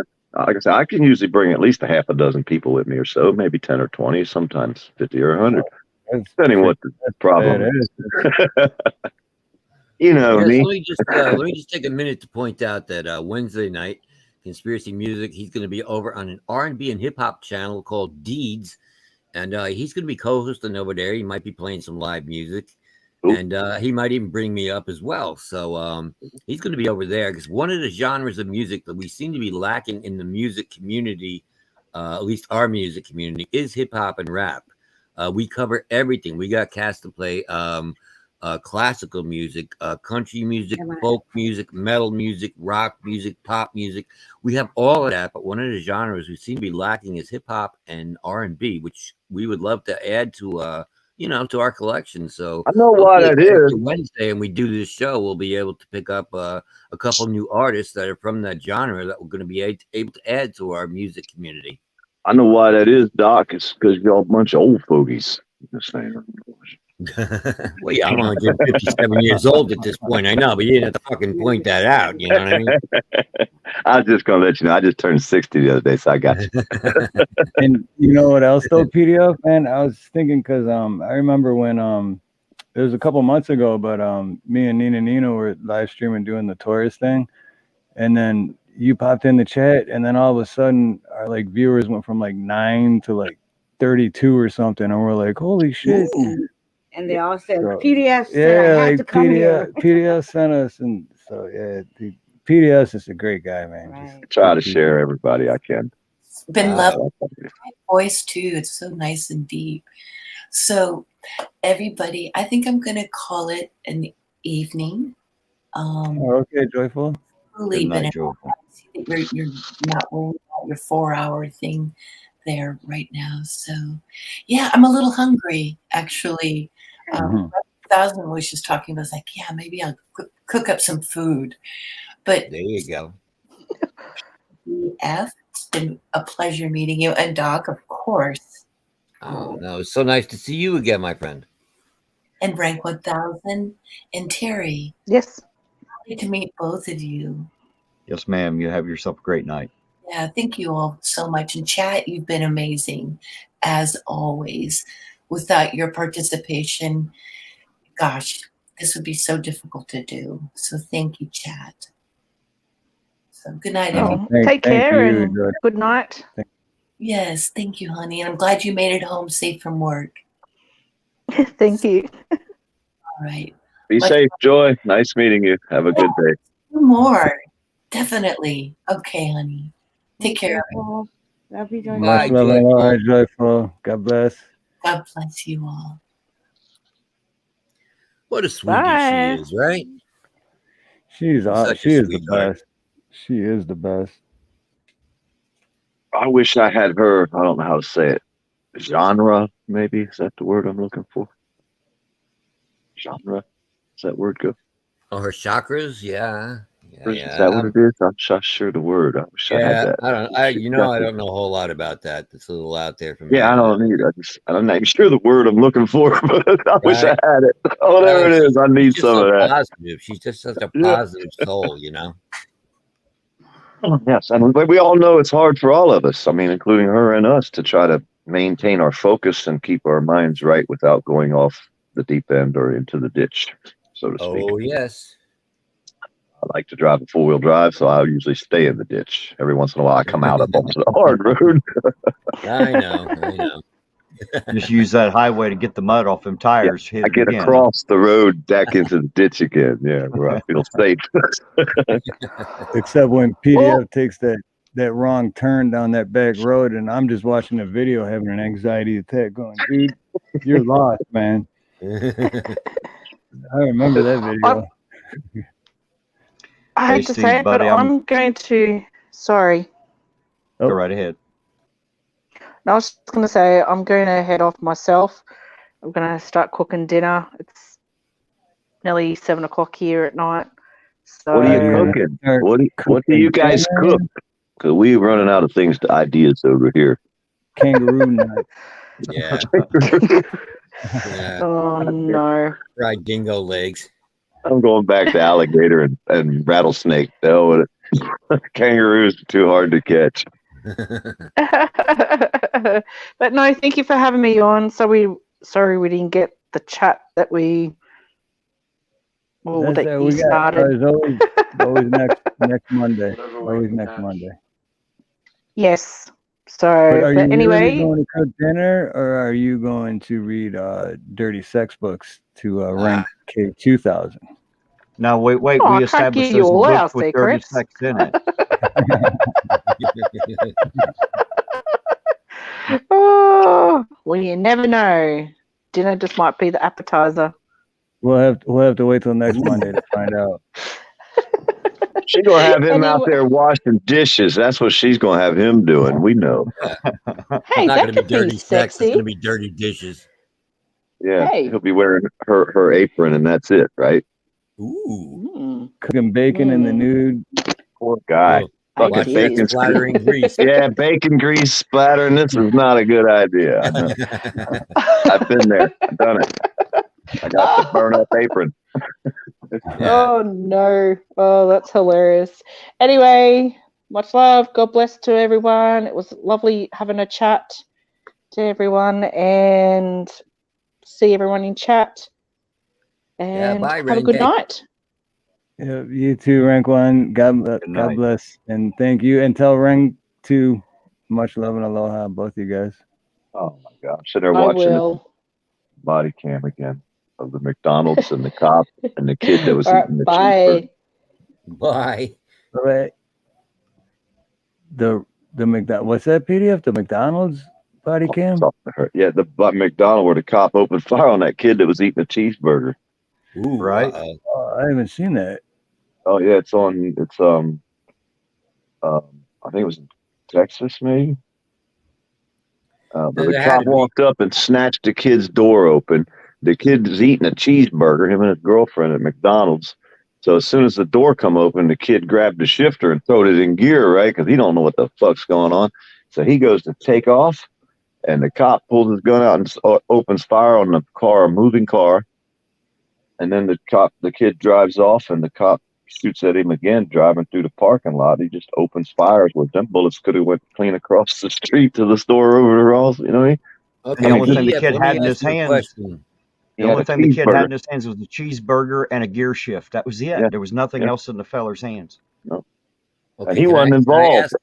I haven't seen this, so I'd like to ask: is that the full video from the start, or did something else happen? Was the cop telling him to open his door? Was he saying to comply? That's the police officer's body cam, Doc. No, he walked over there to a car that was parked in the parking lot. He wasn't involved in the door scene. open and that happened? Yeah, just reached over and grabbed the door, opened it up. The kid tried to take off real quick. The cop pulled his gun out and started shooting.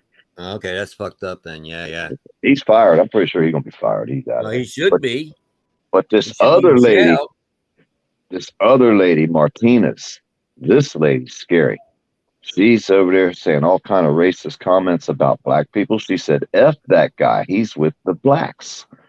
And then she talks about some white guy who has a black child that he adopted. She's saying about taking this kid out back and she'll bring him back. Let me take him around back and I'll bring him back around. She wants to beat this guy's little kid. The kid ain't 4 years old, it looks like. And she's in charge. This lady's a LA City Council named Nury, Nuri Martinez. That lady's the devil. I'm telling you right now. I'm starting to rethink my position on protesting outside her house now, PDF. I know it, man. It's just crazy. They got a whole bunch of people. Yeah, she sounds like a fucking nut. And it ain't just white people or black people. There's Spanish people there as well. They don't want her in charge. She's making the Latin Americans and Latin people look bad with her racist comments. Sure. You know, I have a lot of good Spanish friends, and yeah. They wouldn't put up with this shit from her. Hell no. Yeah. All right, man. Yeah. Horrific racist slurs is what they're saying. Is disgusted by this lady, Nuri Martinez. And she's been constantly doing it. It's not just it came out one weekend. This is a track record. She's done this for a long time. She needs to go, man. She needs to go. I mean, voted out. I don't mean like. Yeah, resign. She needs to resign or quit. She ain't going to stay in there. And the way she looks, you should see her face. They're out. She's got one of them pouts, like she's always frowning. Yeah. Resting bitch face. How'd she get in there? Maybe she was pretty. They liked to vote for her, man. Scary. Bacon, shut the fuck up. I see you out there. I see what you're saying, you rat bastard. It's funny, though. Oh, is it getting dark in here?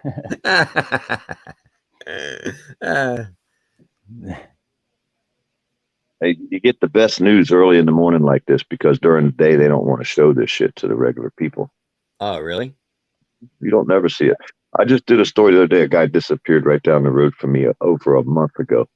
It just came out on the news 2-3 days ago. They found his car like miles from the store where he was getting food, and he just disappeared. His car is 2-3 miles down the road from the store, sitting there on the dirt road, side of the road in the middle of nowhere. How come they didn't report that the first day he was gone? 30-some days later, now the hogs done ate him by now. There's nothing left. Yeah. If he went in the woods and fell over and died, the wild hogs would have chewed him, but nothing. There wouldn't be nothing left. Wow. Okay. That's fucking weird. In a month? Hell yeah, man. We got a lot of hogs around here. At least that's what the sheriff said. That's why there's so many missing people, because we have a lot of hogs. Really? A lot of hogs eating people. I'm sure he's fed a few people to the hogs around here. I guarantee that. Holy shit. Oh, man. Okay. We got some pirate shit going on down in North Florida, but yeah, I guess these so. guys out of control. Sounds but they rule everything. They got family control of all these little towns. You know, we got a town of less than 8,000 people, the whole county.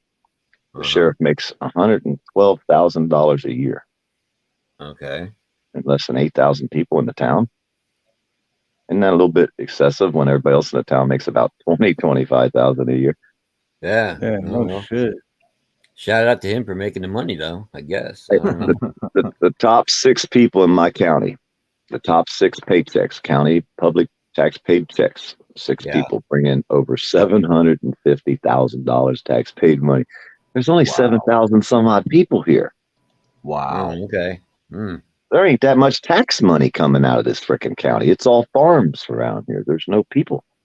Wow. They get $750,000 plus out of that tax kitty. 6 people. Wow. Great. I got more subscribers than I have in this town.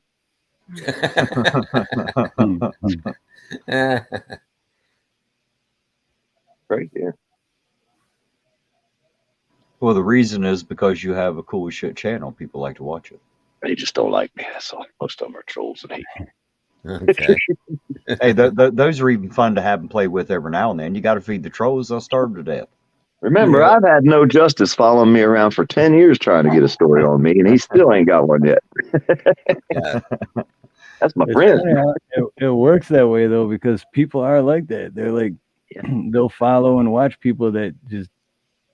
And he's my friend. Hey, and he's my friend. So, you know. You know what? The ones that don't like me are out to get me. Yeah.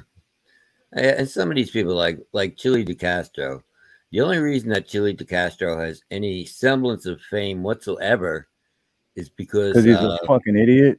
Yeah, no, he's such a dumbass. No.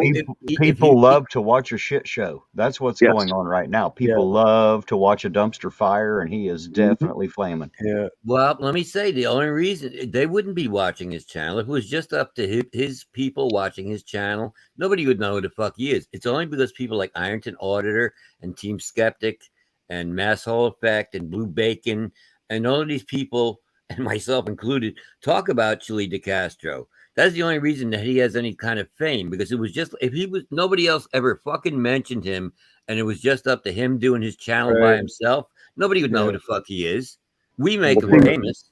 The reason we made him famous, though, is so that people would know his grift before he got there. That way he couldn't keep going around as more small, unsuspecting towns like this one and pulling that shit. When I first seen him, I thought he was a dude, man. I thought he was the guy. He was the man. He was the shizm. He was telling that cop he was some kind of damn somebody. That was the first video I seen. I was like, wow, we got a real professional here, right? And then I find out who he is. I'm like, oh, hell no. No, and I'll be honest too. I did at first. I was like, "Damn, dude, this guy's fucking great." And then when he went to Ironton, is when I was like, "Oh, this." He could have been fucking hell on wheels, man. He could have been the next big dog, but he didn't listen to his supporters, his subscribers, the people in the chat. We all came in there like, "Hey, dude, could you turn the camera around? Let us see what you're looking at because we're tired of looking at your ugly ass." He get mad about shit like that, you know. It's about him, man. He's a narcissistic. He's all about. He's got no empathy. It's all about him. He doesn't give it flying. I was trying to help him the best I could, and one day Rogue Nation pops in up on the panel and says, "Hey, Dirt Farmer, you need to watch this guy. I think you guys got it confused. Look at this dude a little deeper." So I was like, "All right, Rogue Nation, let me check it out now. I'm just telling you, I think he's, he has a chance. Let's help him." Yeah. Then once I looked at him, I was like, "God damn, Rogue Nation was right. Son of a bitch." Yeah. And we followed the wrong guy. We supported him. We tried. We did our best. I don't feel bad for trying to help an idiot. You know what I mean? Because we help. We can't feel bad for helping. He had us all in the beginning. Even I was dumb enough to trust him for a bit. But if he could have turned it around and did what the chat was asking him to do, the professionals, the people that have been here for fucking a dozen years, he could have been successful. But there's no way because, well, we know friends of his in Alaska that went to school with him. They've talked to us. They was on his chat. So he's all fucked up. He's been weird since he was a kid. I'm sure that he has. You know, I wrote a piece called The Origin of Chili DeCastro that I think is probably very accurate. I want to hear it. It's covered with jokes. You know, it's funny because when I was up there over on Ironton Auditor's channel, and we did our show over there, and the educator came up, I was like, "Oh, this is cool," because he's the main one of the main characters in the Chili DeCastro storyline, and I was so excited to read my Origin of Chili DeCastro piece for him. And I got nothing. I thought he was going to like it. I thought he would say something, Terry, but I don't know. I kind of got nothing from him on that, and I was a little surprised. So I don't know. Maybe it was too over the line. Let's hear it. I don't know. Let's let everyone hear it. No, see what we get. I could do it if you want. You see SPG met him, didn't know who he was? Shit was funny as hell. Did you see that? I seen a clip of that. That was funny. I got somebody sent me the clip too. I'm gonna put it up on the PDF files, I guess. Have you heard Chili say sometimes in his videos? You look at somebody saying, "You know who I am, don't you?" Like everybody in the whole fucking country Yeah. knows exactly who. Right, yeah. His ego is so big that he's like, yeah, you know, like, yeah, I'm a constitutional scholar. Okay? Yeah. 20 years, You wouldn't know. Playboy. You wouldn't know. Okay, you wouldn't know. You wouldn't know. You wouldn't. It's like, yeah, 'cause you're better than everybody, aren't you? Hey, he could have been somebody. He really could have if he'd have done a little bit better. If he'd have listened to people. If he'd have went and fought that cop, even if he'd have got beat up, Right. that would have been fucking YouTube gold, man. He would have been fucking rich. He'd have been fucking thousands of views. You know what I mean? Anything like that. It's even if you're going to show up and lose, and you know you're going to lose whatever you're going to do when you get there, still go compete. God damn, what is everybody a bunch of pussies, man? Hey, yeah, I was gonna say he's just a little bitch, so he's just like, oh, yeah, I don't know. I don't They think I'm gonna can't kill win you. this one. They're not going to hurt you too bad. You know what I mean? It's like, If he would have even showed up that night and said, "You know what, guys, I'm unable to fight because of my high blood pressure. I'm unable to physically compete, but I'm going to stand in that ring with Legicator. I'm going to bring my subscribers and all of the donations that I can get to St. Jude's anyway, because that's what it was about." He might have been able to save some save some face, and maybe even garner respect from his own subscribers, let alone people like us. So instead, he bails on a charity for cancer with kids, and then comes out not too long after and wishes cancer on kids. Right. So, Yeah, right. Low life, just yeah. They got to stay out of Florida because people like me will get a charge. I'll take a fucking assault charge for punching him in his goddamn nose. I have no problem with that. I know. I feel that way about a lot of these dudes, man. That's what I'm saying. I'm the wrong fucking guy, man. I will go to fucking jail. I don't fucking care, man. I do not. And I'm not a big guy. Turn your camera into a colonoscopy camera. So they're gonna have to get that bitch removed. Yes. and like Doc said too, he wouldn't be nothing right now if everyone still wouldn't talk about him. But I mean, when he's just being him, it's pure comedy. It's pure like, how do you not talk about it? Yeah, that's why I couldn't stay away from, because I wrote this Argentili de Castro piece, and then I'm thinking, like, you know what, this dude is really fucking mentally ill. It's what it comes down to. He does seriously have mental illness. I'm like, should I be roasting the fuck out of him?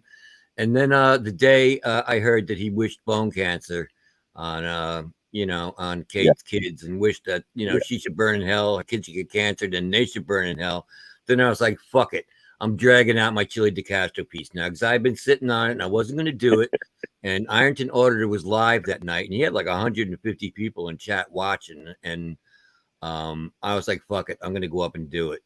So Ironton Auditor's heard this piece. He's heard it twice already, actually. But yeah, if you want me to do it, I can do it for you.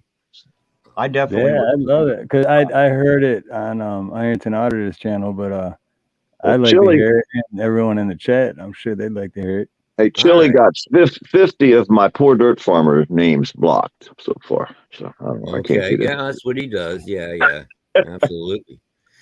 All right. Well, this is what I think the origin of Chili de Castro. This is how I think he became Chili de Castro. So two gerbils walk into Chili's colon. One of the gerbils is chittering and squealing. The other looks at the camera and says, it's a living. So that's just a Flintstone joke I tossed in there at the beginning. Now, to understand Chili psychologically, we must turn back the clocks to a very young Jose Maria de Castro, allegedly growing up in a small town in Alaska. Daily brain freezes from the frigid temperatures are not conducive to the development of a young boy's mind, especially an autistic one with the middle name Maria. It's not hard to conclude that school had to be rough, with a lot of gay slurs being hurled his way because of his girl's name. You know that had to happen. And being the smallest, most underdeveloped in his class didn't help either. Being called the small gay runt was inevitable. You know how kids are. Jose Maria stopped growing in the 7th grade, which has got to be tough on your psyche. But eventually a semi-puberty crept over on him, and the beginning of his becoming a sex expert began.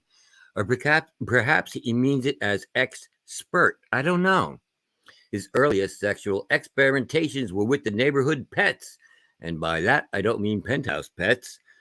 Jonathan Iditarod, former neighbor and Alaskan sled dog team owner, said his huskies were always getting pregnant with bizarre-looking puppies that never came to term. So a police investigation into this caused Jose to start maybe looking at humans. But which kind? The other boys in his class were dating girls. Maybe that was what he was supposed to do.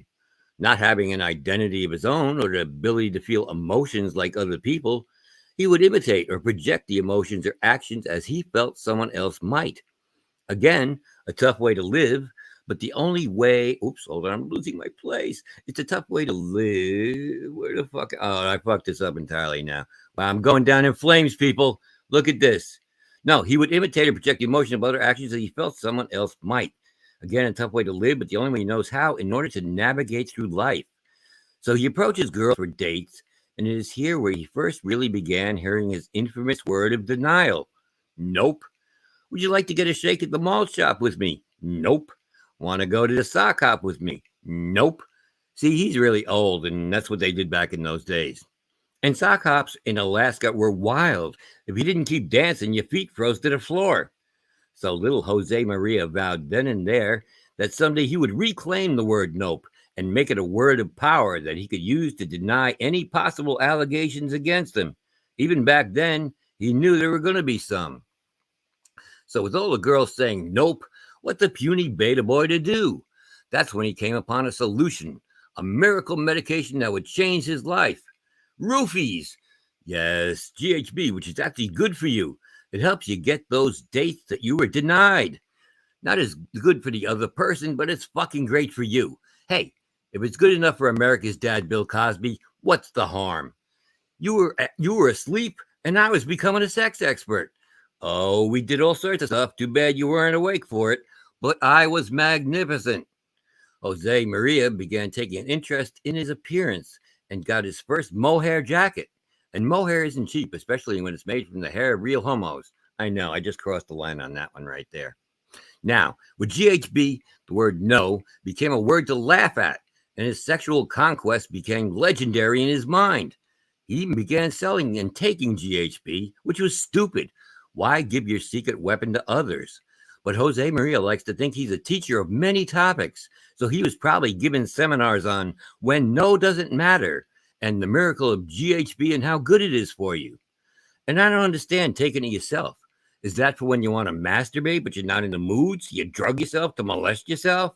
But you'd be passed out. See, I don't understand the logic in this. I don't understand how it works. So ironically enough, it was the selling of GHB that got him in trouble with the law. And this is the pivotal point in Jose Maria's life that caused the creation of Chile. A young autistic teen is arrested and put in what becomes an actual rape cage. And a real-life corrupt, dirty sheriff with no pants and a raging boner sodomizes Jose Maria like he was auditioning for Hide the Salami 2. And in all seriousness, a forced BDSM gay rape has got to fuck you up in the head. He probably has flashbacks to the sheriff's voice saying, "Suck it, Maria." In an already unstable mind, his hatred for every cop who ever lived is born. Tired of being the 90-pound weakling who gets sand kicked in his eyes and peonies stuck in his mouth, the puny beta boy realizes that it was drugs that solved his love life problem and put him on the path of becoming a sex expert. What if there was a drug that could make you stronger? A drug that could give you huge muscles? Something that could... Oh, and Chile de Castro is born. And that's my take on that. I think there's a lot of things in there that are probably pretty accurate, because he's spoken about being raped by sheriffs when he was young, and I actually believe that actually happened to him. I think that might have happened, and I think that's where this whole fascination with the rape cage comes from, and the torture cuffs, and the fascination with his rectum and people checking it out. I think that really did happen to him, and I think that might have been. I think he had issues originally, but I think that's probably what fucked him up in the head and really gave him this unending hatred for every cop that ever lives. So it would make sense. Why would you point the camera at yourself all the time when you have 1,000 people tell you, "Hey, man, could you?" Right. Yeah. Turn the camera. Like, we don't want to look at it's you. all about him in his head. Yeah. Yeah. Well, that's what I'm saying. So now when you start talking about him being I believe he was abused by an adult. You know what I mean? Yeah. But was he a child then? Or I did he think he was turn a of teen. age? I think he he was a of teen. age. He volunteered himself into a position. Like this one boy comes out here talking about, well, he met a guy and he went and the guy gave him some beers and next thing you know they're in, and then he's assaulted. I'm like, wait a minute, dude, you went home with that guy, you drank that guy's beer, you crawled in that guy's bed. I'm sorry, you can't say you was abused. You were an adult. Yeah. You made that choice. You might have said it's a bad choice later. I don't believe he was assaulted as a child. I just don't. Not where they live up there. Because like I said, I know people that went to school with him. Yeah. He was a fucking Fruit Loop when he went to school. So he's still a Fruit Loop. You know what I mean? He's making up shit as he goes along. Pity party, pity me. I was assaulted. Blah, blah, blah, blah, blah. Get some more money. And you're off to the next rodeo. I said it in the beginning. He'll get a new email soon. You watch. He's going to get a new email and he's got to go. And he needs money to get there. And sure enough, off he went. And then he did it again and again. And I'm like, there's his track record. He ain't about nothing. He's about making money. Another YouTube fucking click and view and don't know. I mean, he's trying to sue people. He tried to take Kate to court. What a fool. I've been out here 10 fucking years. I've watched all these people fucking try to sue each other. I ain't seen nobody sue anybody yet. I think he needs a real man to bend him over his knee and literally beat his ass with a belt. That's what I think. He better not come to Florida. The police will search him. You know how the cops are down here. It's public record too. I mean, you guys can look it up, but what I looked up, and I don't know, maybe it's a different Jose de Castro, but is Jose de Castro currently married? And yes, he is, to a Kenneth David Hansen. Yeah, that has been said. Yes, that has been said. Hey, Mr. Backroom Doing Time is here in the chat. What's up, my brother? I see you out there. He was there earlier and he got locked up again, but he must have snuck out. They let him out again for this. Snuck out. Yeah. Hey, Steve. Oh, I appreciate you having me up. I've got to go, man. It's like almost 4 o'clock. I've got to get to bed. I got to be up at 8, so I got to get a couple hours sleep. Shoot. Thank you, brother. Yeah. Thank you, Terry, for coming up, man. I appreciate it. And you're welcome up here anytime, man. Hey, I appreciate y'all having me. I don't have a lot of people that hang out, but if you come over to the daggone when we have panels and shit and come up on the panel, I'd probably get you 5 or 10 viewers to come watch this stuff. I mean, I got a few people. Okay. I got mostly good people on my channel, man. I don't let none of the crazy shit go on in there too much anymore.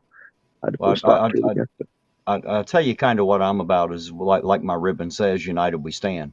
And I like going into different communities and bringing them into mine. You know, we don't have to agree on everything. There's some things we can agree to disagree on, but on those things that make life better, we all agree, and we should be able to stand united. Yeah, I'm sure we can find something to talk about. Because, like I said, let's like with Steve here. To me, it's a bunch of friends hanging out together. It's not a show. It's not like I'm Johnny Carson and here's my sidekick. You know, it's not. It's friends hanging out together. That's the kind of people the rooms I go to. And you can cuss me out if you want to. I don't mind. Usually they say, fuck you, PDF. So I was about to say that, actually. I was about to say, hey, fuck you, PDF. But yeah. Thank you. Yes, I'm better now. Okay. Just wanted to make you feel at home, you know. I sure do appreciate your hospitality, and Doc, you know I love you and Conspiracy Music's show. Absolutely, so, we're gonna definitely come back and do our show over on your channel again because that was really successful. That is the highest viewed show we've done so far, and we do appreciate you. I do love you too, my brother. It was so good to talk to you again, and I will see you soon, my friend. All right, y'all have a good night. Thank you. Yeah, you too, brother. Much love and aloha, and God bless, brother. He's such a good dude, man. I love Iron. He is. He's a great guy, man. Right? Great guy. I know. He kind of knew, though. I've noticed he kind of knew. He's got a lot of shock and awe coming his way, I would say, dealing with the police. You know what I'm saying? Because they trick you up, man. They come up with some of the most freaky shit you've ever seen in your life and arrest you for it. Be like, there's no way they're taking this person in, but there you go. I always say, back up, don't get arrested. Yeah. It's the only choice. I mean, it used to work. You'd be able to, show, but now they don't care. They really don't care if they arrest you and lose. They don't give a shit. That's the game they're playing now. So we have to switch up a little bit. We can't get arrested. You're giving to their crooked enterprise. You're giving to the prosecutors making money, even the janitors making money. So you're making everybody money every time you get arrested. And they don't care if they lose. Why play that game? I think we need to change it up and stop getting arrested. Start acting professional. Start acting like we got some goddamn sense for a change. We can all act like fools and cuss each other out all day long on YouTube. We go out there and deal with the professionals like cops and the robbers that are out there. Shouldn't we be a little bit more professional? I'm thinking time to change up. Well, the Popo don't play no more, and who would know better than that than Mr. Back from doing time? Well, and especially PDF too, if we're out there demanding more professionalism from the Popo, then isn't that what we should be doing? Being professional? Yep. Yeah. Exactly. I mean, we're going to have to change. We can't do the same thing forever, but it seems like that's what everybody's stuck on because that's what makes the dime. That's what the money, the drama, the NASCAR. Everybody's waiting for the crash. It's the only reason they're watching Chili. And if everybody stopped watching him and stopped commenting on him, that hurts him worse than the fucking videos they make. Absolutely. Yep, because he needs that. That is what feeds his ego. And as somebody with a huge ego, I understand that entirely. So the Amish call it, they will shun you. Yeah, You think, right. "Oh, that's no problem." But when the whole town, the whole community shuns at someone, then they get a problem. Then they start doing really fucked up shit. Yeah. It's just that he's such a funny dude because he's not trying. And he said he was a comedian for a couple of years. And again, I will put this out there, Chili De Castro. You write a set of material, I will write a set of material, and let's go. You don't have to get into an MMA ring. I'm not going to punch you in the throat, even though I would enjoy that. No, let's go comedy head to head, my friend. If you were a comedian, let's do it, my friend. Let's go. I said for years, if the auditors started doing this comedy, like making jokes and having fun with it, they could get society on their side. Friends and Code, Auditor Watchdog, are making cartoons. Flex your freedom. Flex your freedom. He's doing the grandma bit and he does comedy shit. Yeah, that would go a lot further than this fuck you shit we got going on, I know, yeah. Because people want to be happy, man. I mean, one of my old friends on YouTube is Josh Abrams, Accountability for All. And, damn, I'm gonna tell him you fucking just doxed him. Yeah, nobody knew that. Nobody knew that. Barry Golson. I know, right? But yeah, I mean, him and I are friends because we became friendly on a comedic level because we used to do Anna's show and stuff, PDF. Yeah. And he's fucking hilarious, man. I like Josh. And I used to never follow him. He's a fucking asshole. He is an asshole, and I'm not But I talking like out that. of turn because he will tell you himself that he's an asshole. So I'm not saying nothing out of turn behind his back. But I like that part, dude. I like that in a person. I like a person quick-witted. That fucking come back with a thought and don't even have to think about it. It just comes out. And it's what I call like a fight room, man. It's fucking fun. But when they go too far with it and they want to make real life, I can go there too. I have no problem with that. Yeah, I know. I hear you, man. Yeah, but like he's even said, like, did you see my, because he's like one of the few guys that I talk to on the phone from YouTube every now and then. And, he's like, did you see this video? And I'm like, I can't, bro. That put the strain on our relationship. If I have to start watching the videos, I'm going to get fucking mad. And I don't want to be mad at you. So I don't want to put a strain on our relationship by watching your stuff. I get it. When I see the thumbnails, all right, I already got the idea of what's happening here. I don't need to watch the whole fucking thing. I can't do it, my friend. So, yeah. I'm a stickler, I guess, for the truth. I don't like when they come out with the lies and the bullshit. To me, that's fighting words. You know what I mean? To me, that's they won't stand in your face and say that, but they'll do it behind the cameras. No. Or turn the camera off. Because like there's this cat Eli. I don't know if you've ever seen Eli. Yeah. Yeah. Well, he's like doing 8 months now in prison now. So yeah, shout out to you, Eli. How's it going? How Oh, you really? enjoying that? Don't drop Eli the soap, my brother. I remember Eli. Wait a minute. Is he the one that makes the music? I don't know if he does music. This is what I know he does do, though, that I've seen him do. remember will the name. actually challenge people to fights.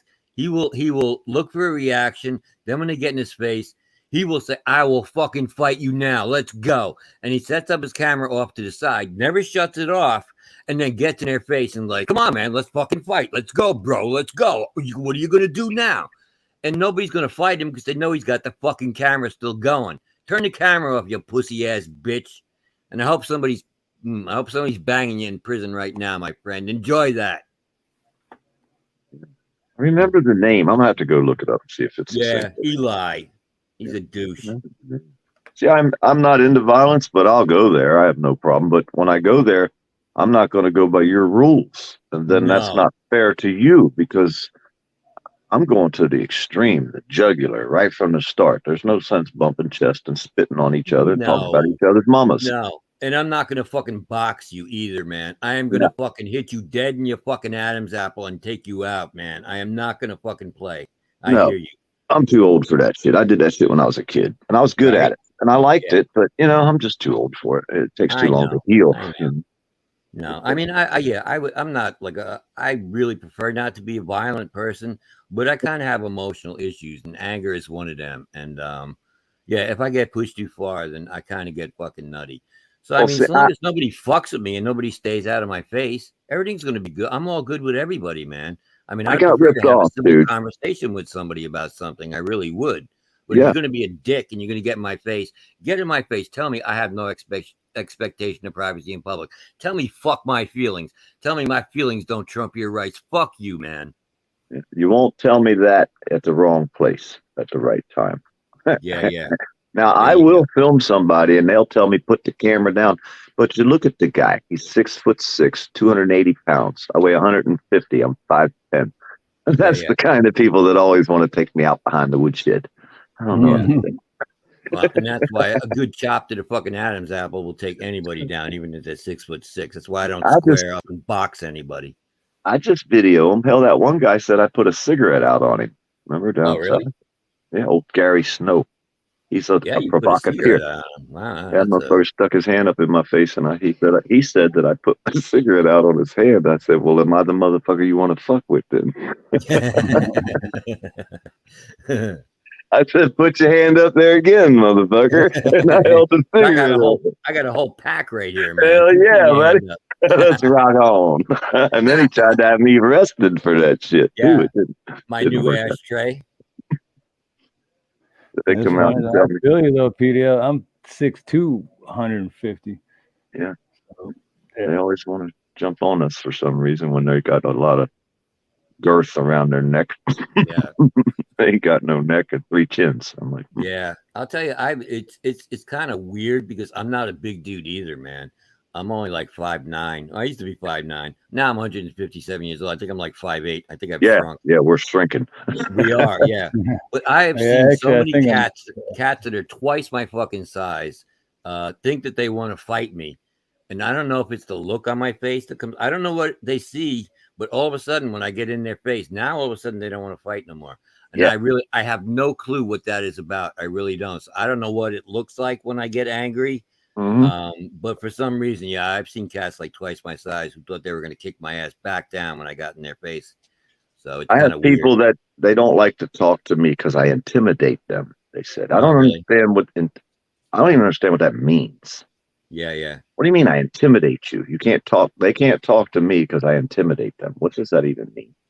Yeah, and you're talking just like a civil conversation, right? Yeah, business, family, friend, whatever. They said I don't like certain people, like a relative, like a brother-in-law or a sister-in-law or something like that.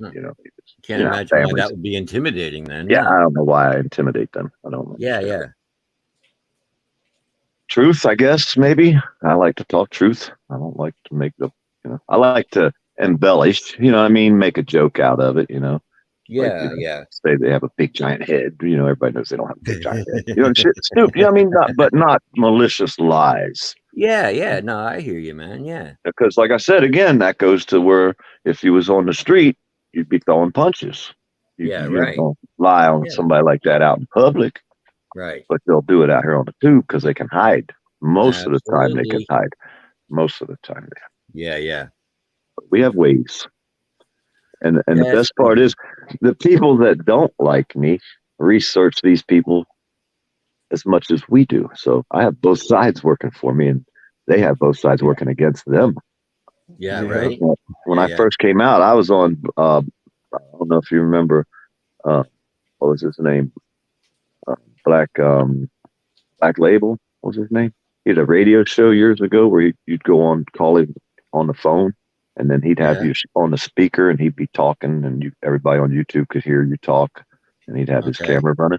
Yeah. But the first time I was on his phone, I went out and I told him, I said, my name's William Holiday. He's like, you can't do that. I said, yeah, I live down here in Florida. I told everybody about me. He said, man, don't do that. I said, why? I ain't hiding nothing from nobody. I got busted growing weed, man, $500,000 worth. Yeah, I know. They're like, no. I've been roasting the fuck out of Denver Metro audits, and I know he's probably seething and wants to dox me. And I welcome that because I dox myself every fucking day. Yeah, I don't hide it. I mean, I talk about my old band Toxic all the time. And I tell them I'm the co-founder of that band. I'm the original bass player of the band. All you need to do is Google Toxic Band, and there you go. There you go. I'm right there, motherfucker. You know, so you can't dox me because I do it to myself all the fucking time. Right. Actually, Doc Danger, I'll be there in 3 days at your door. Hey, you guys are the best thing. Do it. Damn it. I love when you guys dox me and come out with stories and make videos, put my name in your titles. I fucking love it because every day I go up another 100 subscribers. I'm like, holy shit. Because there's always going to be the people that want to put you down. They're going to follow you. And the people that want to watch you, they're going to. The best thing for the auditors, one of the best things is the people that are doxing them and putting them on Front Street because it's sharing their name. And they want to get mad. They should be happy. Thanks for putting my name in your title. Say my name. I know. Say my name. Metro Audit, Christopher Cordova. We know who you are, Denver. It's funny because I can get all the information on everybody. All I need is your name and your state, and I can get everything I need. I don't care what it is. It's public information. Everything. I know if you've been divorced, if you've owned property. I know I can fucking find out how much you paid in your taxes and all that shit. I can get everything. There's nothing I can't get if it's public record. I have access. I have people. I know people that are super researchers out here, like Keebler. Good Lord, that girl can search, and she lives in a van. She doesn't get no help today. Very many people can research like that girl. And if you piss her off, well, don't get in front of her. I'll tell you that right now. She's living in a van now? What happened? The elves threw her out of the tree? Is that what happened? Yeah, the elves said she had to go. Yeah, and I thought she was living in that tree with him. I guess she's in between spots right now, but I help her if I can all the time because she's a good person. She's a good person, you know. She got angry and she's paying for it now, you know, her probation and all that shit. But hey, just let you know, don't piss her off. Yeah. You know what I'm saying? And that's the kind of person she can drive for me anytime. There you go. Yeah, so that's I love people I like. Yeah, I like her.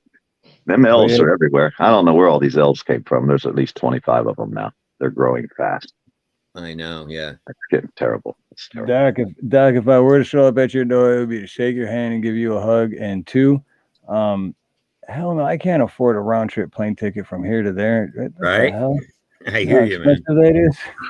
No, so that means you want to. I'd be happy to see you, man. I would be happy to see you if you did. So dude, he can't afford a round trip. So that means he's getting a one way. So he's going to be living on your couch. Hope you got a comfortable couch, man. Yeah. I don't even have a couch. You're going to be on the floor, bro. I slept on the floor. You sleep on my couch. I lived that life before. You're going to share it with the dog, you know, because you've seen him. That's his spot. Oh, that dog was beautiful too, though. I love dogs. I'm just a dog lover. Pain in the butt. What he is, I'll tell you, he owns me. But I love my dogs, man. I'd rather hang out with my dogs than people most of the time because they listen about as good as most people. Mm. You see how they are. They'll. You know, I wrote a piece about Keebler as well. It was one of the first pieces I wrote. Oh yeah. Yeah, she enjoyed. Oh, this is fucked up. I have this on my little laptop, and for some reason it's in giant letters, and I can't get the whole thing on the page, and I'm going to have to try to scroll down when I'm doing it. This is going to be, I don't even know if I can do this. Fuck. Kind of wanted to read it for you. I'm going to try. We'll see how this goes. It's probably going to go down in flames because I'm not going to be able to scroll through it. Everyone keeps talking about Keebler's videos. Oh, Keebler's so funny. Keebler's so great. What a friggin' genius Keebler is. To that, I say bullshit. She doesn't even do the work. It's those fucking elves she lives with in that tree. They're carrying her, and she gets all the credit. Am I wrong? No. And everybody knows what racist pieces of shit the Keebler elves are, and they're proud of it. They wear those pointy little Klan hats, and they walk around constantly using the N-word. And by N-word, I mean, of course, Nabisco. Do we want our children subjected to this vile cookie hate? It isn't really all about the children. Next thing you know, they're going to be going around Nabisco this and Nabisco that. Then it'll be two Nabiscos walk into a bar jokes. Where does it all end? What will you do if a Nabisco moves into the neighborhood and your child runs up and yells, "Hey, mommy, daddy, look at that Nabisco next door"? You're going to be screwed and you might get stabbed. Even in jail, it's segregated to the whites, the Mexicans, and the Nabiscos. AFA knows what I'm talking about. He's been there. But would an elf say Nabisco to one's face? Of course not. The Keebler elves are a cowardly bunch of cooking-making, living in a tree. I simp for Keebler rat bastards who live in their fantasy world of entitlement and elven privilege and sneer at the black and brown cookies with a smugness, the like to which haven't been seen since Donald Trump. Those pointy hats actually pull down to be KKK Klan hoods, and they set fire to crosses and say things like, "When are we going to get to hang us some Nabiscos?" Again, AFA knows what I'm talking about, right? Some elves claim they don't care what the Nabiscos do, but my sister better not date one. Not while I'm dating her, I'll tell you what. Hold on. Oh, fuck. I was going so good. So in summary, Keebler doesn't make her own videos. The elves are a bunch of racist fucks. Don't get stabbed and just say no. Because am I wrong? No. Now that we all agree on that, Doc Danger denounces the racist activities of the Keebler Klux Klan. They bring nothing but shame to the elven community and society in general. And to wrap it up, I will say the N-word one last time. Nabisco, please. And yeah. Actually, I did that on Anna's show. That's and AFA was there, and that's why there was so many references to AFA. Oh, Nabisco, please. Nabisco, please. Yeah, you made me drop my damn grinder, man. Fuck. Damn. Spilled everything. This is wrong. And it's almost 4:20. I got to start over. Oh, you got 2 minutes. Oh, shit, it is, man. I'm fucked, man. My dude doesn't come through in fucking 3 weeks, and I don't know what's going on, man. The last time I talked to him, he's like, "All right, I'll be there in an hour." And I haven't heard from him. I've been calling him, and he's not getting back to me, and I don't know what happened. We didn't have a falling out or anything. I mean, we're always cool. So, and his aunt lives across the hall. So if he was in jail or something horrible happened to him, I would have heard. So I don't know what the fuck's going on, man. Yeah, I've been out of weed, and it's fucking killing me, man. At least he says in an hour, because where I grew up, it was in a minute. Yeah, yeah. Which meant 6 hours, but exactly. Yeah. I was always there on time. I never missed a date. Oh, wait a minute. Allegedly. I mean, we have dispensaries in my city. I'm in New York, so it is oh, legal. Shit, dude, you got it going on. My friend lives in New York. He's growing like mad up there right now. I know. The only thing is I don't have a car anymore, so I can't get there. I can't get around, so I can't even get over to a dispensary to get some shit. So they don't deliver? I mean, they deliver here. I live an hour from the joint. I don't know, man. I don't know. Maybe I'll have to call and find out because I'm starting to feel. I don't know. I'm telling myself I feel desperate. I don't know. Maybe I'm better off. Hey, the best thing you could do is take a week off if you can, because when you do smoke, now don't take more than 2 hits, I would suggest, and you'll have the best enjoyable high, because if you smoke a whole joint, you're going to feel like shit. You're going to go to bed. And you build up a tolerance to it, too. Yeah, the best thing you do is do it out for a few days. And then when you do smoke again, you can say, damn, that's why they call it dope. Yeah. Well, I've been without for 3 weeks, or maybe it's been more at this point. I don't even know. So, yeah. Yeah. 2 hits, dude. You're going to be higher than a kite. It's going to be like the first time you ever smoked again. You'll probably even laugh and get the giggles. Yeah. Yeah, I was afraid, though. I was like, how am I going to do my show? How am I going to be funny? How am I going to be entertaining? And because I felt like I was reliant on the weed. Yeah, see, that's not good. That's not It's good. not good, and it turned out to be not true. Yeah. You know, I've been actually doing really good shows, and I still been entertaining. I still been funny. So I don't know. You know, maybe I might be better up without it. Maybe I was using it as a crutch. But I'll tell you, I do suffer from severe clinical depression, and that was one of the things that would help me. You know, when I was having a tough time, if I smoked a little bit, then I would be okay. So that's kind of one of the things that concern me, because I mean, I had a really minor incident the other day that happened to me, and for the first time in 3 years, it sent me into a spiraling depression. And I'm not going to go into names, and I don't want to talk about who it was, because it was really something stupid. What the person did was not intended to be offensive towards me whatsoever. And but yeah, because of you know, my emotional issues that I have, for some reason it just fucking hit me really hard. And the intelligent part of my brain knows that it's fucking stupid to even be upset about that. But yet, you know, when you have issues like this, it doesn't matter whether your brain tells you, you know, you shouldn't be upset by this or not. For some reason, your heart is fucking broken about it. And yeah, so it was really fucking stupid. But I know, like, if I had weed, I would have smoked a joint and I would have been fine. So yeah, it makes me a little nervous not having it, just because of the depressive aspect of it. So everybody says that weed is it's depressant, but I've always found that it acts the opposite for me, because I'm already a depressed person. So the weed actually helps bring me out of it. Yeah. Well, everybody knows my wife has depression too, so I'm pretty well versed on it.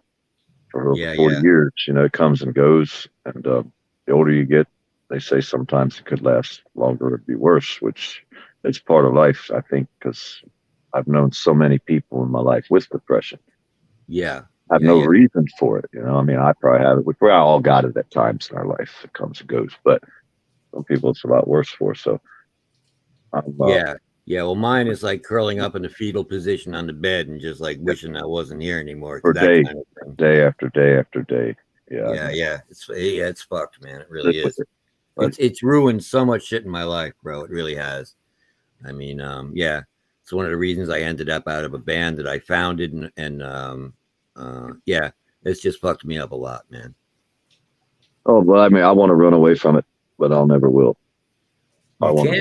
You can't as much as you'd like to. You can't, unfortunately. Can't run away from yourself. Well, yeah, or my family, or whoever it is that has it. Yeah, most people want to escape. They can't deal. It's hard to deal with anyone that has depression. Yourself. Oh yeah, they don't understand. They really don't get it, because they will think, like you were saying before, everybody gets depressed sometimes in their life. Yeah, they do, but this is not the kind of depression we're talking about. So they relate it to that, and they're like, "Well, dude, man, just get over it. You know, what the fuck? Snap out of it, bro." And it's not like that. That's not how it fucking works. Hey, I wish it was, but it's not. And the only reason I threw that in was because you'll have people that come back and say, "Well, everybody has depression."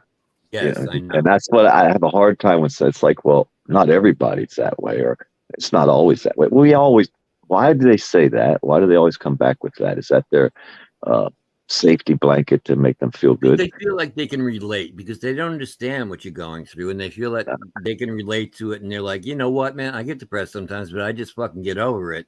Yeah. And it's like, well, you do not have severe clinical depression.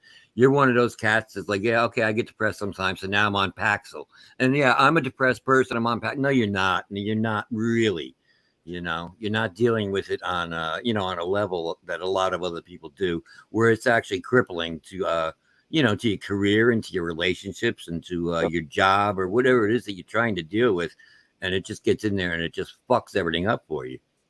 Yeah, because usually the person's opposite of that when they're, you know, how they are when they're depressed. You know, like they're super happy all their life, and then one day all of a sudden, boom, they're not happy. It's like, wait a minute, what the hell just happened? And they don't understand what happened to them. Their family don't understand. They like you said, snap out of it, dude. Go do. It's not that easy. Yeah. No, my family never understood it. My parents didn't get it whatsoever. They never got it, because I mean, I had to go on SSI, and my parents, they just looked at it like I was on welfare. They're like, why don't you get a fucking job? It's like, you don't get it, man. You know, disability is not the same thing as welfare. It is not. So I hate when people say that shit too, because it's not. SSI is a federal program set up by Richard Nixon It's a federal program. It's run by Social Security, but it's a federal program, SSI. Yeah. It's not a Yeah, state. I mean, it's like, dude, if I didn't have that, I would have been dead a long time ago, man. I would have been homeless, and I would not have been able to support myself, and I would have been fucked, man. I really would have. So every time I even go in there, because it's funny, because I'll sit in the office and you'll sometimes you got to wait for a couple hours in there in the waiting room. With a whole bunch of people that are there, and they'll be complaining. It's like, yeah, I gotta wait here for 5 fucking hours and shit for I guess. It's like, shut the fuck up, man. If you didn't have this, you'd be fucked, man. If you got to come in here every couple of years to re-up it and to recertify and everything, man, just shut up, man. What is your problem? You are getting help for something. You're getting money for free, basically, and you'd be screwed without it. So yeah, I hate when people. Well, you're getting money because you are a citizen, right? And you didn't work enough to get the disability, but you deserve that money. You're kind of owed that money because the government, collects the money for that purpose. Right. Yeah. So now if you have to work a little bit to get the money, what do they, I don't understand. I never did understand that. You're working to get $1,000 a month and you only have to work 5 hours. I think that's a pretty fair trade. I'll go sit there for 5 hours to collect $1,000 a month. What the hell? Yeah, I know. I don't know how they think. It's like when you work at a job and everybody bitches about about how much they make. I said, don't you remember when you applied? You was wanting this fucking job, wasn't you? You accepted that pay, didn't you? And now you're bitching about it. It looks awful good at that point in time. Yeah, you was telling everybody, I got me a job. Yeah, you was. And now you're bitching because you ain't making what you think you should make. Get back to work and shut the hell up, I used to tell them. And I worked for Walmart tire shop, so believe me, I know what working for nothing's. Okay. All right. But I'm an air conditioning guy by trade. I do AC installation, commercial, residential ductwork. I'm a pin knocker. I'm a pin knocker, man. I'm not a service guy. I can do that work, but my belly's not big enough. I gotta wait till my belly gets bigger before I can do service work, because that's right. You gotta wait till you can't fit in the hole no more, and then you become a service guy. So they can still stuff me in the hole and say, "Go on in there, attic rat, and get her done." So I'm old. I'll fucking outwork these young boys. They can't handle the heat. Yeah. I don't do as much as I used to no more. And I'm 60, dude. I'm all broke up. But I've been broke up my whole life. Right. I know. I hear you, man. But I can still get a job every once in a while. Get her done. Get her done. Get her done. There just ain't as much work for the small guys no more, man. They're putting us all out of business. And now the gas price is going to go up again. Food's going to go up again. They already went up. It's going to put all the little guys out of work. Cost of electricity, everything. Yeah, the people we work for can't afford the big companies. That's why they call us small guys. Otherwise, they'd call the big dog and see you in a couple weeks. Little guys like us, we show up the same day. These small companies, you know what I mean? So, but when they can't afford to call the small guy because their gas went up and their prices went up, they're going to put a damn window shaker in there instead of calling to fix the big unit. You know what I mean? Yeah, so then that fucks those small companies even more. The big company could close his door for a year, has enough money and can go into debt, bankrupt, and pay off all that shit. And a year from now, he can open his doors just like he never closed them. Me, I can't do it. I'm gone forever. If I close my doors for 1 week, I'm fucked. You're gone. Yep. And that's what they're doing to us. They're trying to. I mean, they're taking all the small businesses out. Walmart did it with the beer flu, their type of business. All the little companies, these little stores I used to shop at, they're all gone. They never open back up. Yeah. And that's what gets me most of the time when, like, I know, like, a lot of them are joking, but when people are like, "Oh, you're a plumber, you gotta have all kinds of money," it's like, no, I still, like, not paycheck to paycheck because I don't really get a paycheck, but you know what I mean. Yeah. Like, no, I'm still broke. I'm still waiting for that next check to come in from the job I did 3 weeks ago. And no matter how much you make, it can all be gone so fast. I mean, like over fucking night, you could wake up and all the companies that you was getting work from are gone. You look around, oh shit, the bank's looking at you. They want your money. Yeah, or you have to have is something happen to your fucking home that needs a major repair, or your car or something, and that could throw up your whole your whole thing there financially. You forgot about one illness away from losing everything. Right. One illness, one broken leg, whatever. You could lose it all overnight. So it's a rough game, man. Construction world is rough. I played it my whole life. I didn't win. I didn't get the golden prize, but I got me 4 acres and a tin shack in North Florida that I can call my own, me and my attorney.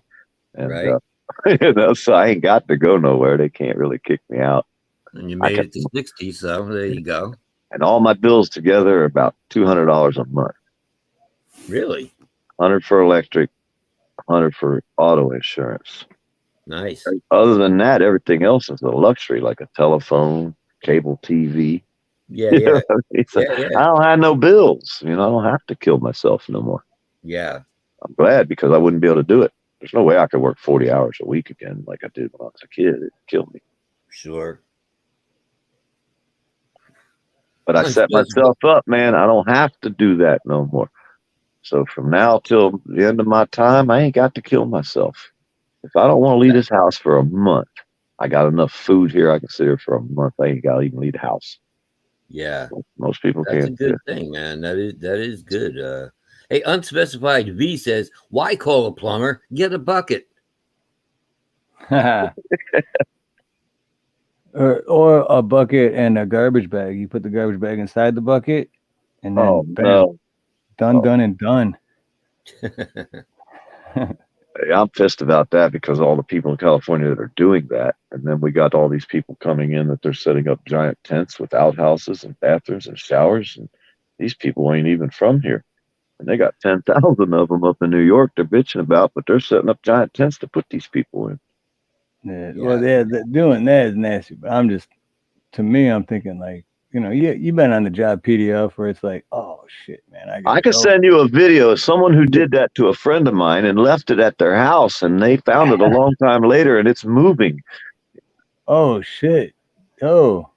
It's bad, dude. That video will come out. This is a nasty motherfucker out here on YouTube that did this to a friend of mine, and I told him I ain't gonna put the videos out, but I'll about puked when he sent me the freaking video that what this guy did to his fucking house. I'm like, you fucking people, don't let nobody come to your house and stay.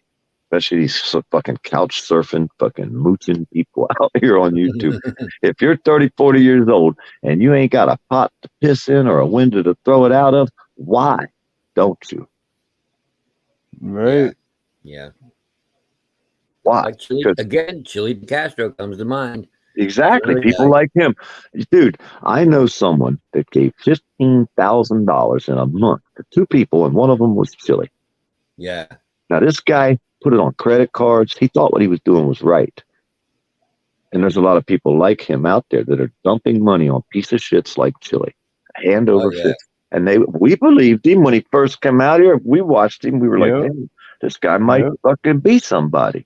But he wouldn't listen to his chat. He wouldn't listen to the people who have been here a long time that were trying to tell him, hey, dude, you might want to switch up a little bit. You could do good, but you would probably do better if you did it kind of like this. Watch this guy. You cannot give him advice at all. Nobody can tell him what to do. Don't give me directives.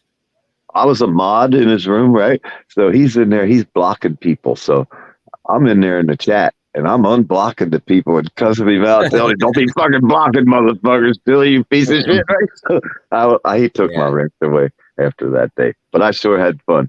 He was blocking people, and he had me block Miss B. I unblocked her. I said, don't be unblocking Miss B. Yeah, don't ever block block Miss B. Don't ever block Miss B. He was hating me that day. So I went in there under about 25 or 50 poor dirt farmer names, and he blocked every one of them. That motherfucker. Yeah, no, he doesn't want to hear free speech. He doesn't. But he's all about free speech, though, right? Yeah, free speech. He doesn't like what you have to say, so block that motherfucker. Yeah, I would try to tell him shit in the beginning that we thought was helping him, or we'd try to help him. No, He didn't you want to hear can't. nothing about us. He didn't No, want to hear you nothing can't about us. do it. So I said, well, let the trolls have him then. Good luck. And I never went back. I never went I back to think the channel. I think that's all he has left. Yeah. Our trolls. Well, that's yeah. I mean, I would say that's probably at least 75% of his views that he gets are people who are hate watching him. It's not it's not all his supporters that are watching. That's another guy. He's got like a whole lot of subs, and it's very questionable because the subs that he has do not coincide with the views that he gets. And there's been talk that it's possible that he might have purchased some of those subscriptions because there are apps where you can do that. So I would not be surprised. I'm saying allegedly, but I would not be surprised if I don't know if you can go with that because I don't get no views unless I go out and do some crazy shit. If I go film the cops, dude, I'll have fucking thousands of fucking views. But other than that, I don't get views. They want to see the shit show, man. Everybody wants the drama. The whole world is that way, I think. I don't know. Man, they don't. I watched this one place. Hey, there's a van RV that rides around, and all they do is get stoned on drugs. I forget his name, Andy something maybe. Some fucking idiot. Well, he gets thousands of views, thousands of dollars, and then you got another RV just like it, the same RV that gives food out. I know what you're talking about. You're talking about Chicken Andy from the IP2 community. Yeah. But then we got another RV that rides around in Detroit handing out free meals. They can't even get 100 people in the fucking room. Exactly, my brother. I know. And that's what makes me mad about like doing this music show because you got all of these talented cats that can fucking do. They have talent. They have something to offer the world, and they cannot get views.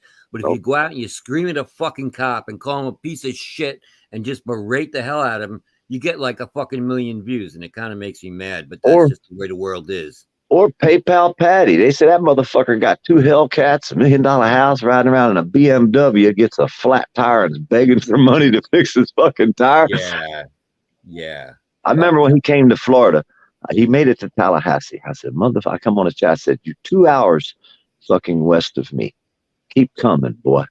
Can't wait to get behind you. Because if he'd have drove past my fucking house, 12 miles on the highway, I'd have been behind his ass. I'd have been waiting for him to go live because I wanted to have a word with that little motherfucker. But he turned around in Tallahassee and shot his ass back to Alabama.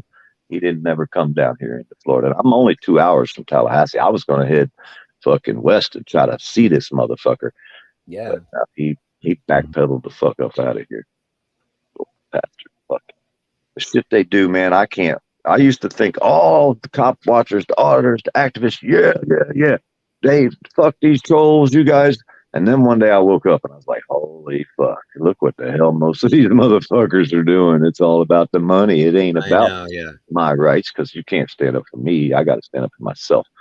And then all of a sudden, damn, Dirk Plummer, fuck that. You guys are idiots. You got that crazy bastard Floyd running around. What the hell? I mean, look at these people. They're not helping me. They're not helping. Society is going to turn against people. We're losing our rights. We're not getting them. We're not protecting them. We're fucking losing them because of an idiot like fucking Chili. This is bullshit. But I'm still going to. Doggy. Hey, doggy. I'm going to film the cops every time I see them because that's my right. It's my job as an American. Okay. So watch my government work. If they all know we're watching them, you don't even have to have a camera. All you got to do is stop and stand there and watch them. Right. And they will do a better job. Now, you don't need to get up the ass. You could do it from half a block away and you can see everything. I got a zoom lens on this fucking S21. I can zoom in the fucking hair in your ears. Exactly. So I don't believe in getting up close to them because I don't want nobody close to me while I'm working. I might turn around and go to walk away. It actually happened not this couple of days ago, Friday, but last Friday. Oh man, this job I went to, this lady, I could feel her breathing on my ear, and I'm like, seriously? and I'm working underneath a sink, and I'm like, why are you? What? I was so irritated. Oh. Wow. Maybe she's auditing you, man. Mm-hmm. She could have been. I don't know. she's Yeah, like, oh, and every transparency. part I'd bring out, she's like, can I get a picture of that? I'm like, you can keep it. It's the old fucking part. You can have it. Take a picture, Holy do whatever shit. you want. Like, Did she tell you, I know my rights? I know my right. You have no expectation of privacy in my Yeah, bathroom. under my sink.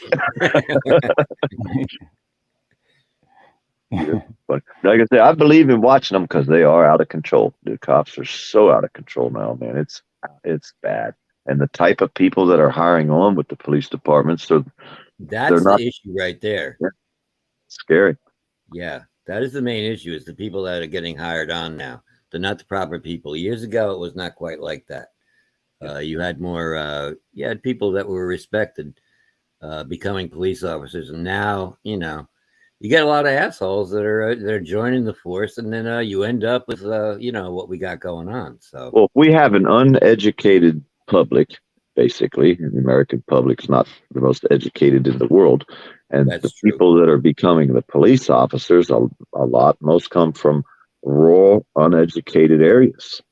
And now these are young kids that aren't very well educated. They grew up in these little towns, so they only know a bully mentality because they had their bully in town, just like the dude that spray painted us. He was the town drunk bully his whole life. I don't know how many times he's been fucking toted off for bullying people, basically. But that's the way it is. They're just fighting. They're just boys. You know, that's how they do it. But he got away with it all that time. So nobody ever stood up to him before, so to speak. You know, so that's the mentality of the police around here as well. And I prove it every time I make a camera, every time I put a video on them. Shows you how they act. I mean, boy, get your ass out of here. New Guru just said a trigger word for me now. Oh no. Two of my trigger words are face diapers. That's one that sets me off. The other one is bootlickers. I really hate that fucking term. I do, man.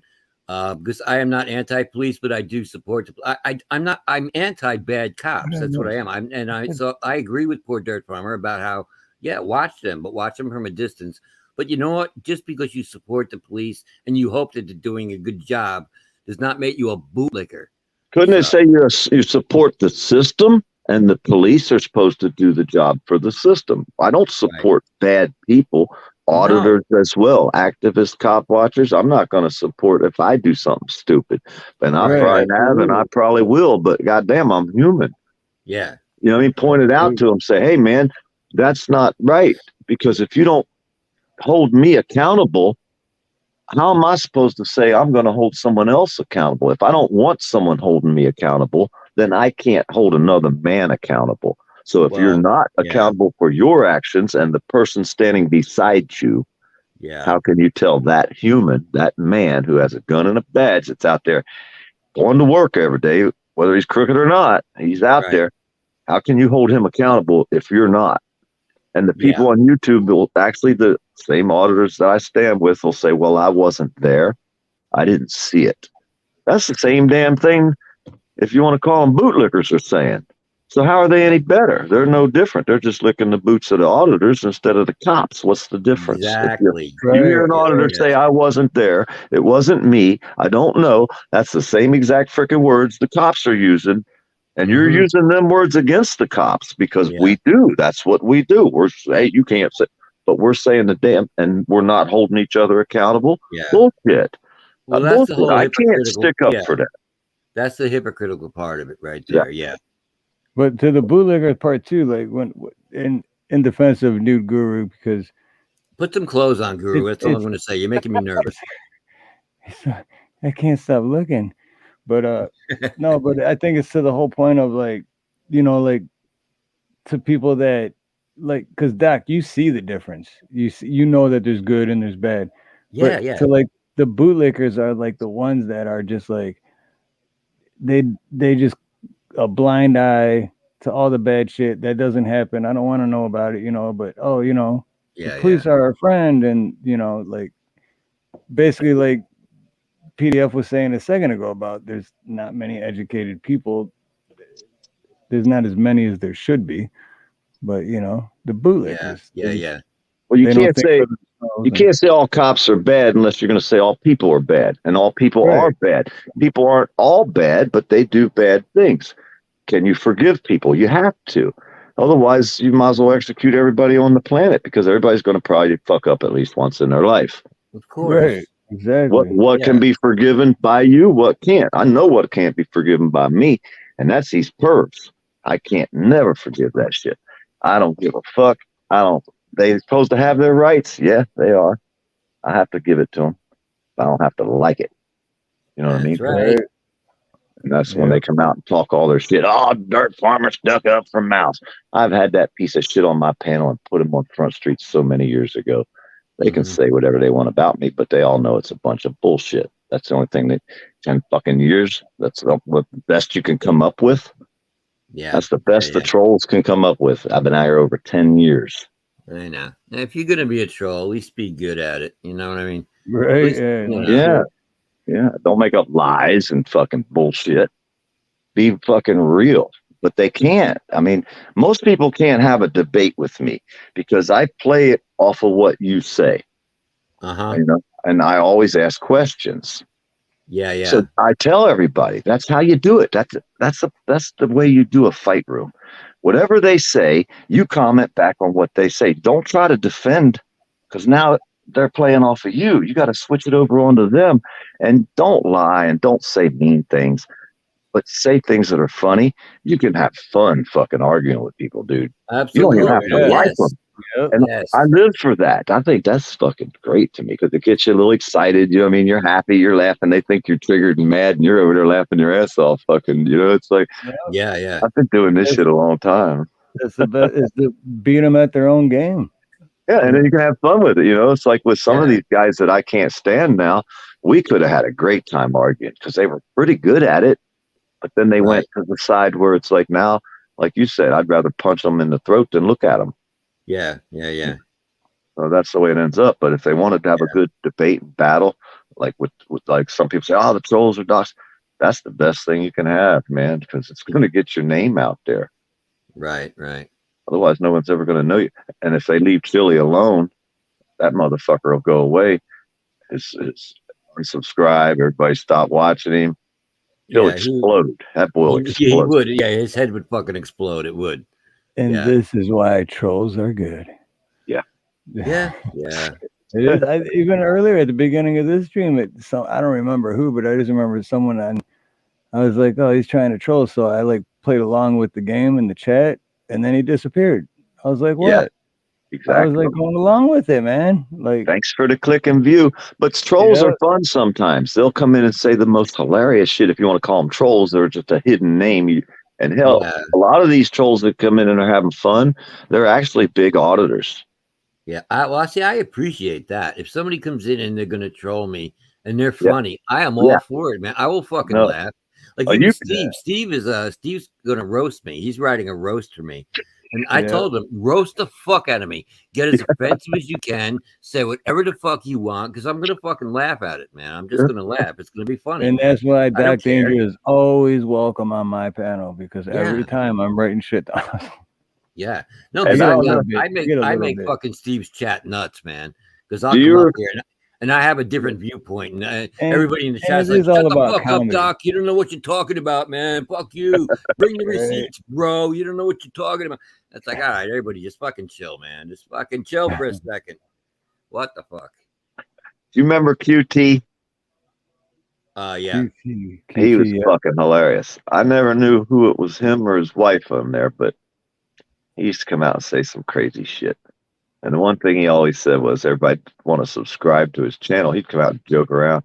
He gets serious too, but he'd say, yo, you don't want to come to my channel. No, only thing I got on there is me fucking a goat. Everybody would bug the fuck out. They'd kick him out of their room and shit. I'd be like, damn, they just kicked out QT. They thought he was for real, man. He'd say some fucked up shit. He died though. But he's gone. Okay. All right. Well, shout that out video I seen. RIP QT, that was his name. Letter Q. Letter Q. That's the thing. It's like comedy is comedy and music are the most important thing to me, because one, music is always inside your head. Nobody can take that away. And comedy cures everything. Yes. So you got to have both. And if you don't have a sense of humor and you don't love music, then well, we control our room, man. We get to control it. I mean, I'll go to the dark side every once in a while, but then it's like, you know what? The people that come in, I have 25 people in my room laughing and having fun all day, and all the good people that I know that aren't going to do malicious shit to people. I don't care who they follow, who they laugh with. If they're not out there making up lies about me, you know, they talk about me, I don't mind. But when they start doing that shit, talking about my wife, and you know, doing the shit that they did malicious to my wife, who never even gets on the internet. That, you know, that is unfair right there. I don't you so can't then do when I retaliate, I put a picture up of one of them, and he says, "Hey, that's me." He doxed me. I'm like, "Hell, we didn't know it was you. It's just a picture." It's like the oldest troll move in the world. Make them dox themselves. So mad. So I did it twice in 1 week. I figured, hell, it worked the first time. Let me do it again, and it worked the second time. That's fucking funny, bro. Hey, that's my family, they said. I called it the little house on the prairie and shit, right? Yeah, you're the one that just said it was your family. You stupid. That's how you beat them at their own game. Yeah, I did. I'm guilty. I like that. They say people don't even look at community pages. They sure looked at them that day, didn't they? All right. A simple community page picture. It's amazing what you can do.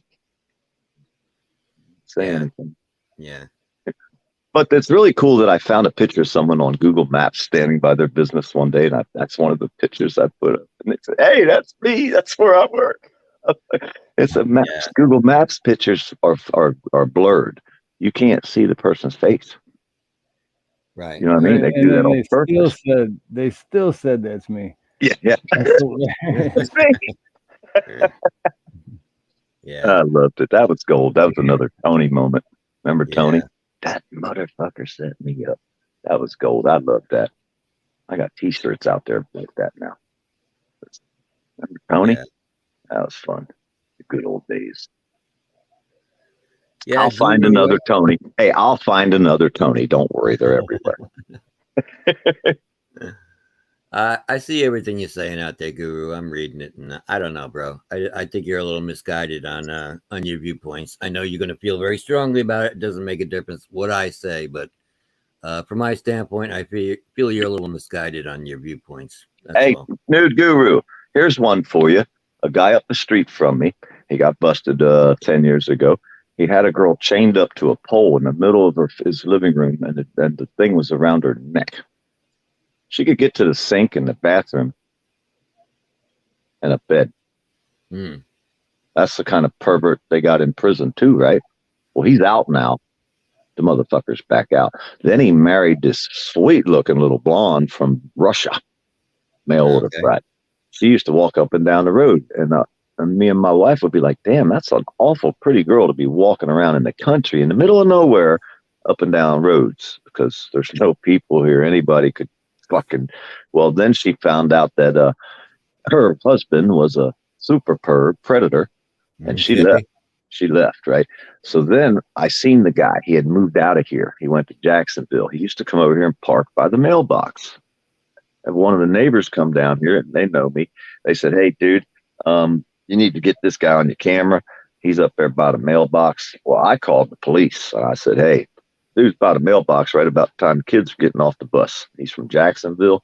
Has he reported in to this police department that he's here right now?" They said no. Called Jacksonville, got a hold of the probation office the next day, found out he doesn't report that he's came here. I said, he's been over here every day almost, it seemed like. I mean, a lot of days. Well, now we got it to where he can't even come here no more. He's out of here forever. Right. You know, and that's the kind of shit I like to say, well, that motherfucker need prison forever. If you catch a motherfucker with someone chained to a pole in your house, they should never walk the street again as a free man. But yet he's back out again. So now when you start talking about the prison systems, a lot of innocent people, hell, I went to federal prison for growing a plant, and they'll sell me as much as I can afford now.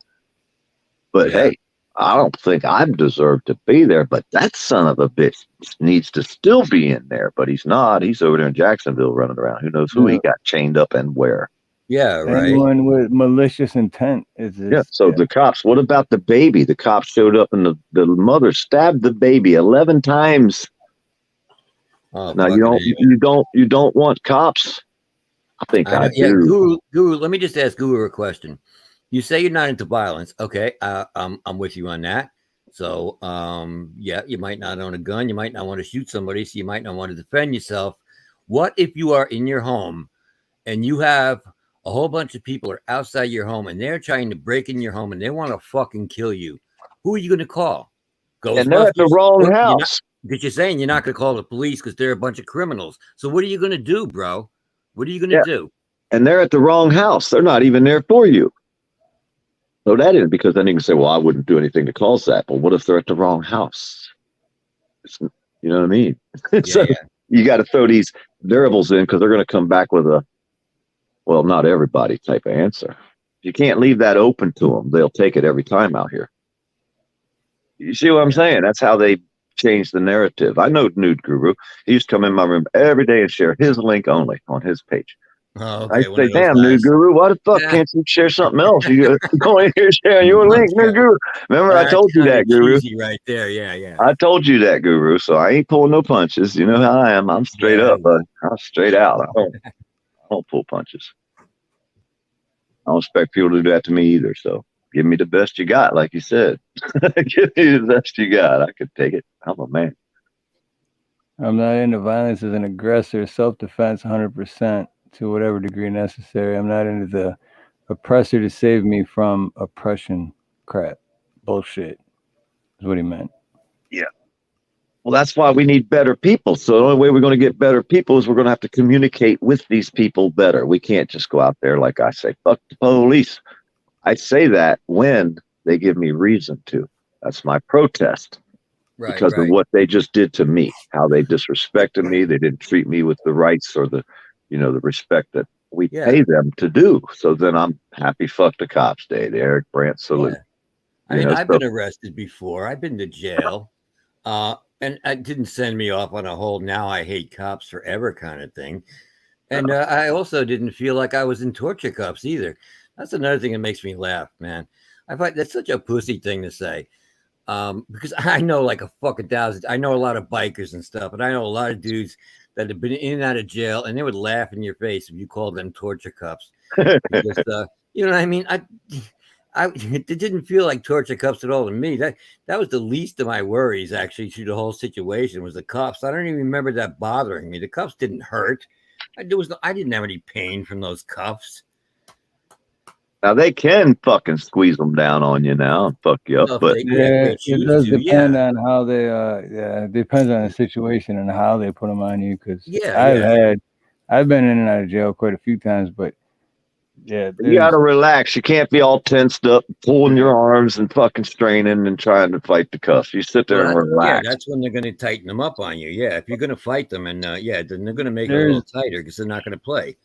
Couple times where this bone right here and they clamped them up here, so tight that it wouldn't even go over there, and I was losing circulation. Yeah, that hurts. And it was on purpose. And then they hotboxed me. They throw me in the fucking back, and the back of that. Yeah, it's been a long time, thank God. But and then they just fucking crank the heat up, and you're in there just like I can't fucking breathe because heat from a car when they got the heat on high, that shit makes you dizzy. Yeah, but like I said, I think we do need better officers. We need better people as well.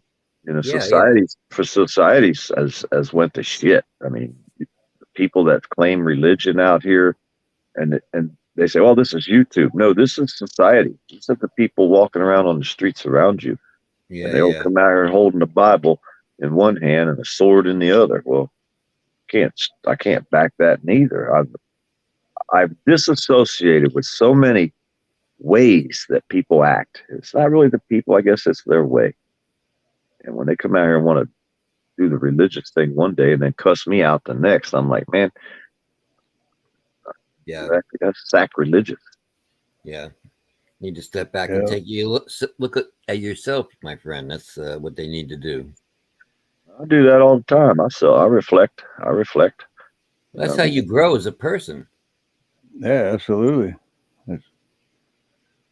things I say, I may feel, well, maybe I went overboard with the words, but like I say, if the words wake you up and you hate me forever, at least I woke you up. Right. I'm willing to take that loss. You know what I mean? You are the alarm clock of the world, my friend. Just waking people up. So I tell them, act like you got some goddamn sense. Why don't you?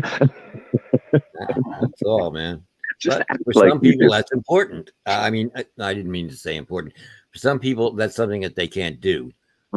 They can't act like sense if they don't have any. So, but that Keeper thing, that was funny. It kind of a little bit racist there, but not really. The word people are going to reflect to that word, but it was fucking hilarious. I have to admit, that was funny. I don't believe in racism. I don't use the N word. I don't like reflecting it towards that way, but that was fucking funny, man. I have to admit. And it wasn't mean. It wasn't mean spirited. no. Because, like I say, I like Keebler. She's been through hell. Oh, no, Keebler loved that bit, bro. Yeah, I she bet fucking she loved did. it, man. She knows. I mean, they all know. They all know I'm not angry at them. I didn't do it in anger. I love yeah. it. It's just it's just trying to be funny. So yeah, that's why it's comedy. And that really caught on because I was kind of concerned about that because after I did that piece over on Anna's show, that was all I ever heard after that. It was like, Nabisco, please. And I was like, fuck, this is not the bit that I want to be remembered for, really. It's not really what I wanted to be remembered for because, yeah, a lot of people might take that as being racist, and it wasn't. It was poking fun at racism is what it was. It's funny because I remember it was like some kind of, I never followed sports, but there was some kind of sports commercial like 20 years ago when I was still living in West Deer one. And it was Nickelback, please. And I guess Nickelback was like, I don't know. I still never, but that was a commercial on cable TV. Really? Okay. I still remember it because it was fucking hilarious. So, yeah. No, it's poke. Yeah, I don't use the N word myself either in my life. Yeah, me neither. I was poking. I was saying I could see where some of the people were going to try to steer it that way. You know, they'll try. Some I just think of how people think. Like I said, I see the best and the worst. Everything's. I guess it's like a scale. You take the one extreme and the other and try to find the answer in the middle, kind of thing. You know, how people think. Yeah. People think extremes this way. They think extremes that way. Where will the majority think? That's kind of how you have to go with what you say. What will the majority think? Yeah. Me, I don't really care. I have my own way about me. I'm who I am. Never going to change. Yeah. Outspoken. I'm very opinionated, and I'm not always correct, like no one is. But I like the facts, and I like to see the truth. I want to see the meat. You know what I mean? I don't want to hear about it. I want to see it. Show me. Then we can talk about it, because then I'll educate myself about it. Then I'll have a way to talk about it. Otherwise, I got to sit there and listen to what they say, and I don't know if it's true or not. So if they give me the facts and the proof, I don't want to really hear about it. You know, it's like, it's just words. They're meaningless. Show me what you got. You know, give me the best you got. I'm just lucky I didn't get hit by the storm, dude. Man, oh man, I was so worried about that shit, dude. Yeah, I was going to say, how did you make out through that, brother? That was way down south. It made a right-hand turn and shot across the state long before it ever got up here. Okay, so good. Yeah. Look, if it would have came here, I would have left. I wouldn't have stayed. I ain't gonna be sitting on no roof. I'll tell you that. No, fuck that, man. Try to be smart about things. Yes. That one boy out here telling everybody he sat on a roof during a Cat 4, and he had people donating hundreds of dollars to him, feeling bad for him, old tonic. I'm like, these people are fools, man. You can't sit on a roof during a Category 4 hurricane. I'm just letting you know you're going to die. It doesn't sound like a smart idea to me, no. He did not. There's no way possible he did that. I've been through so many storms. There ain't no fucking way. And he ain't got a scratch on him. Not a scratch. No, you end up on the roof when the storm is over and you're flooded out and you're surrounded by 14 feet of water around your house. That's when you go out up on the roof. But they come out here and scam hundreds of dollars. Right. His excuse was, I didn't put my PayPal or my Cash App address out. My friends did. That's a scam. That's a freaking scam, man. They scamming these people. And these people believe this shit. If they ever tell somebody, if somebody ever tries it, they're going to die. Yeah. Yeah. You You know, can't it's do funny. it. Conspiracy and I were talking about this because we do our music show. And there's actually more than one, but there's one that I'm thinking of in particular. His name is Jackson Pierce. And he does the same sort of show we do where he plays people's music videos. And I've seen him on live the same time we go on. He never has one of the 7 people over there. And what he does is you got to pay him to play your videos on there. And then he'll play your video. What? Yeah, it's like For real? $5 to get paid. It's like $50 if you want to get bumped up on the list. And if you send him $100, he'll play your shit for a full hour. And I'm like, what, bro? Really? We Conspiracy and I are never going to do that, fucking Steve. I would like to have his never. link because I go in there with about 25 or 100 people and say, hey, we play music for free. Come to our channel. Damn straight. no Yes. shit. That's Yeah, so shit, fucked yeah. up, man. Yeah, I we never, flood him never every gonna day. reach that point. No. And he's only got 7 people in 7 there. people watching. No wonder you got 7 people watching. Because who the fuck's going to pay you to play their shit unless they're stupid? And then if they pay you to play their shit, like only 6 other musicians that want their shit played are in there at the same time. So nobody knew was going to be, you know. Oh, here's another scam. Hey, here's another scam you got to watch out for. They'll get their friends to come in and say, thank you, and donate them money Oh, yeah, right. to try to get it going to where people will start donating to them. Yeah. And it works. It fucking works sometimes, dude. It's crazy. I've watched so many scams out here. I'm thinking everything out here is a scam if there's money involved. First thing I think, as soon as they say there's money involved, it's a scam. What's going on? Where's the money going? Who's getting it? You know, because I've watched so many. I mean, I've just watched so many. It's terrible. I don't trust. I've never trusted anybody, so it's not like I just started not trusting people. Yeah, yeah. Every once in a while, I screw up and trust the wrong person, but you know. Well, it happens, but yeah, I mean, it happens. Sometimes you get fooled. Sometimes you, even if you're a good judge of character, you can still be fooled at some point by somebody. But if you're still a good judge of character, you will catch on after a minute. You know what I mean? But yeah, it's easy to get fooled sometimes because I try to be like that as well. And you know, I get sucked in occasionally. But you know, I mean, as long as you try to be aware of things, then you'll catch on eventually, and you're gonna realize. And I'll tell you what, I never thought I'd make. I can't say I don't make no money on YouTube because there's a lot of good people out here too, man. I'll tell you what, when my fucking truck blew up a couple of years back, fucking, you know, even though the person that started it against my will, at the whole end of it, motherfuckers had $1,700 they donated for me to buy a truck, and I went and bought a truck. That's one of the best little used trucks I ever fucking owned. Little Dodge 4-door Dakota pickup, 318 V8 motor. It's like a little race car. But so there's a lot of really good people on YouTube. And if you separate yourself from the idiots and surround yourself with the good people, you know, when if you do come in a time of need, you know, they'll be there. They'll be there without you even asking. You don't, and then that's the part that is the flip side of the scammers that get their friends to ask for them. You see what I mean?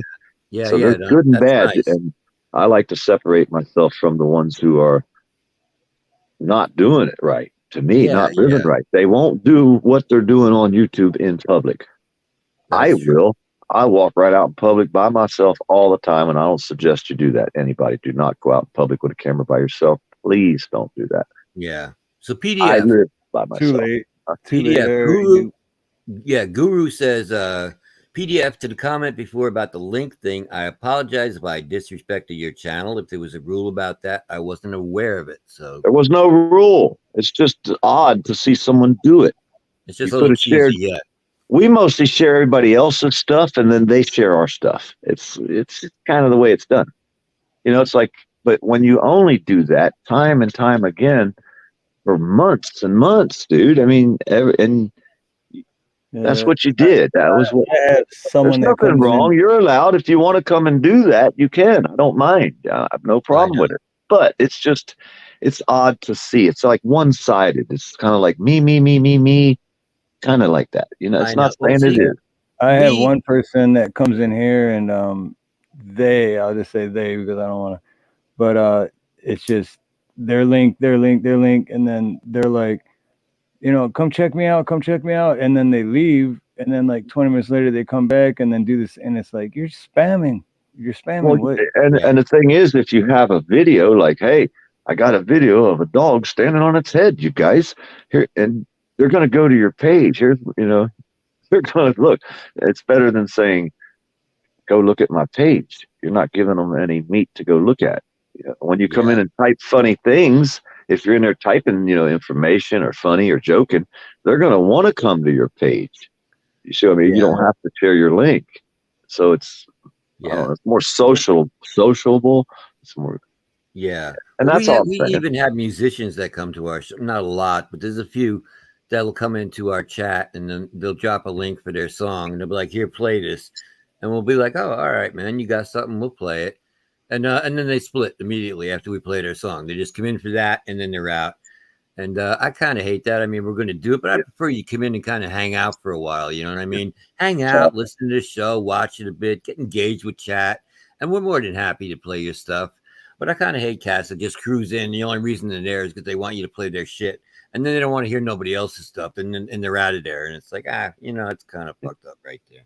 Yeah, that's one way. It works both ways. I mean, if you're going to support, if you want someone to support you, then you have to support them. Yeah, I mean, just hang out for a bit, man.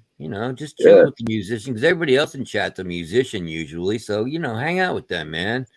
And watch some other people's stuff too. Don't just come in and be like, here, play mine. And then, ultimately, it's not even that as good as everybody else's stuff. I never say that on air, but it's not. But we play it anyway. But, come on, man. Try to be a little supportive of the community here and not be so concerned about yourself constantly. Right.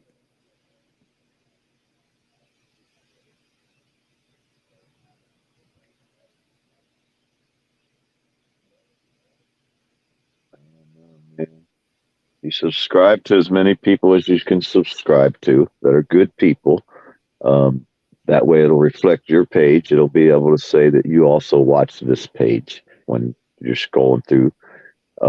Leave a comment on everybody's page you go to. Watch 2-3 minutes of their video, even if you don't like it.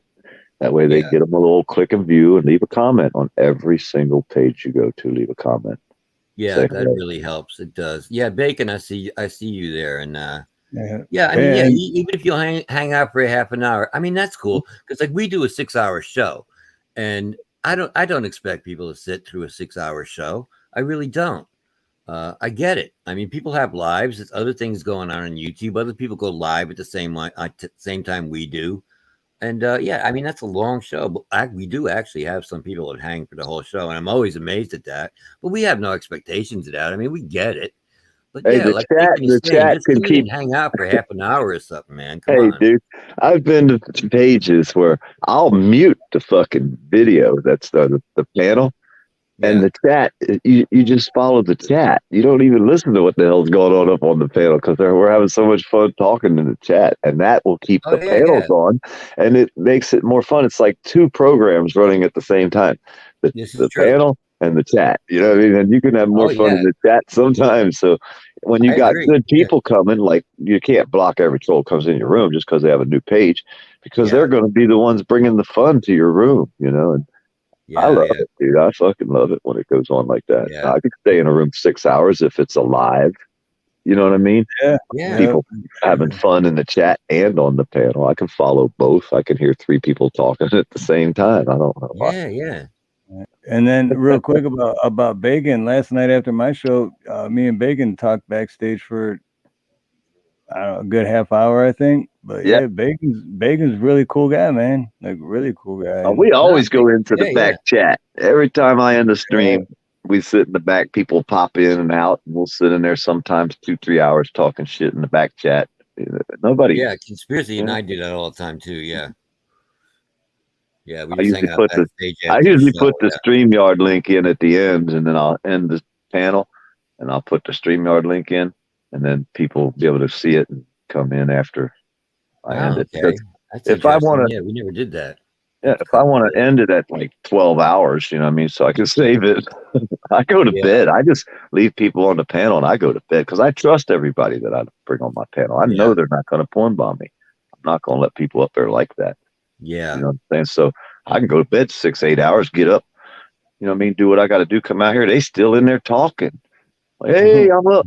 But that motherfucker been up for 77 hours live. I'm like, yeah, I was sleeping. What are you talking about?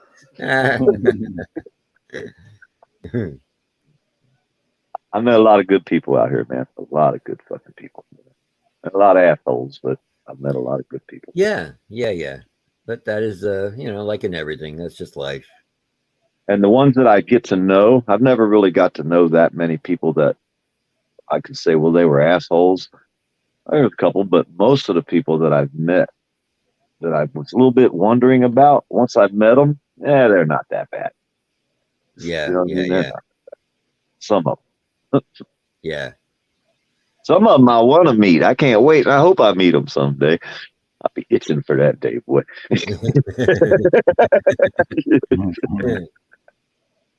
We won't say no names, though. Yeah, we're not going to mention names, but yeah. Wouldn't want their head to swell up yet.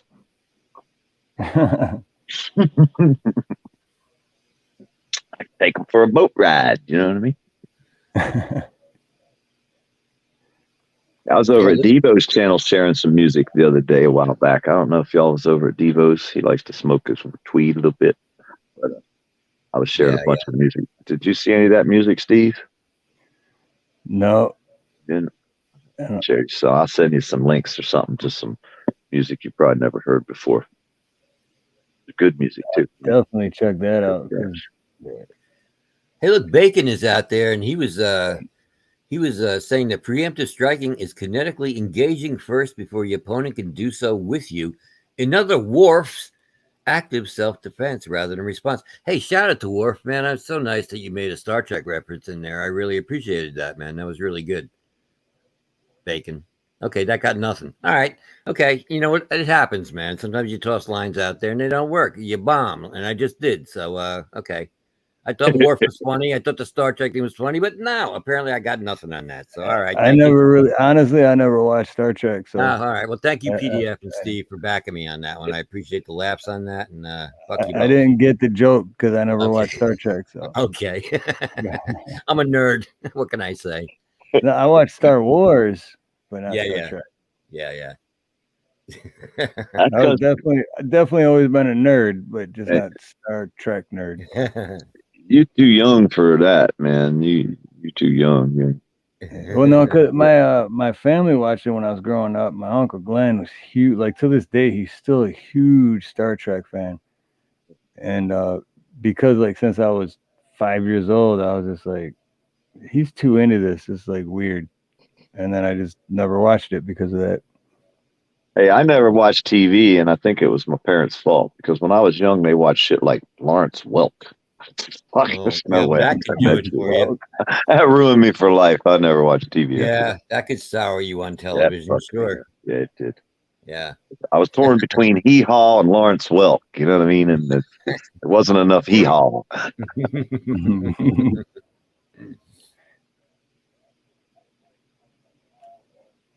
Oh, man. I don't know why I went to bed so early because now I'll be up for the rest of the day. I was going to lay down for a minute, one of them deals. I think it was like 5 o'clock in the afternoon yesterday. Yeah. Fuck, I slept till like 1 o'clock. I'm like, oh shit. Yeah, I've done those before. I get home, I'd be like, oh, I'm home from work early. It'd be like 4 or 5 p.m. But I'm just gonna rest my eyes. Yeah. When you wake up at 2 a.m. and it's like, shit, now what? 2 a.m. You're out here on fucking Hawaiian fucking live. Right?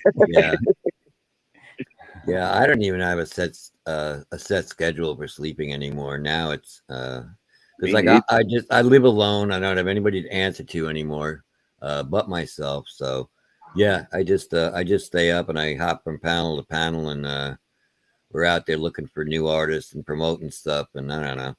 I sleep whenever I sleep at this point. Sometimes it's daytime, sometimes it's nighttime.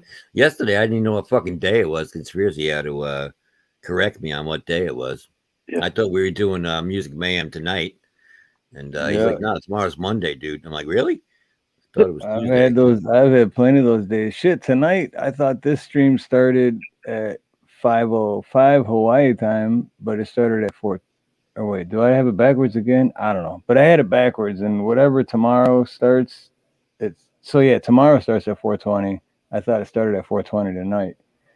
And then Ronnie's like, no, I think you got that wrong because I thought it was 5:05, and I'm like, shit, I don't know, man.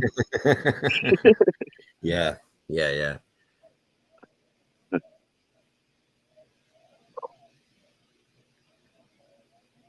Well, that's the best part about, I guess, being old is you ain't got to worry about what you're going to do next, except for what are we going to eat next. Right. What the hell do I want to cook next? I mean, I'll get bored with food.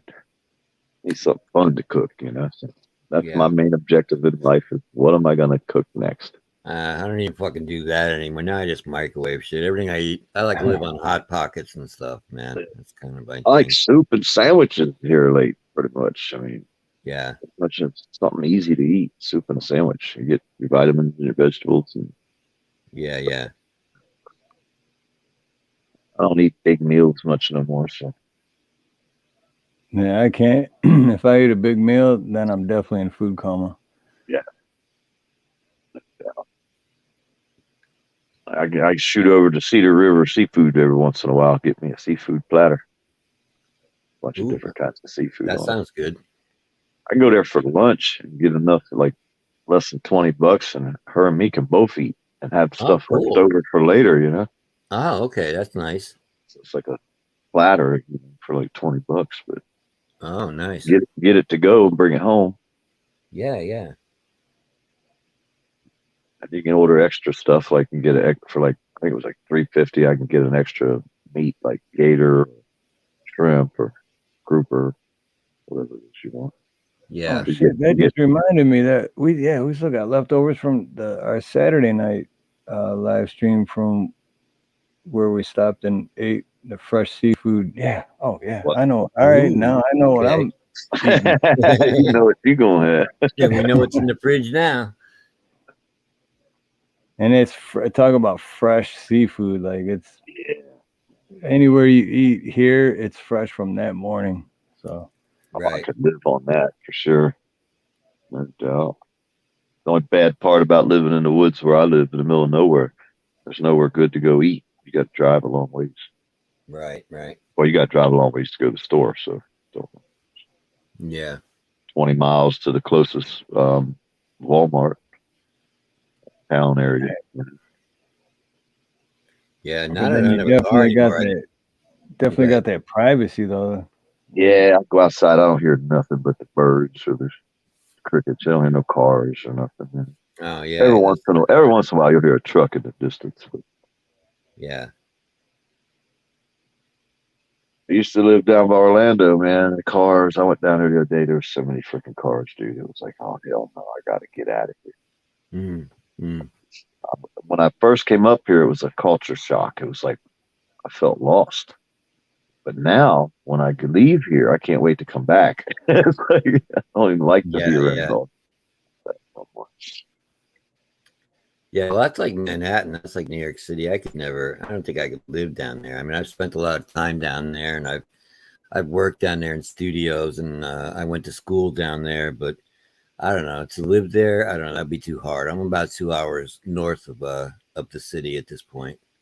I still live in a city, but it's not a big city like Manhattan. It's not like New York City. So yeah, I got a friend that lives up that way. Several friends actually, but yeah. I got one friend lives in Mahopac. Really, bro? That's where I got arrested in Mahopac, actually. Yeah, I used to live in Mahopac. Yeah, I lived there for 3 years, man. 4 years actually. Yeah, I lived in Mahopac, bro. I used to know some crazy guy named last name Stossel. No. They're older. They're old like me. Yeah.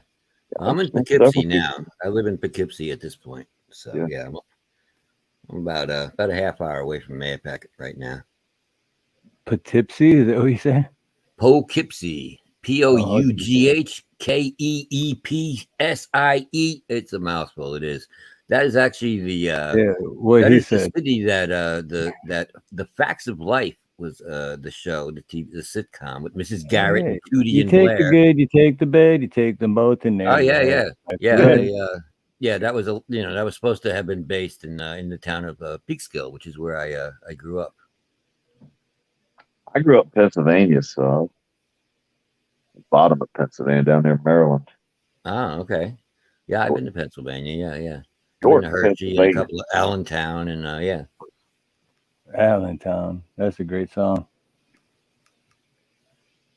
Yeah, we used to go to ride around like Gettysburg at nighttime when we were kids, looking for ghosts.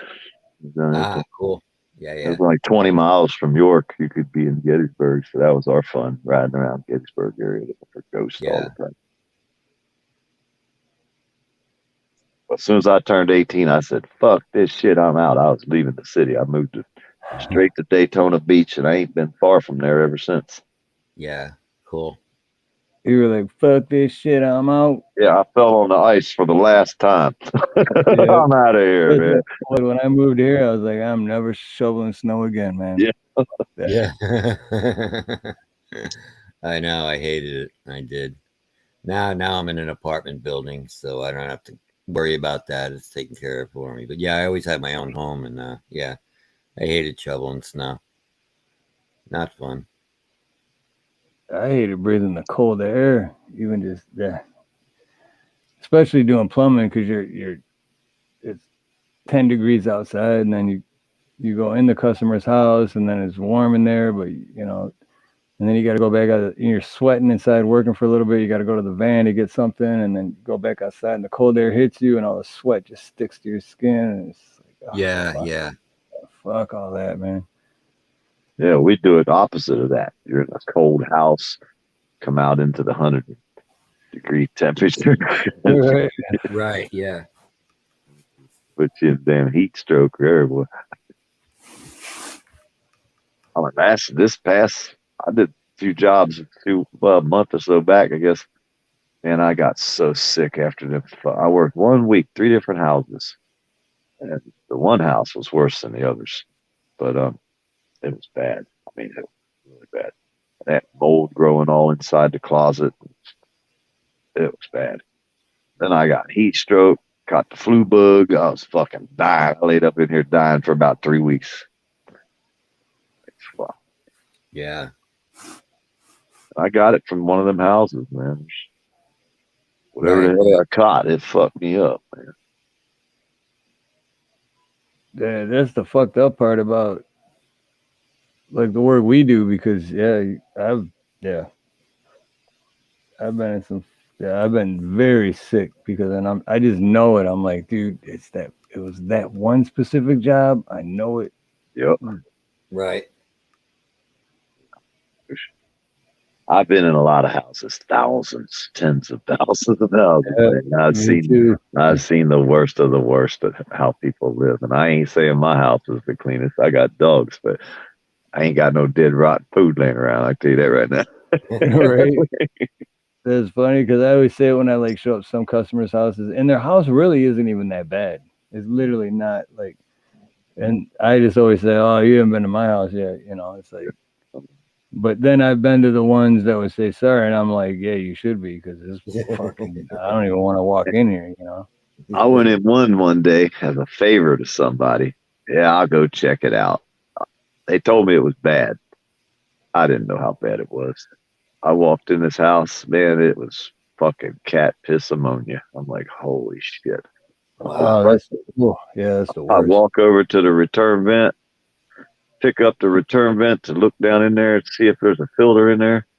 And the filter was collapsed down in the ductwork, and it was full of cat shit. They've been using that fucking return filter box as a litter box. Oh, wow. I fucking slammed that fucking filter down, that grill down on the floor, turned around, walked, I got my truck and left. My buddy, I thought you find some other motherfucker to go over there and tear all that shit out and open the windows, and I'll come back and fix it later, or you can count me out. I'm not going anywhere near that fucking house. Yeah. People crazy, man. That's disgusting. Fuck that. I don't have to no more. I don't work for them. I ain't gonna lose my job. You know what I mean? I can pick and choose who I work for now. Yep. Yeah, I'm so blessed to be at that point right now because I'm picked and choose. And I don't have no bills. I ain't got no bills. I downsized. I sold my property down south. I moved up here, paid this bitch off cash for a reason. That was 10 years ago, dude. Huh? I'm not that blessed yet, but I'm blessed enough to where I have enough customers to where it's like, I can walk away from this and be fine. Because like out here, the culture is take your shoes off at the door.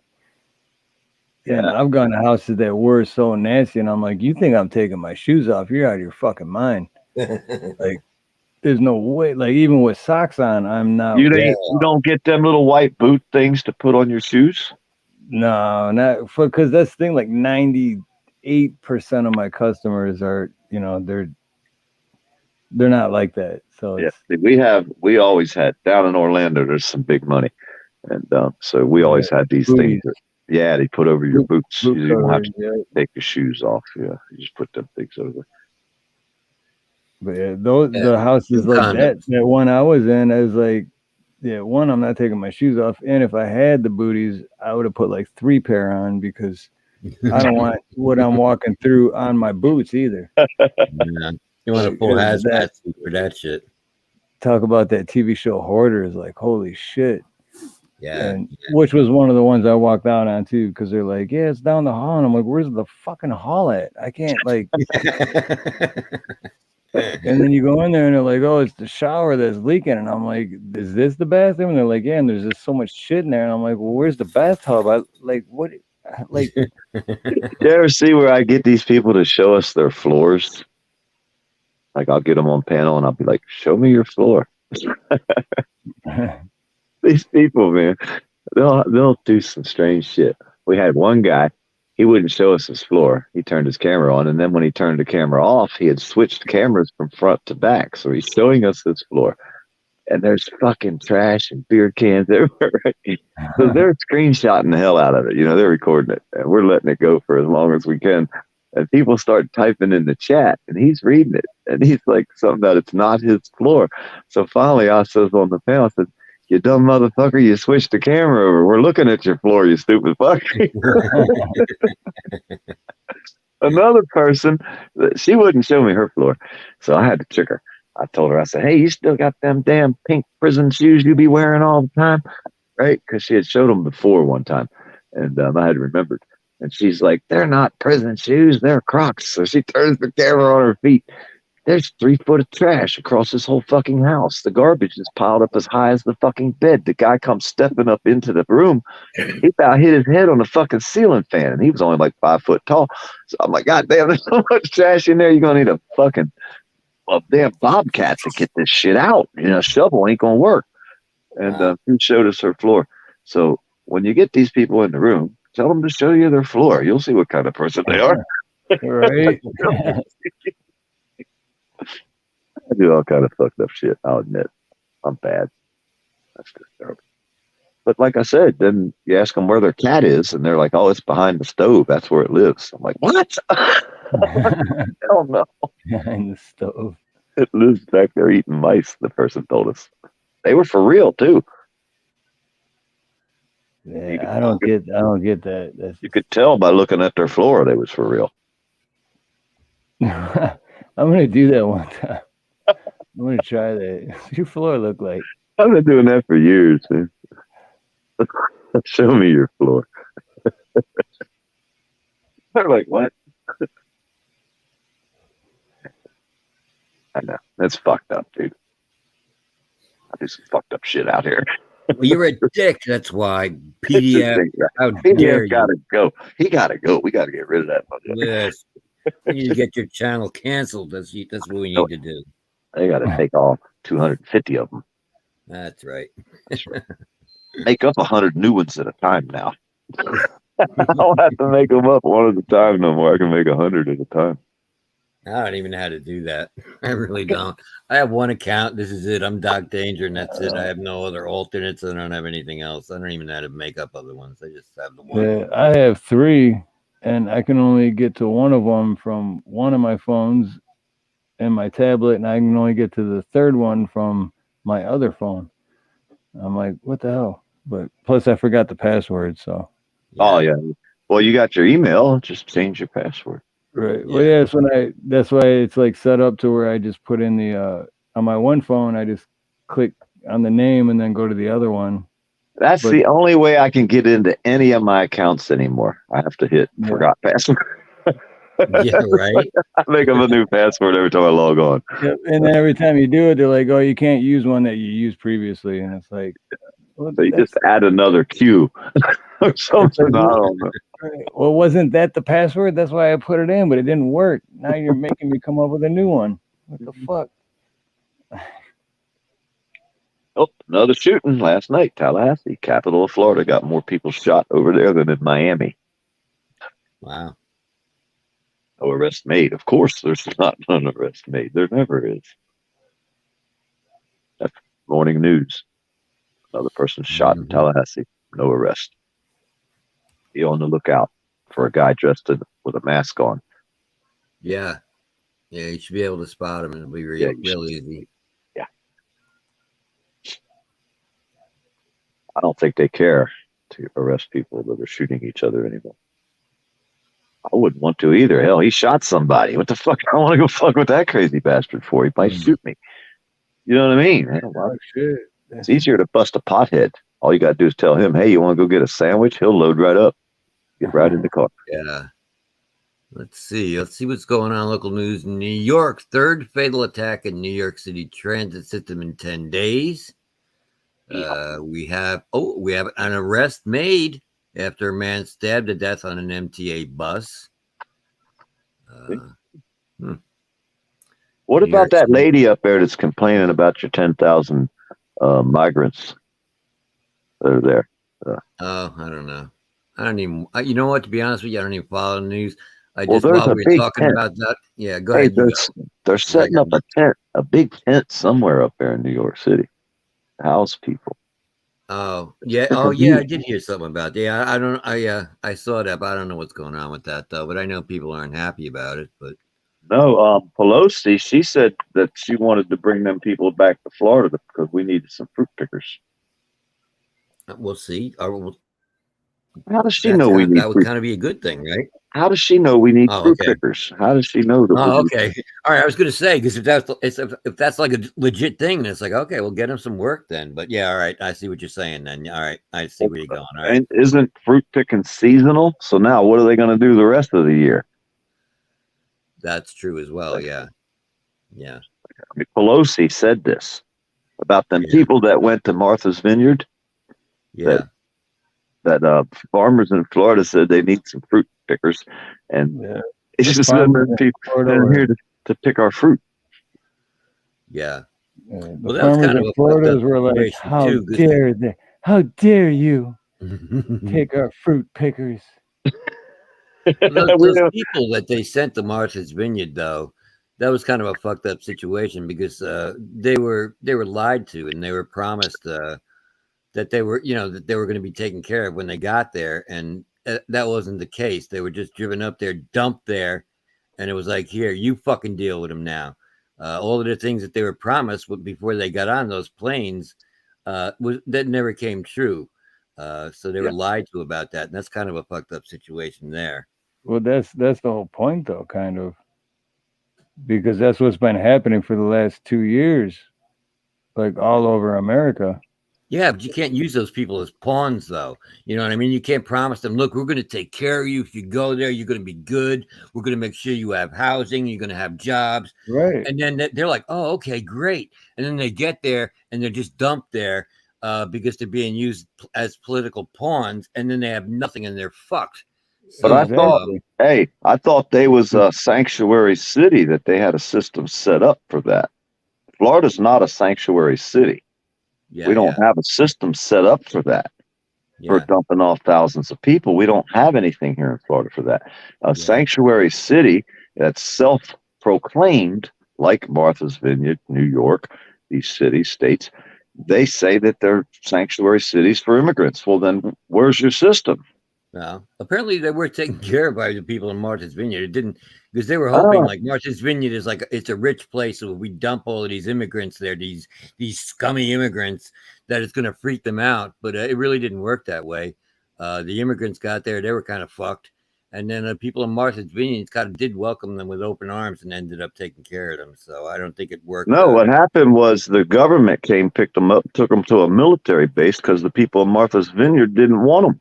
Is that what happened? Yeah. Where were they going to go? You going to let them in your house? I mean, where was they going to go? To the homeless shelter? It wasn't set up for that many people. Probably already full of Americans, veterans. So the government came. They had a choice. They could either fend for themselves, I guess, or go to the military base. Well, now the taxpayers are paying for them when we have homeless veterans lining the streets of all over. You know what I mean? And to me, how can you bring thousands and thousands of people that have zero into our country, give them a tent, a place to sleep, food? I mean, they're going to have to teach them how to use debit cards like they do a lot of them. They have a system set up for helping these people, but we don't have a system set up for helping Americans and veterans. Yeah. We really don't. There's no, I mean, they're lining the streets everywhere. Did you see Philadelphia, all the tweakers in Philadelphia at that one bus stop? This shit is crazy. What's it called? Fenway Park or something? Okay. Fenway Park. Yeah. Is that what it's called? Fenway something. It's in Philadelphia. There's people suiting up on the street, standing there, sitting down, injecting themselves. And there's a car that rides around filming. Every day he rides around Philly. And it's insane, the shit that's going on our public streets and sidewalks. But yet we'll bring thousands of people in and give them a place to live. Yeah, and all over America. So that was kind of the point of why they did that in Martha's Vineyard, to like throw it back in the government's face. Like, look, this is what you're doing all over America. But now when we do it to your little area, now it's different, right? Because they're pissed at our governor down here in Florida for doing that. The Democrats are all upset. But then Nancy Pelosi comes out and says on a microphone that Florida needs fruit pickers. Yeah. Well, I'm not sure why DeSantis is poking his nose into Texas anyway, because they had to go to Texas to go and get all those people to send them to Martha's Vineyard. It's like, all right, if you want to do that in your own state, that's didn't, fine, right? We didn't do that. Florida doesn't have sanctuary set up. Florida did not ask for them people. They were sent here. DeSantis didn't want them. I thought that they all came from Texas. I thought they did, but they didn't. We're not set up. Florida's not set up to be a sanctuary city for immigrants. Yeah. Florida's Republican. As far as the immigrant, we have an immigrant system, and I do believe that if we're going to bring people into the country, we should do it the way we used to do it. You know, there's a system, there's a process that you go through to immigrate into the U.S. And I do this whole just bringing everybody in and everything's open, just come on in, fuck it. That's we're not really set up for that. Nobody is. No country is set up for that. Nope. So there should be a system in place, and you really should be following the procedures in order to do that. It looks like the Democrats did that. Now it's backfiring on them. They don't like it, so they're trying to blame the blame game on the Republicans. I hate the divisiveness in this country now. I hate that it's so much. It used to be the United States, and now it's not anymore. Now it's blue state, red state shit, and we hate you and you hate us. And I fucking hate that, man. I hate that whole thing. I wish we were just fucking all Americans, damn it. So you have to watch it, because that'll let you know how that state's going to decide.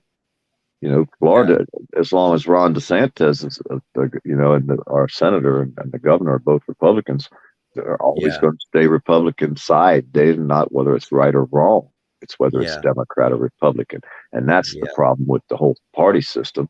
They need to start going with right and wrong, not with Democrat and Republican. Exactly. With you on that entirely, my friend. Yes. And that's why I'm not red or blue anymore, because I'm just an American citizen that wants my freedom just like everybody else. That comes before politics. Your human rights to survive and to let someone else live as well. It's not just your survival. You have to let someone else live so that they can let you live. You know what I mean? We can't, you know. So I said, you got to give their rights before you can ask for yours. You don't get your rights first and then give them their rights. That ain't how it works. Yeah. You have to give rights before you can ask for yours. You see what I mean? I can't take yours away and then ask for mine, so I have to give them to you. You have to have them. I have to let you have them. I have to give you your rights. I have to give them. Because if I don't give them, I'm taking them away, right? You only get one side or the other. Yeah. So if you ain't giving them their rights first, you're taking them away. Yeah, yeah. You can't walk up and say, I know my rights, and start talking your mad shit, because now you took their right away. People don't see it that way. I don't understand why. We have to do the Fifth Amendment, like Miss B always says, first. Oh, fucking nude guru. What are you... Now he's out there singing for the land of the sheep. Oh, please. In the home of the slaves. You know what, guru? Suck my dick. Now, you know what? Now I've had enough. All right. Just fucking stop already, bro. You know what? I was going to kind of like address you civilly and everything, because I'd rather be about that. But you know what, man? Now you're being a dick. And when you're going to be a dick, I'm going to call you on it. So you know what? Stop. Because I'm not a fucking sheep, all right? I'm not compliant. I'm not a sheep. So suck my fucking dick, bro. Hey, I might look like a sheep every once in a while to somebody, but when they look real close, they're going to see there's a wolf right there. Fucking A, man. Sorry, Steve. God damn it, I got mad. Hey, Wobbly Boost. Wobbly. What up, Wobbly Boost? What do I always say, Doc? Don't fucking apologize, man. Freedom of speech, brother. Well, because you know I try not to snap, man. I try to come up here and I try to snap on people, man. But I don't know, for some reason that just fucking set me off, man. The whole land of the sheep thing. And I hate when people insinuate that I'm a sheep or I'm a bootlicker. Any of that crap. I fucking hate it, man. You know what? I'm a fucking American too. You know what? That's what I am. A lot of people think, no, we're the real Americans because we think this and we think that. No, fuck you. I'm an American too. I live in America. I've been here my whole fucking life, bro. Oh, what's up, Wobbly? Yeah, no, you got to fucking stand up for right. You can't just stand up for one side. It seems to me, Guru, he kind of stuck on stupid over there, Guru. Like I told you before, you can't just think one-sided all the time. You can't.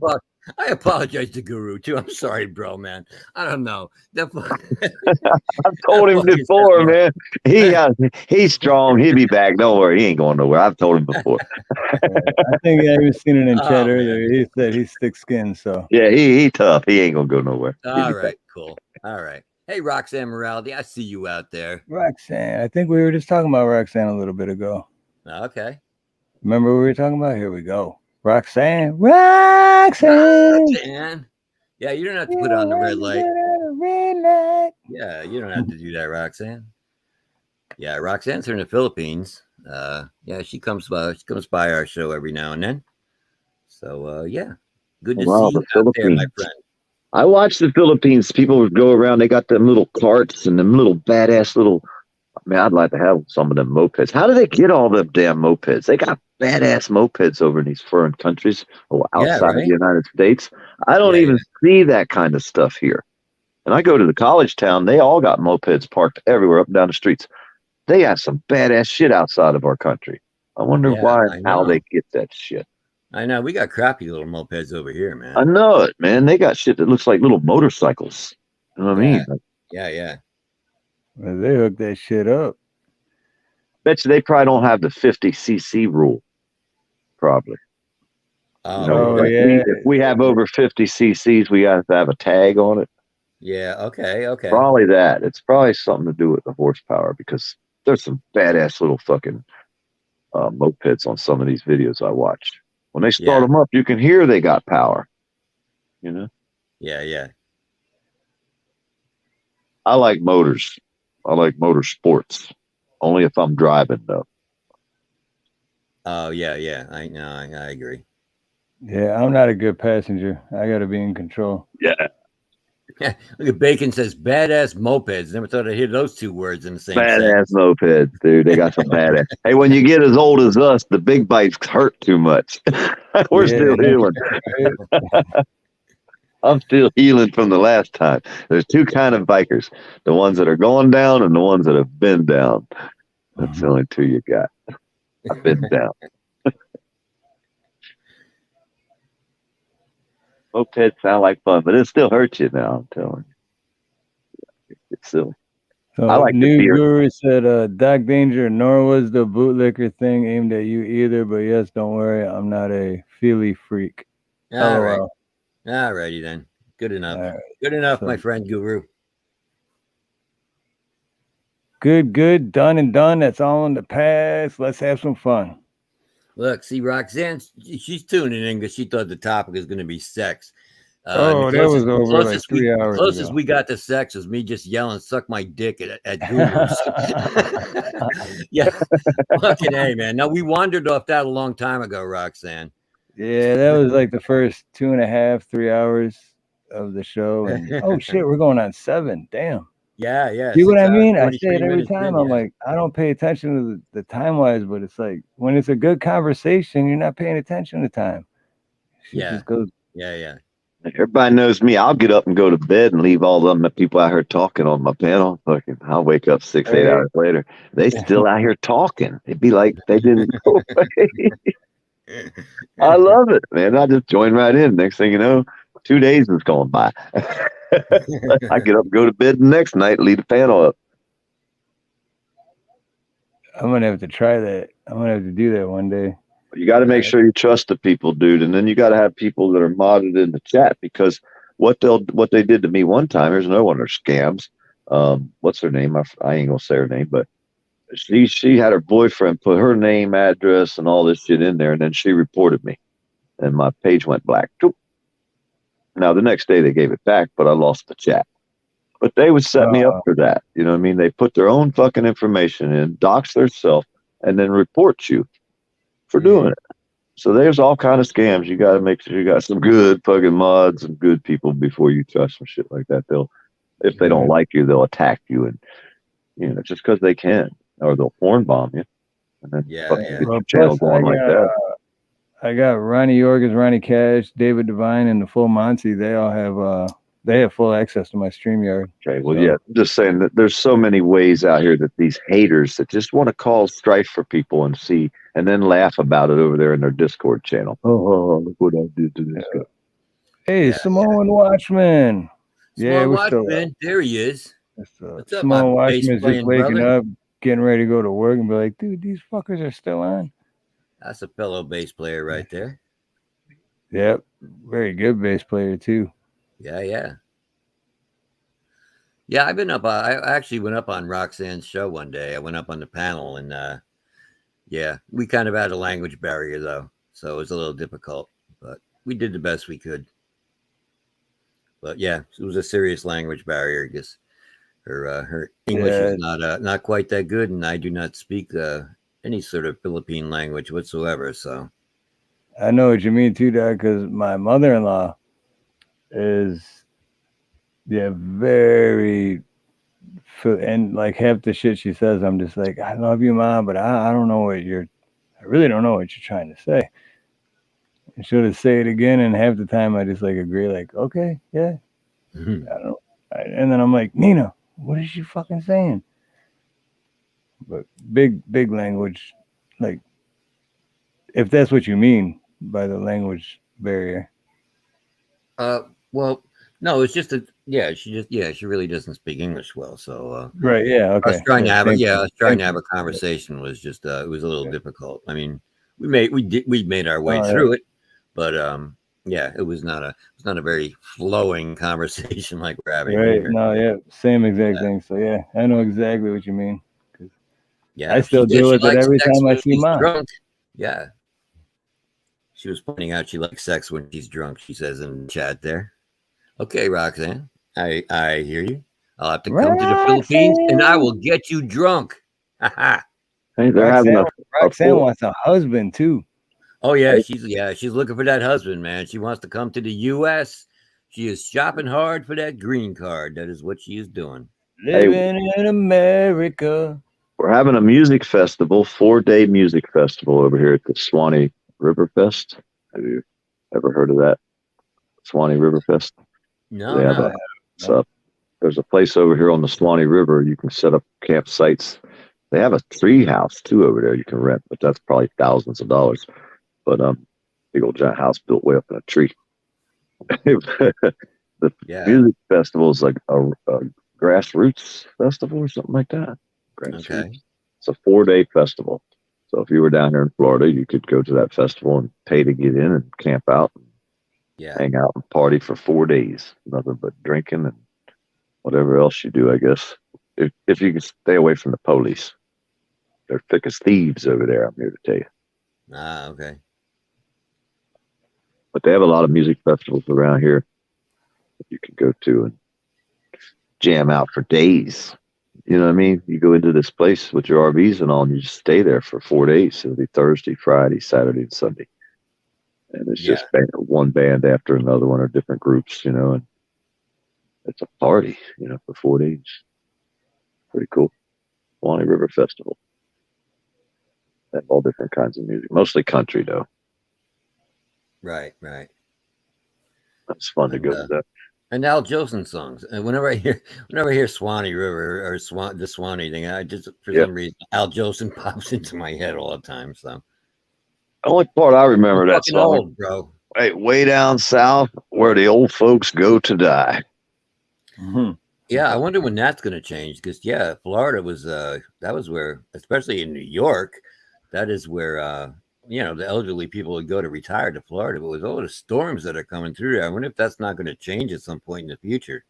Well, they pretty much wiped out all the barrier islands down there on the West Coast. They're fucking probably it'll be 10 years before anybody lives around there again. You know what I mean? Yeah, yeah. The whole infrastructure is gone. Yeah. I know, like Boca Raton is like a big that's a big place. That's my on the opposite.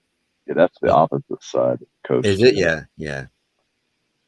Yeah, that's the only place I've been. I've been down to Florida once. Because my ex-girlfriend had her parents lived in Boca Raton and they had a place. They went away on vacation someplace else. So we flew down there and we stayed in their condo in Boca Raton. And that was nice. Yeah, it's very flat in Florida. That was what I noticed compared to New York. I'm used to a lot of more hills and mountains and things like that around me. But now in Florida, it's really flat. You could just see for miles and shit and not see a mountain or a hill or anything. Yeah, the only hill we got down here is the garbage dump. Ah, okay. All right. Pile of trash real high. That's pretty much the only hill in Florida. A few ant hills. We got some of them and red ants. Did you meet any of them? They're always fun. No, but I did. I met some of the little lizards you got down there that come in your house and shit. The little green. I don't know what they are. Yeah, chameleons, whatever they are. Chameleons. They'd just be hanging out on your wall and shit. And that was kind of different. We don't have that up here. Yeah, and a lot of the bugs too are rather large. You got the big palmetto bugs and shit down there that we don't have up here. Well, we're being invaded right now by pythons and boa constrictors. We need some help. Y'all need to come on down here and get on out here and help us catch some. Oh, yeah. I'll be right down there to do that. Yes. Let me come down there and wrestle a boa for you, PDF. Our government's paying $200-300 a snake if it's over 6 feet long. Oh, really? Yeah, you get rich quick. Okay. Sure, but you got to catch it alive and then kill it humanely. I don't understand that part, but hey. Really? Yeah. Fuck that. We're not allowed to just go out there and blast it with a shotgun, I guess. I don't fucking know. Maybe we won't get paid if we do it that way. No, I don't get that, man. No, if I came across an 8-foot python, I'm chopping its head up with a machete, man. I'm not trying to figure out how I can kill this thing humanely. It's not thinking about how it's going to kill me humanely. No. You got to thump it in the head, dude. That's the only way. Wow. Get some GHB from you got to make a video of you dragging it up out of the swamp as well, and then you can thump it in the head. Wow. I think that's legal. Okay. Yeah, it's a little bit too much rules on that. I mean, if you got a problem down there, just get rid of them. You need to get rid of them, I would think. Yeah, but you want to get paid, don't you? This is the rules if you want to get paid. Okay. So $300 a snake, I mean, and up, depending on how long it is. The one guy caught one, I think it was 18 foot. I think he got like 650 for that one. Yeah. 18-foot fucking python. That's just what we need to be wrestling. But they're around my house too, so they've already made it up here, up to the North Florida. So if I ever find one, I'll have my camera in one hand and I'll wrestle him with the other. Yeah. I will. Look at Roxanne saying she's got a pool fun time video she wants everybody to watch. Yeah. What are we going to see, man? Am I going to see anything good, Roxanne? Because, I have very high expectations for that. So I'm going to see you in the pool. I'm hoping to see some shit. You know what I mean? Don't clickbait me. Don't clickbait me and make me come in there and watch you in the pool. And then, you got 14 items of clothing on while you're in the pool. I'm not looking to see that, Roxanne. I'm not going to get the PCDS them because I went to them Australian channels before and I've been ruined ever since. Yeah. Can't trust Wobbly Boost over there. Never look up any words they give you. That's one thing I've learned. Mark that down. Yeah, it's like to make up words and have people go Google it and try to figure out if they can find it. Oh no, the words they give you, you'll find it, but you'll wish you wouldn't have. I promise you that. Yeah, I did that to some people once. What did I have? They didn't know what I was talking about, so I had them Google smegma because nobody knew what that was. I was like, well, go Google it. All right. Go if you don't know what it is, go Google that one and look that one up. Yeah, our governor, our governor's the lady over in Tallahassee, Nikki Freeman. She's trying to get all the marijuana, low-level marijuana people pardoned of their crimes in Florida. Okay, yeah, I've heard that is going on. Yes, for me, not that I give a shit. I'm proud of what I've done. Yeah, I just wish they'd let me grow again legally this time. I have some big old plants growing. Well, I'd show y'all how to grow some plants, man. You're not allowed to grow in I don't know Hawaii. anything about growing now. You guys got it going on up there, man. Like in New York, you could have some nice plants grow. Yeah, you gotta know what you're doing though, man. It's not a matter of just planting some seeds and growing it. It doesn't work like that. You really gotta know how to fucking do it. I have get them to grow right. I have a sheet I made up years ago, how to do it, step by step, start to finish. Anybody could do it in your closet, or in your bedroom, inside, and have fresh weed every 30 days to cut down. Yeah. You could have one plant or 100 plants.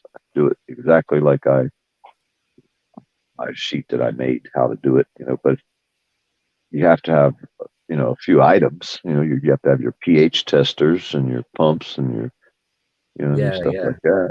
Have the hydroponics set up. You don't have to use dirt, you use water. But it's so easy. Anybody could do it. It's so fucking easy, dude. It's terrible. That's why they don't want it to be legal. Because we wouldn't have to buy it no more. Yeah. You know what I mean? And the time you take growing the plant, not even counting smoking it, if you get to smoke it and grow it at the same time, it's like growing any plant. You're thinking about that and only that. So it takes, it gives you a peace of mind, so to speak, just growing the plant. Yeah. You know what I mean? It's like it's a mellowing thing to do. It helps you, and that's all you focus on, and you're excited about it. And you smile, and you're happy because every once in a while you get upset because you screw up, but you always have a backup plan because, you know what I mean? It's a good way of life to be able to grow your garden, whether it's a vegetable, tomatoes, whatever it may be, weed, critters. If you're on a farm, you're growing animals. Yeah. It's a sense of stability for your brain, for your mind, because it puts everything else out. You're only focusing on that. Why people tell you to get a hobby. You know what I mean? It's a time to focus on things, Yeah. Because it sucks to sit back and reflect all day. You know what I mean? You're like, yeah. Can't do that. That's why we need comedy. That's why we need music. I know. Well, that's why I'm so glad that I've moved away from the whole auditing community and the whole thing. Because all I was doing over there was just roasting guys, and I just watched their videos all day. And it's stressful, man, to be up to your eyeballs in that all fucking day. So I'm just so glad I walked away from that. I'm in the music community where I fucking belonged in the first place. That's where I should have been. And I'm so much happier, man. I'm so much happier doing my show in the music community now and doing what we do. And I do not miss it much at all. I really don't. Like I said, I used to follow it kind of blindly almost for a little while, not very long. It didn't take me long to figure it out, but yeah. I figured it out, and I was like, wait a minute, I can't give full support for this. I can't even give half support, it seems like, anymore. I know. It's just it's a lot of dudes who really don't have much of, they don't have any talent, they don't have any skills, they don't have much of a life, they don't have a lot going on. And they see somebody else doing it and like, well shit, I got a cell phone. All I gotta do is go out and be an asshole. I'm really good at that. Yeah. You know? I try to say hi to people and smile. Hey, how you doing? And then they'll, like the last guy just went to town the other day. It's fucking long ass drive to where my courthouse is. I'll never go there. And I had to drive all the way down there today to get a damn sticker from my truck. So I see a county guy. And I'm doing my thing, trying to film the courthouse. They got a brand new clock tower they put up on it. I'm live, you know. Yeah. And the dude, just the county building guy, he's sitting in the truck 20 minutes, that bitch running. But finally, I walked to get in my car. He had parked too close to me. I had to squeeze in between my vehicle and his truck to get to my car. Okay. So I'm waving to him. Hey, how you doing? He looks away like he's too good for me. You know, oh, really? Okay. So I waited for him to get out of the truck. And he did. I started saying, where you get your gas at, man? I need to get gas where you get yours. Because he just sat there with 20 minutes. Look, my gas, my county. He ignores me again. He holds his face real straight, real stiff-shouldered, head perfectly straight, like he's. I'm like, yeah, look at this motherfucker. So as he's walking away, I'm like, happy fuck the cop day for Eric Brandt. Fuck the police for Auto the Watchdog and Blind Justice. You know, Blind Justice is the guy they put in jail because he didn't see the sign. He's blind, you know. This motherfucker walking away from me as fast as he can get to the courthouse doors. I fucking happy fuck the cops day his ass the whole way to the door. I was amazed by that cat Blind Justice, man. That a blind guy's out there, and you know, I don't know what his camera work is like, but I was definitely impressed that he was out there doing that shit. Even though I probably don't agree with what he does because I haven't really watched a lot of his content, but I did see like a minute or two of it, and I was like, oh, look at this motherfucker, man. Can't even see him. Shit. He's out there doing something. We drove all the way up there from here. It's like a 10-hour drive to North Carolina because they fucking attacked him, man. The town people attacked him. Took his sign out of his hand, ripped it up. One old fucking piece of shit had a fake dildo. Or a real dildo. They were going to run over there and stick it in his mouth. And the one guy told him not to. And I seen, and he's a veteran. And I'm like, he's blind. It's like, fuck these people. Off of me and DC Accuracy, we jumped in a van, drove 10 hours to get there, man. Fuck these people. Who they think they are? Well, hey, look, blind people are capable of a lot because Chili DeCastro did mention the other day that his grandfather was blind and he once killed 5 men with a stick, and that Chili has that in his DNA. So that's why he's a warrior. Because his blind grandfather killed 5 men with a stick once. So there's. I'm a constitutional scholar and I'm an alpha. Yeah. But he can't fight because he got announcing that they're an alpha all the time. Thing is, if you're an alpha, you don't have to tell people that. But his bad knee, his bad knee, that's a total out. You could be blind and fight, but bad knee, yeah, right. Oh, good point. I didn't even think of that. Yeah, you're right. Oh God. Chili. I can't believe how much money he was able to scam out of the people out here, dude. And these people aren't dumbasses, I think. They must have been to give him that money, but no, they thought in their heart they were doing right. They're good people.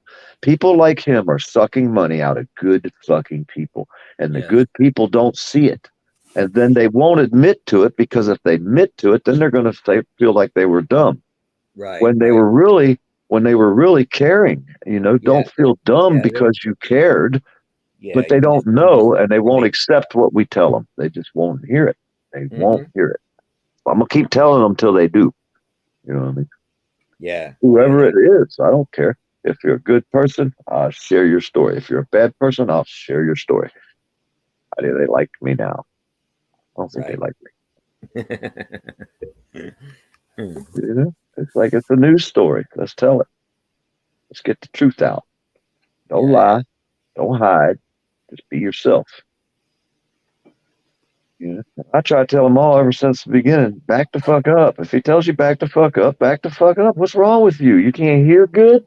Yeah. He's going to throw you in fucking jail, you dumbass. You're not going to win. Yeah, I got to back up 10 feet now to the sidewalk. Tyrant.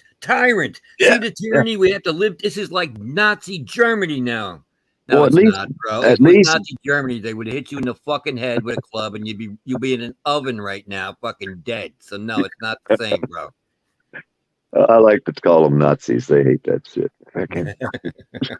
Oh yeah, nobody's gonna love that. But I'm going to back up though, because I don't want to go to jail, and I know they have they could kill me and get away with it. And Yeah, so I think right. backing up is the least of the evils that I could do. And then I'm going to start hollering at them. Well, after I back up, I mean, that's the best. Now they violated your rights. They forced you to back up. You gave up your right, but hey, now you can protest. Yeah. You don't protest from, if you didn't back up, you have no protest. Yeah. If you backed up, you have a protest. You know what I mean? It's like now I can say, you took my rights. You know, you made me give up my rights with the threat of arrest. You can protest. But if we started doing this in a more educated fashion, I like when Rogue Nation pulled out them fucking papers. He got a damn envelope he carries around. And when we were standing there and he pulls the fucking laws and hand them to them, even if they look at it, they won't accept to even read it because they don't want to know the law so they can say they didn't know it. They weren't trained that way, you know. And if we do it more education, like, well, I got all the forms here that pretty much shows and proves what I'm saying, and the laws with the statute numbers signed, sealed, and delivered.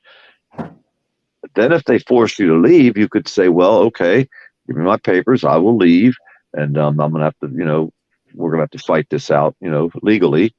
You don't have to get beat up, tased, and shot, and all this other happy horse shit, though it's fun to watch some of them. No. I can't continue to say I'm going to blindly follow people that seem to me push the issue just for a click of you and $1, because that's not what this is about. It wasn't started out like that. No. I mean, people fought back in the day to the death. It was a war, and it wasn't for the dollar. It turned into that, you know, the economy, shit like that. But the people that fight, it ain't about. And don't show up at a library and say you're fighting for my rights to film in a library.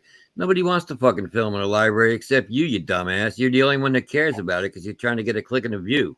Nobody else cares about that. Nobody wants to do that. You want to go to a library to check out your books and well, it's a public servant. Well, it's a public servant. And, you know, I was telling Steve this the other day. If you walked into a library and you didn't have 5 people with you that had Steven Spielberg cameras, you would get treated entirely differently. The librarian would not be wary of you. She would not have a nut. She would treat you just as nice as she does everybody else, as she does when she gets up and goes to her job. She's just a fucking librarian. That's all she is, man. She doesn't need to be audited. And, you know, to go in there and say, I'm fighting for your rights to do what, man? To do what? To film at a fucking Social Security office or a library or a food bank? Why do you want to do that? Why? Nobody else wants. Now I've done libraries, but okay, tell me now. This is one of my issues. It wasn't to just go audit, if that's what they want to call it, a library to stand up and do my First Amendment rights to film in public. I'm there to do stories. I've always said it before. Pretty much almost every fucking one I've done, except for when I go out with some people, like I went with Rogue Nation to Tallahassee. But to me, that was a field trip. I get to walk all around that big old giant courthouse. But the story at the library was we had 3-foot trees growing out of our rain spout. The guy that was in charge of maintenance, when DC got a hold of him, he basically told DC to mind his own damn business. Says, well, it is my business. I pay taxes. That's my fucking library. So when we went down there and we seen the trees growing out with roots are growing up in the roof and shit's going to rot our library out, right? That's a concern. That's why we were there. Okay, so then another library that we went to, I forget what the story was on the other one. I'm trying to remember which one it was, but I went to another one because of it. Oh, I went to the one right here in my town. And there was a piggy book reading truck. It was some piggy book reading. It was funny as hell to me because it was pigs, you know. So they were having this thing where this guy was in there, and he was doing this show for all the people. I thought, well, that's pretty cool. You know, it's at the library. I was taking something back for a guy, an old guy, books or CDs or something, dropping them off. So I stood there and made a video of that. I went inside the room. There was people in there. Everybody was taking pictures. It was an educational thing. You know what I mean? It was about this guy giving away books and going to different places. So to me, that's a news story. I'm not just there to film the library, but when I see something like that, that's interesting to me, that I think somebody else, I have a right to do that. That's a little different. That's most of my stories that I do. If you'll see me go anywhere, somebody probably asked me to go talk about something, or I got something up my sleeve. That's the reason I'm there. Somebody's up to something funny. And that's the way I do my stories mostly. I report all the fucking piece of shit cops around, the pervs and all that shit. But I walk my dogs on the river, and I like going to old cemeteries and abandoned buildings, just even more. Yeah. You know what I mean? Stuff like that. I love it. So my page is, like I said, it's all screwed up. My page will never be successful as far as monetarily because I have too much mixed up stuff. I'm not going to get a large group of certain people. You know what I mean? Depending what story I did. I put up a missing person video yesterday, I guess, or a story. I made a little video out of the story. And it had like 1,700 people clicked on it. People leaving comments I don't even know. So that's bringing people I don't even know. And that's an important story to put out there too. So respect for that then. And I'm glad you got that many views for it as well. Well, the news people didn't even report it. This guy's been missing for 30 days. They just reported it, 4 days ago now. They found his car on a dead-end dirt road somewhere in the middle of nowhere. That's a couple counties away from me, but there's a lot of missing people around here in this North Florida area, and they never get found. That's my buddy, Progressive Patriot. He was on another channel, him and his buddy, and then his buddy moved, and they were still going to do it, but then Progressive Patriot started his own channel, and he was at like 200 subscribers, and then he did some, I still don't even know what it's about, but something that Ryan Upchurch was covering, and some about a girl that died or something, and you remember he did a live on that, and next thing you know, he's at 5,500 subscribers, like overnight. You remember A Balanced? I always called him Unbalanced. A Balanced. Yeah. He used to hang out with the troll group, right? Go type his name in. A Balanced. It fucking grew a hell of a page. He stopped fucking with the trolls, being a troll, and he started doing stories. And his page done went crazy. I mean, he got 20,000 subscribers or something. He's got a pretty successful page there, even more maybe. And then you got that other dude, Doug No Thanks. Remember him? The one that got attacked at the hospital where they dumped the lady out of the wheelchair at the back of the hospital, and him and that boy filmed it a few years back. No, I don't remember that, but that sounds like a tough one right there. That's something. Yeah, they got arrested for filming the hospital and shit because they went back and stood outside on the sidewalk and they arrested him, run him through hell. Well, he was filming the cops and all. Well, now he does stories on lost people, children and stuff. Mm-hmm. Shit, I mean, he got 50,000 subscribers on his page now. Oh, no. His page kind of went crazy doing stories, reporting issues, not just out there filming on the sidewalk. They doing real shit. That's Progressive Patriot. He went from 200 subscribers to 5.5K overnight. Yeah. It's like, wow. Yeah. Doing stuff that people are interested in. And if you do the cop auditing shit, if you started making it funny, then pages go crazy. People like commenting. You don't have to be mean to people. You know what I'm saying? We don't have to be mean to each other and then you can't be mean to me and expect me not to be mean back. Exactly. Right. Yeah. And that's what they do. Yeah. I'm sick of the click and view thing. I'm sick of seeing good people donate money to idiots like this. And then we find out later it's silly. Son of a bitch. Everybody donated to that crazy bastard? Yeah. And there's a lot more like it. I bought that stupid fucking trifold. Indestructible. Indestructible trifold. I paid extra money to get the indestructible one, and then when I got it, it's just a flimsy piece of paper. And when I emailed him and said, "Dude, I paid extra money for the indestructible. What's up?" And he's like, "Laminate it." I'm like, that's what I fucking paid you for, asshole. That's why. Yeah. I could have gave you $5, or I could have waited another month and got it for free. Yeah, you should have. Giving them away. Chili scammed me and make a video of that piece of shit item and put it up. That's what I'd do. Chili, the delete laws scammed me. That's a great souvenir, though. I would actually. I wish I owned a trifold just to have it as a souvenir. I will mail you mine, dude. I will mail you mine, Doc. I would make a video. Bro. I'll give you my address. You're gonna have it, dude. I'd make a video of his scam, dude. Hey, you gotta make a video of his scam. Give it to me. I'll have it. Fucking going to. Oh shit! Fucking platform you can think of. Have his ass out there. I will. Scam's another one. That's my new goal now. I am gonna make a video on that. Just his name will get you a click.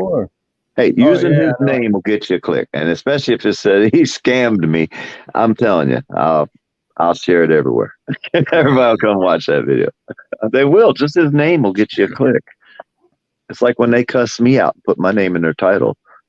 You know, they fucking get a shitload of views. I tell them, do it. Watch. You'll see. It don't matter if they like me or hate me. They still be clicking on him and watching. What the fuck's he doing now? Yeah. I'm not even going to address any of the pseudo-intellectual talk that is going on out there in the chat. Oh, no.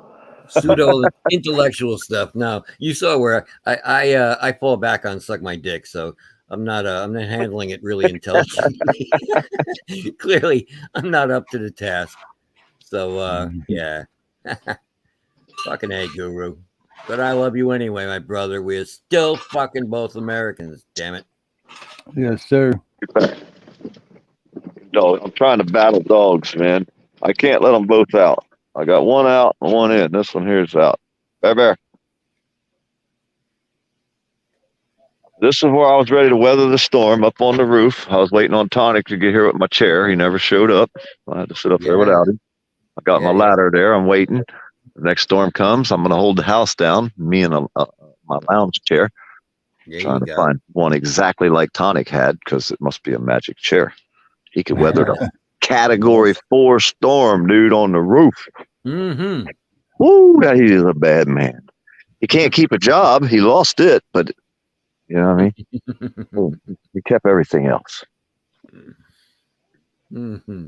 He didn't lose nothing during the storm but the job. Well, now he's down there hanging out on Uncontrollable's couch. How the hell's Uncontrollable going to get rid of that motherfucker? Yeah, right. You can't in Florida. You have to have them evicted. Once you've left them in there, if they don't want to leave, you can't force them. Giving them an indestructible trifold. Yeah. They don't get them out. That's what everybody needed to see. Now, if they had more indestructible tripods down in Florida, nobody would have been affected by the storm at all. They just could have just put that around your house and you're going to be safe. Yeah. How dare you? That's what they need. I got me a trifold, but I never used it. Well, good for you, because you'd end up in jail with it. No, it wouldn't help you any. Yeah, I'd get I looked at it and I'm like, none of this is going to help me if I get pulled over. No, the cop is not going to listen to that. He's going to say, oh, you have a pamphlet in your hand that you're reading some shit off of? Oh, you're right. I'm not going to arrest you. I'll just have to let you go now because you just made your point now with that pamphlet in your hand. I guess they missed the part where the cop says, well, let's just let you fight it out in court and cuff and stuff you. They must have missed that video, huh? Yeah. That is how the system works. Yes, you will have your day in court. You'll have your day in court, boy. Yeah, that's where you but get. He's a constitutional scholar. And he sued everybody so far, and he has not won one lawsuit. So. Poor guy. Yeah. He even left the light on at the hotel, didn't he? All you had to do was leave the light on, and you wake up in the morning, and there's a lawsuit on the desk already written for you. Yeah. Ain't that how it works? But you got to send him $25 for that FOIA request. Right. I've been dealing with depression for 40 years of my life. Does that make me like a 40-year depressional scholar now? Oh, Should I definitely. start calling 100%. myself that? Yes, yes, yes. And for $25, you could send them a FOIA. That's Yeah. right. Yeah. Yeah. I will sell you some things that you can get for free, but I'll Yeah, sell yeah, it to you. same one. But it'll come from him, though. You can say you got it from the great chili master. Ah, yes, because everybody in America knows who he is. Don't you know who I am? Exactly. That's right. No, but you wouldn't know. You wouldn't know. Okay, look, you wouldn't know. You wouldn't know. I love when you do that, bro. That and your Trump are both really good. I like it. Everybody got to be Doesn't have to somebody. be you don't have to get the voice exactly right. As long as you have the speech pattern and everything and the things they say right, that's what makes a good impression. So even if you don't sound exactly like the person tone-wise in your voice, if you're saying the right shit, that's what makes a good impression. So I love when you do both of those guys. And I still like the part where the SVG told him, everybody got to be somebody. That shit was hilarious. Did you see I that have one? not seen it. Yeah, I heard that he had a run-in with him, and I kind of have to watch that because that's like two cats that I really don't like right there. So yeah, He showed up acting like everybody knew him, and he didn't know him. California guys don't give a shit about nobody else. They stick with the California guys. Have you noticed that? Yeah. They don't really care much about East Coast peoples. I mean, because No. I remember years ago, I used to go to their pages and I'd try to talk to them, and they'd say, "Hey, man, we're West Coast, but there ain't nothing we can do to help y'all on the East Coast." I was like, God damn, I thought everybody was out here for everybody. So I realized back then how the West Coast people are. They don't really give a shit about anybody if you're not from their ding. And what's with his buddy, Pedo Libre Audits? What the fuck is with that name, man? I went into his chat one day, and the first time I saw him, I was like, dude, man, your name is Pedo Libre. You put pedo in your fucking name. I was like, you aware of what it means? And everybody in chat was like right away, well, you don't know what it means in Spanish, man. Well, you're correct. I do not. Yeah, you're right. I'm not Spanish. I know what Spanish. it fucking means in English, God. Why would you use that word pedo in your name? It makes no sense. I think there should be an R in there, shouldn't there? Like Pedro? Something. Yeah. You Yeah, don't want what to call does it yourself mean? pedo. What does it mean in Spanish? I don't know. I never looked it up. Me They were neither. telling me I didn't know, and I Hey, still don't know. You know why? Because this is fucking America. That's why. Jeez. I don't know, man. Poor choice of name. I don't know. It doesn't seem to be hurting them any, though. Those two guys get an awful lot of views and they make a lot of money. So, well, they know how to set up their page. If you look at their tags and their descriptions, that'll show you right away. Of something you can do to get your page out there. I mean, like even with the music videos, if you guys research a little bit and figure out tags and then figure out your descriptions, once you start doing that, you can take an old video, put a bunch of tags and descriptions in there, and then upload it, go ahead and save changes. And it'll start getting views like you just put the bitch out there. Yeah, I know. Some people do that. Yeah. You have to do it if you want to get the music channels out there. You're going to have to figure out tags and descriptions. Right. You can tell the story. I mean, you're good at words, so you can tell the story. It's like if I want to put a video up, I put the same name in the description 3 times. Okay. See what I mean? And that'll anytime, and you do it different. And then you want to hashtag it in the descriptions, and then hashtag the name of the channel that you're promoting. Have that name in your descriptions and in the tag. Yeah. And have other music that people might listen to that sound like that. But the tags and the descriptions and the title too. Just putting in certain titles up, bam, it'll get your fucking video flowing. And I've tried it multiple times. It works, just checking the title. So there's a lot to it more than just making the videos. These guys can be the best guy in the world, but they're never going to get promoted because they're not setting their page up right. They're not sharing it to TikTok and all the other platforms. Like these guys, you go to their pages, they got every single freaking donation thing, Venmo, fucking Cash App, PayPal. They got names I ain't heard of to donate to. They even got shit in there you can swipe your damn credit card. I'm like, holy fuck. You know what I mean? It's like these boys are set up for making money. So how if you want to do it, you're going to have to promote it. You're going to You're gonna be You like a need to promoter. promote stuff. I mean, that's Yeah. why I'm out there. I'm actually very good at promotion, so that's why I'm out here all the time, and I'm doing different panels, and I promote our channel.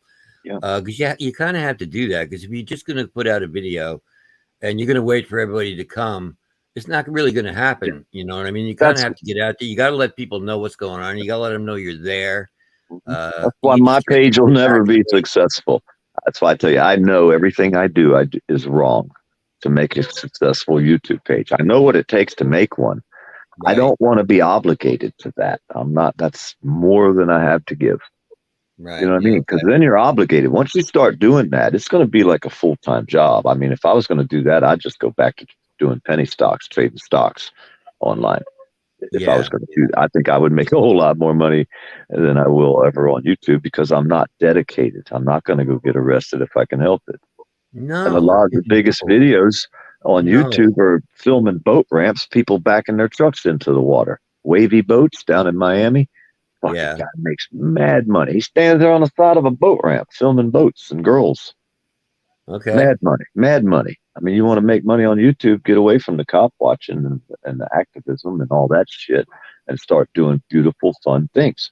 More money's made off of kids and critters on the internet than anything else. Oh, yes. Yes. So you want to have fun on YouTube. I mean, Steve, he's got it made over there in fucking Hawaii. He could just do sunsets. He could have a page with nothing but call it Hawaiian sunsets. And every day it would have the sunset. And that's it. When the sun goes down, boom, it's over. Be live or not. Do one live, do a lot of that one stuff, still. don't you, Steve? You sort of have a lot of streams like that, don't you? With the sunsets and things like that, where you and Nina need to go out and Yeah, usually every Saturday, Sunday. But Yeah. A 5 minute or 8 minute, a little over 8 minute videos. 5 or 8. If it's a really good, exciting video, go 10 or so or whatever. But that's the thing. He does longer ones. Yeah, he does longer things because short videos for some reason actually do get you're going to get a faster view. People's attention span. Yeah, people they smoke a cigarette at break 5 minutes. Yeah, exactly.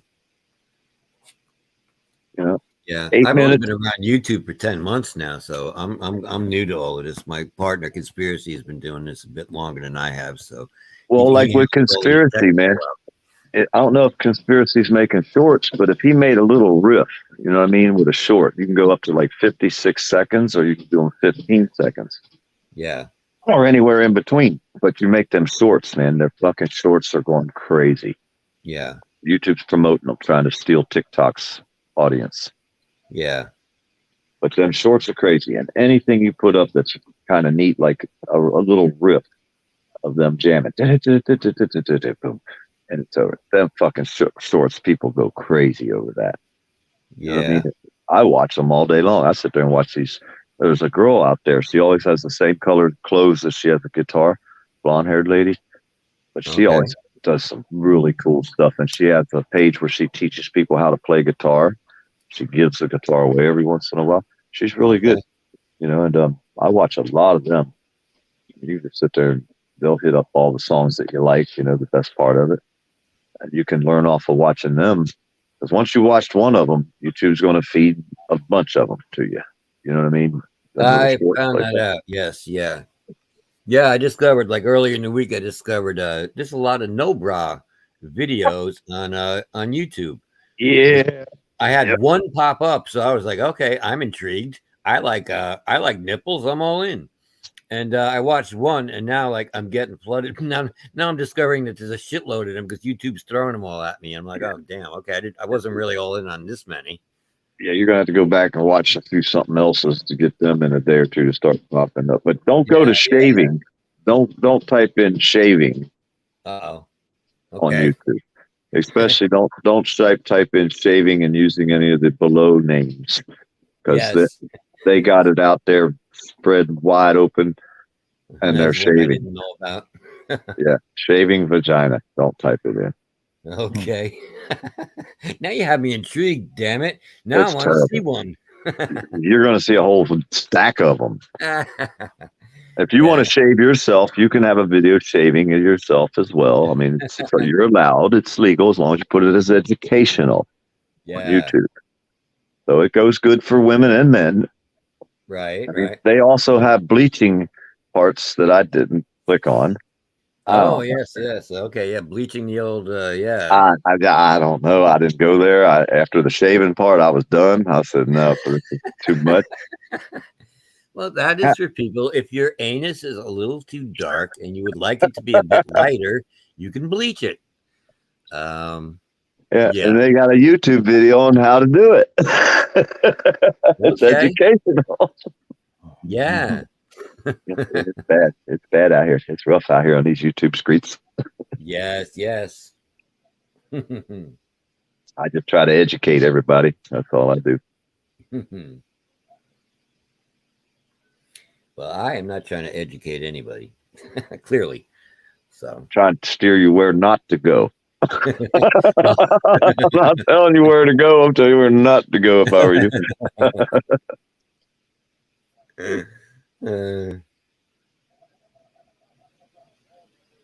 Well, both of my hounds are back now. They laying there looking at the food bowl. They know what time it is, or is it that time, or they're prompting you for it? They tell me what they want when they want it. I see. Start flipping the bowl in the air with his foot. That means that he wants something in it. That's usually what it is. Yeah, that's cool. If there's only like 4 or 5 kernels in it, he'll take his foot and hit the bowl and flip it upside down. Kernels fly everywhere. It's like, hey man, this bowl's empty. What the hell? Pain in the ass. Yeah, but you love them. Yep, that's my buddy. Mm-hmm. Well, I used to have Rhodesian Ridgebacks. I trained them to be, listen, these Rhodesian guys. Ridgebacks. I've never heard of that breed. African lion hound. They were bred to hunt large game in South Africa. What would they look like? What do they? What other breed would they look closest to? A bloodhound, floppy ears, red, but they had hair in the middle of their back that faced forward. So if you petted them down the middle of the back, you had to start at the tail and rub forward because that's the direction the hair laid. And so if you ever see a dog with hair down the middle of its back, it's reversed. It's a ridge. You'll see it. There, now I've learned something. Yes. Yeah, I had a bunch of them back in the day. And I also had white shepherds, pit bulls, chows. I had a shitload of critters, cows, pigs. Every kind of bird you can think of. But when I got these 2 knuckleheads, white shepherd, wolf mix, I realized they would have rode the yellow bus, the little one. My kids. So there was no sense trying to teach either one of them anything because they weren't going to learn. There's just no way. So they're both. I let them just be dogs. I live in the woods. I don't let them run, but they sneak off. But they're just dogs. They didn't. I never really taught them. Not that they would have learned anyhow. If you've ever seen them, you realize, them 2 probably would have never been able to learn very much. So I don't ask for too much out of them. No, that's good. But they defend the yard. That's what they do. They bark. Somebody shows up, they let me know they're here. Okay, that's cool. That's their job. Hang out with me, walk up and down the river, walk through the woods. As long as they're not out there opening the door for you when you're sleeping and letting people in. No, you wouldn't want to come up in here. They get very, very protective. Okay, good. Inside the house. That's their job. They protect the pack. You know what I mean? They weren't taught to do it. They just do it on their own. Especially if I'm not home. Yeah, yeah. When my girls are on their own, they'll fight me. I came in one day, something over my head. I forget what I had, a hood. It was pouring down raining. I thought I was going to get ate alive. I couldn't get the hood off my head fast enough so they could see it was me. Oh, shit. Okay. Fuckers came after me, man. I was like, God damn, these motherfuckers going to bite me. But they're good dogs. They'll protect her to the end, even against me. Well, I should probably get down. I got to go to the store. I got to do a few things. But I have enjoyed myself up here. Are you going to head to the weed shop, man? You want to go down there and get some of that sticky icky up there in New York or what? I really want to, yeah. Yeah. Yeah, I was just about to say, Nina just made that from Saturday night. I was telling you about the fish and the Yeah. You better go eat, man. I'm about to chow that down. Yeah. Well, I'm gonna go check my texts and my emails and see what kind of news alerts came in from yesterday that I might have interest in. Yeah. Oh yeah, and PDF. I texted you PDF for the Music Mayhem for later tonight. Oh, okay. A link for that. Yeah. Come All right. through. Yeah. See if I can Yeah, check it was it nice out. talking to you, PDF. I'm glad we got to talk. It was nice meeting you, my friend. Good times, man. Have fun. Give them hell. As long as you're having you fun. go. As long as you're having fun, that's all that matters. If it ain't fun, hit the X button. With Right. that. Yeah. I mean, don't let them fucking piss you off. You can always come back later. All right. Thank you, Steve. Thank you, everybody in chat, for listening to me. Sorry, Guru, for yelling at you earlier. I just kind of lost my head for a minute. So I apologize to you, my friend. And hope you all have a nice day. You too, brother. Much love and aloha, Doc. Yeah. I'm going to get up out of here. I always say have a good day and a better tomorrow. There you go. And I will see you later on today, Steve. Yep. Absolutely, brother. All right. Bye-bye, everybody.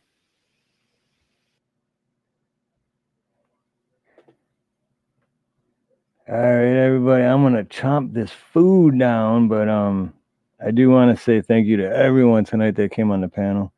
PDF, Doc Danger, awesome. My right hand man, my brother from another mother, Ronnie York, is Ronnie Cash. Heather and her awesome husband, Steve, Coach Kermit, Joyful Diamond, Josh Kinder came up. Ironton Auditor came up. Everybody, thank you guys. You guys are awesome. And everyone in chat, all my members, appreciate every one of you guys. So with that being said, have a beautiful morning, beautiful day, beautiful afternoon, beautiful evening, a beautiful night, whatever it may be, wherever you are. Much love, much aloha, and God bless.